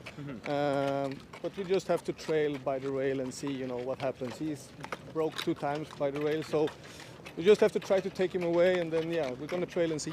All right, best of luck. Bjorn Goop sitting behind Meshuggah in the Hamiltonian. Very accomplished Swedish driver, a veteran. He will know exactly what The orders are from Marcus Melander here, two gentlemen that would know themselves very well. A son of Green Chew, the Melander trainee who was the close runner-up back in 2019, and a horse that could be sneaky good in here. You know, Marcus Melander saying that he's made $418,000 and no one's talking about him. So a horse that has the resume, he draws favorably, and just like we saw in the Oaks, James McDonald picks up the drive for the first time. Could Bjorn Goop make it the same in the Hambletonian as well? So nice to see Market Share leading the post parade. We were remarking he looks like he could go out there and compete with them today. He does, and he looks like he wants to as well. He has to know where he's at. It was great to hear, you talk about the Hambletonian and the atmosphere, fans clapping and lining up along the fence just to see a horse like Market Share. But as you said, he looks like he could go to the gate today and get the job done. All right, let's quickly reacquaint you with the field for this year's Hamiltonian. 10 of the very best in North America squaring off there. We get a look again at 2 elimination winners, Super Chapter and Emoticon Legacy. Both perfect this season coming into today. Something has to give unless we see a dead heat like we did back in 1989. Meshuggah, Maryland, Maximus, Miras complete the inside 5.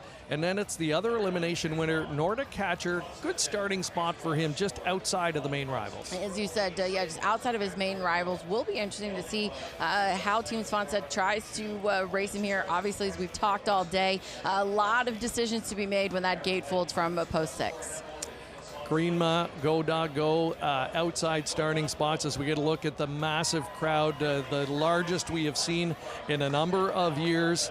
Reminds us of old times here at the Hambletonian. Wonderful to see. We have got the perfect weather, not expecting the skies to open up as they did just before post time last year. No indication of that whatsoever. And you can feel the excitement and the anticipation in the air. As you said, you can certainly feel it, and the folks lining up and coming out. And we thought it was crowded earlier. It's getting even more crowded as folks. This is one of those events, Greg, that I feel like we'll be talking about for a long time. Were you at the 100th Hambletonian? I know I was. And again, as we talk about memories and things like that, this is one of those races that folks don't soon forget.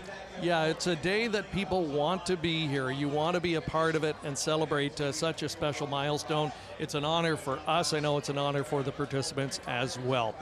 All right, let's meet the field on post parade for this year's $1 million Hamiltonian. There's Meshuggah, one of the quartet from the Marcus Melander barn. Bjorn Goop made the trip over to drive this guy.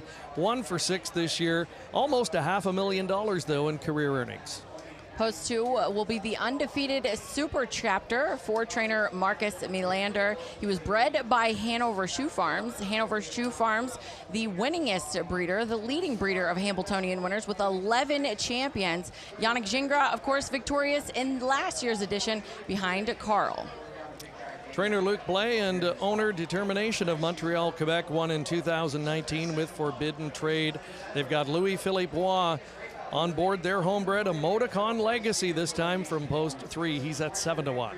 There is the look at the 4, your current 8-5 favorite. That's Maryland. Dexter Dunn opting to stick with Maryland after a second place finish in his elimination. He's looking for his first win, but no stranger to success. This is the 2024 Mohawk Million winner. He's a Breeders' Crown final winner, and he's your Dan Patch 2-year-old trotting colt of the year. Just had a look at 5, Maximus Miras. Lucas Wallen, a young trainer looking for his first Hambo win. He's got the money man Scott Zeron on board. And there's 6, Nordic Catcher, one of the elimination winners from a week ago. August Vonstead going for his 3rd Hambo title. The horse was victorious in his elimination and a new lifetime best. As you said, Team Svanstedt looking for their 3rd Hambletonian trophy. The other trainee, Gap Chrono, saw him a moment ago. There's number 8, Blank, Marcus Melander, another from that barn. Andy McCarthy won in 2020 with the great mare Ramona Hill. We're looking at the 9, that's Greenma, Tron Schmedchammer. The horse finished 2nd in his Hambletonian elimination. He's won 4 of 9. Tron Schmedchammer, no stranger to success in the Hambletonian as well. He's had quite a bit of success with a horse by the name of Winsong's Legacy back in 2004. He'll start from the outside post 9. And there is number 10, Go Dog Go. He was 3 for 3 going into his elimination, but unfortunately for him and the connections, a 3rd place finish resulted in him going into the open draw. And he gets saddled with the tough, the demanding outside post 10. But he's got the talent to overcome it if anyone can. That is your field for this year's 100th Centennial edition of the Hamiltonian. A great betting board, favored right now, Maryland. Amazing, Emily. The horse winless in 4 starts coming in, and the betting choice, it's hard to believe. Yeah, as you said, the betting choice, and has yet to find the winner's circle. But as we talked about, Greg, this horse, no stranger to success. He's just $1.3 million. He was just $11,000 shy of being the richest 2-year-old ever in the sport. So he's got wins. They just might not have been this year. Going to put you on the spot here with a few moments to go. Who's your pick? I got to go with Maryland, just as you talked about, winless in 4 starts. I really wanted to go a different direction, but as we talk about looking at those eliminations, he's the horse I thought looked like he was coming into this race in peak form. I loved the way he finished up his mile in that elimination, and as far as the trip is concerned, to me, he seems like the type of horse that's going to be able to work out a big trip. And of course, you talk about Dexter Dunn, he could be that factor. He's had multiple wins today. He's won just about every major stakes there is to date, except for the Hamiltonian, and I think this could be when he gets it done. Let's bring in Mark McKelvey quickly. Mark, where are you leaning? I'm going to go with a Melander trainee, and that's going to be Super Chapter. I guess we saw it in the Oaks where a driver picked off what ended up being the winner. In this case, Yannick Gingras was chasing this race for so long, finally won it last year with Carl. I think Super Chapter's in great form. I really think it was a toss-up between him and Maryland, but I think this is the year for Marcus Melander. That said, I think this is going to be an action-packed race, and just standing in the paddock, it was very quiet before those horses came out. So a lot of nervous energy ahead of the 100th Hambletonian. Well, with nervous energy, you want one cool driver in the bike. And Scott Zeron is exactly that, a 3-time Hamiltonian winner.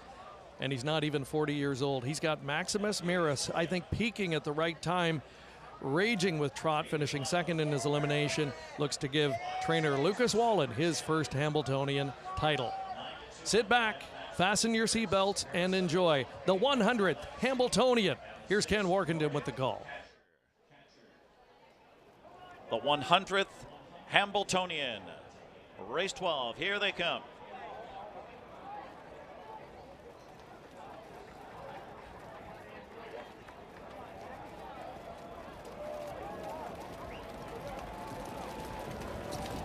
And they're off, and Nordic Catcher shoots out. Go Duck, go on the outside. Super Chapter with early speed. Meshuggah from the inside into the top 4, and put in play is Maryland on the outside, 5th. Emoticon Legacy just floated away in 6th. Then it's Maximus Miras at the rear of the field, followed by Gap, Chronos, and Blank. In the early trailer is Green Maw. From post 10, Go Doggo at 12-1 with Todd McCarthy. Open length leader by 2. 26-1. A torrid opening fraction for Go Doggo across the backstretch. Super Chapter in for that 2-hole ride. Titans in for Gingras under a tight rein. Nordic Catcher is 3rd at this point. A gap of 3-4 to Meshuggah 4th and staying in. Maryland gets underway uncovered on the outside. Emoticon Legacy to follow him past the half. And then it's Maximus Miras at the rear of the field with Gap Chronos. Gap Chronos is followed by Green Maw and Blank stride for stride with that one. The half 54-2. So they try to close in on Go Doggo dictating his terms here. Nordic Catcher from off the pace for Åke Svanstedt on the outside, first over and challenging. As they head to 3/4, Go Doggo and Nordic Catcher applying serious pressure on the outside. It's Super Chapter who's locked in the box for now.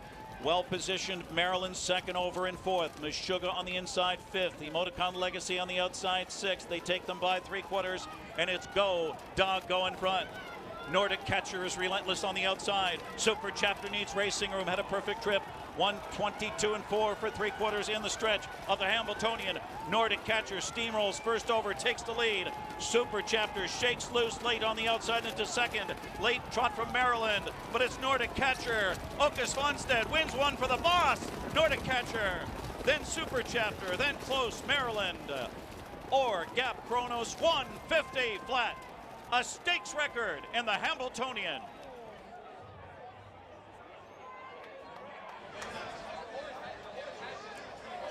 Make it 3 Hambletonian titles now for Åke Svanstedt, 3 and counting as he etches his name into the history books. Nordic catcher, full marks for the victory this afternoon, Emily. Different trip scenario than we saw a week ago where he was controlling the fractions. Today, he was in the unenviable first over position for the final half, but boy, he was a powerhouse winner. I was going to say, the trip really unfavorable if we're being honest, and you put it all out on the line, turning for home, and you leave it up to the horse, and that's exactly what Åke Svanstedt did there. To be honest, Maryland's second over, I think, the connections of Nordic catcher had to be worried with all of the firepower on his back, but again, that's why we race him. You leave it out all on the track, and Nordic catcher was the best today. He certainly was, and here's the final stages. Nobody within shouting distance of this son of six-pack. And again, Marcus Melander, runner-up one more time, finishing second and third. But the day belongs to Nordic catcher and Åke Svanstedt in stakes record fashion. We'll be back with the winning connections when we return.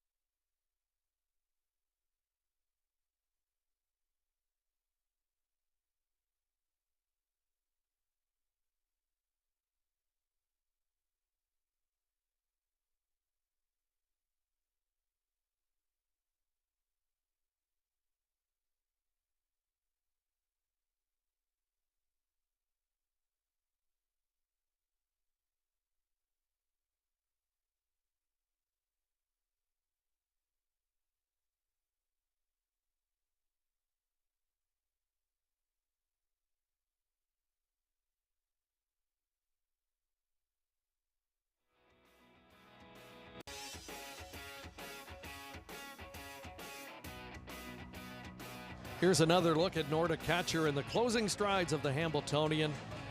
The fastest edition ever, 150, and a third Hamiltonian title for Svanstedt. He co-owns this guy with Jeff Corral, the owner of the Meadowlands Racing and Entertainment. And Nordic catcher now with his third win of the season. We said before the post-parade, expect the unexpected. I guess it only makes sense that the winner of America's Trotting Classic has pacing breeding in his lineage. Exactly, Greg, as you said. I guess I should have heeded my own advice and expected, as you said, the unexpected, and that's a pacing bred mare. All right, looks like Mark McKelvey is trackside, going to catch up with the winning driver. Åke Svanstedt, congratulations, Nordic catcher. How does this Hamiltonian feel? You've been here before. Yes, but this is especially the 100th Hambletonian, so of course especially what's to say, historical win. Absolutely, the 100th Hambletonian. Take us through the race. Is that kind of how you envisioned things were going to go? Was that your plan all along? No, my plan was to try for the front, but it was two horses who was faster than him. So, but I got a good trip, but then first over after the half. But he's strong, and I didn't pick up the speed so much when I pulled him out. So I pick up the speed when it comes to the stretch. Congratulations, you're back in the winner's circle. This time Hamiltonian 100. Congrats. Thank you. All right, there you go. As Nordic catcher has won the 100th Hambletonian. Thank you very much, Mark. And the significance on Åke not lost of the 100th Centennial edition of the Hamiltonian. So many great champions, and a Nordic catcher now going to add his name to the list. Getting the blanket presentation adorned with the flower bouquet as well. And this is another thing that impresses me with these great horses, Emily, how well behaved, how cool they are after doing what they just did. Yeah, he performed the race of a lifetime, and he is cool, calm, and collected, and getting his blanket on and allowing folks to, kind of make over him as well, and just speaks to the depth of the talent that we see. Talked to driver Scott Zeron, and he said that's what separates these great horses is their intelligence and their ability to act and take in all that is around them. Super chapter Yannick Gingras finishing second. Yannick was trying for back-to-back Hambo wins. Maryland, who was the race favorite, ends up third. So a 2-3 finish for Marcus Melander. But he said earlier in the week, he said if it doesn't happen this year, he'll be back again next season. We have no doubt about that. Åke Svanstedt, Trainee Gap Kronos rounding out the top four. And there a look at the payouts. A generous $11.20 win ticket on a horse that was ultra impressive in winning his elimination. There's the boss, affectionately known as the boss here, Jeff Garrell. Jason Settlemore in the winner's circle as well. You see at the horse's head, Sarah Svanstedt, Åke's wife, and such an important part of their operation. Yeah, as you said, and she's one of those that is day in and day out hands-on with these horses, and it speaks to, just the team effort that it takes, Greg, as we talk about, the grooms and the caretakers, and Sarah, an integral part of Team Svanstedt, and she right there with him, enjoying this as they should. 100th Hambletonian, and you talk about Jeff Garrell, owner of the Meadowlands, a historic event, and again, this is one of those races you won't soon forget. The entire family is there celebrating as well. You have to wonder, will we one day see one of those youngsters here training their own Hamiltonian winner at some point in time? This is a generational family type business, and I would expect that we probably will see that. Åke Svanstedt now with a third Hamiltonian title. I mean, he's creeping in on the likes of Jimmy Takter and Chuck Sylvester. They have 4, and only 3 trainers to win 5 Hambos, and I don't think it's his last. I couldn't agree more. And, that's what you got to love about these trainers is their tenacity, just like you talk about Melander saying, if we don't get it done this year, we'll be back. Similar story for Team Svanstedt. They had several fillies that looked like they were primed for a Hamiltonian Oaks, and the eliminations were not kind. The fillies didn't show up maybe as they expected, and so there were a lot of question marks, and of course it didn't get it done in the Hamiltonian Oaks, but they're going to turn around and do it in the Hamiltonian, which is probably a little sweeter. And the spoils of victory now for Nordic catcher gets to drink from the winner's trophy, one of the very cool traditions of the Hamiltonian. And look at the horse, just looks like a professional out there. Really impressive to watch. And you have to feel for some of the connections that couldn't get it done today. There's so much blood, sweat, and tears that goes into it from year to year.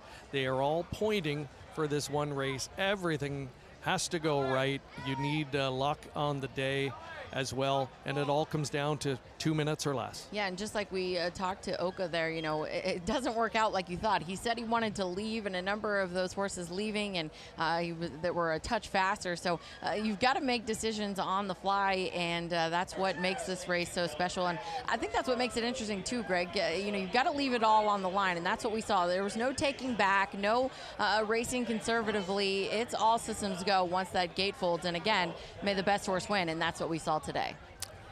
Carson Kressley on hand for the winner's presentation. We see him in that winner's enclosure.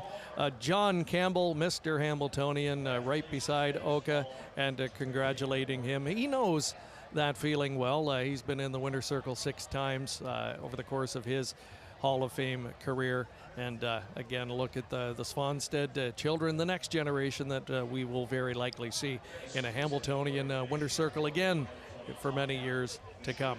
Nordic Catcher getting it done in stakes record time. August Svanstead, he's been in North America now for just around 10 years, maybe a little bit more. What an impact he has made. What is it about him that you think makes him so good?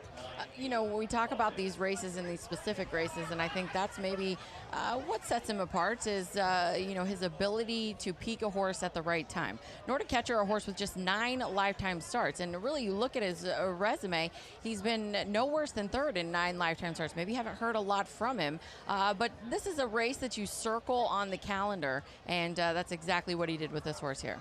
All right, back over to Mark McKelvey in the winner's circle, catching up with some of the happy connections. Thank you, Greg. Yes, in the winner's circle after Nordic Catcher's win in the Hamiltonian, and owner Jeff Gural. Talk about your emotions right now here at a place and a sport that you've put so much into to win the 100th Hambletonian. I give all the credit to Oki and Sarah, really.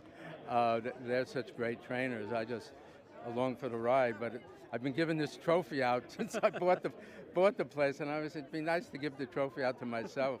Last year I won the Oaks, so Sarah said, I've got one last thing, I got to get you a Hamiltonian. And here we are. So, and the thing that he won easy. I mean, it was like a tough race, and it wasn't a tough race. I mean, he literally won easy, you know. He didn't get a good trip, you know, he's first over and drew off. So I'm thrilled. And it's a great crowd today. The weather, everything, I don't know what I did right, but the weather's usually terrible. Hot, raining, thunderstorm. Today is a gorgeous day, and we have a big crowd, so everything's going my way. Absolutely, checking a lot of boxes. Big time thrill, congratulations. Thank you very much. All right, there you go, Jeff Gural, one of the owners of Nordic Catcher, who wins the 100th Hambletonian. To Jeff Gural, a very important win for him, certainly, and he has put so much blood, sweat, and tears and money, of course, into the operation here at the Meadowlands Racing and Entertainment, the Mecca of harness racing. And today he gets to celebrate a victory in the 100th Hambletonian with his Nordic Catcher. Again, as we take another look at the closing strides. We'll be back with more winning words when we return.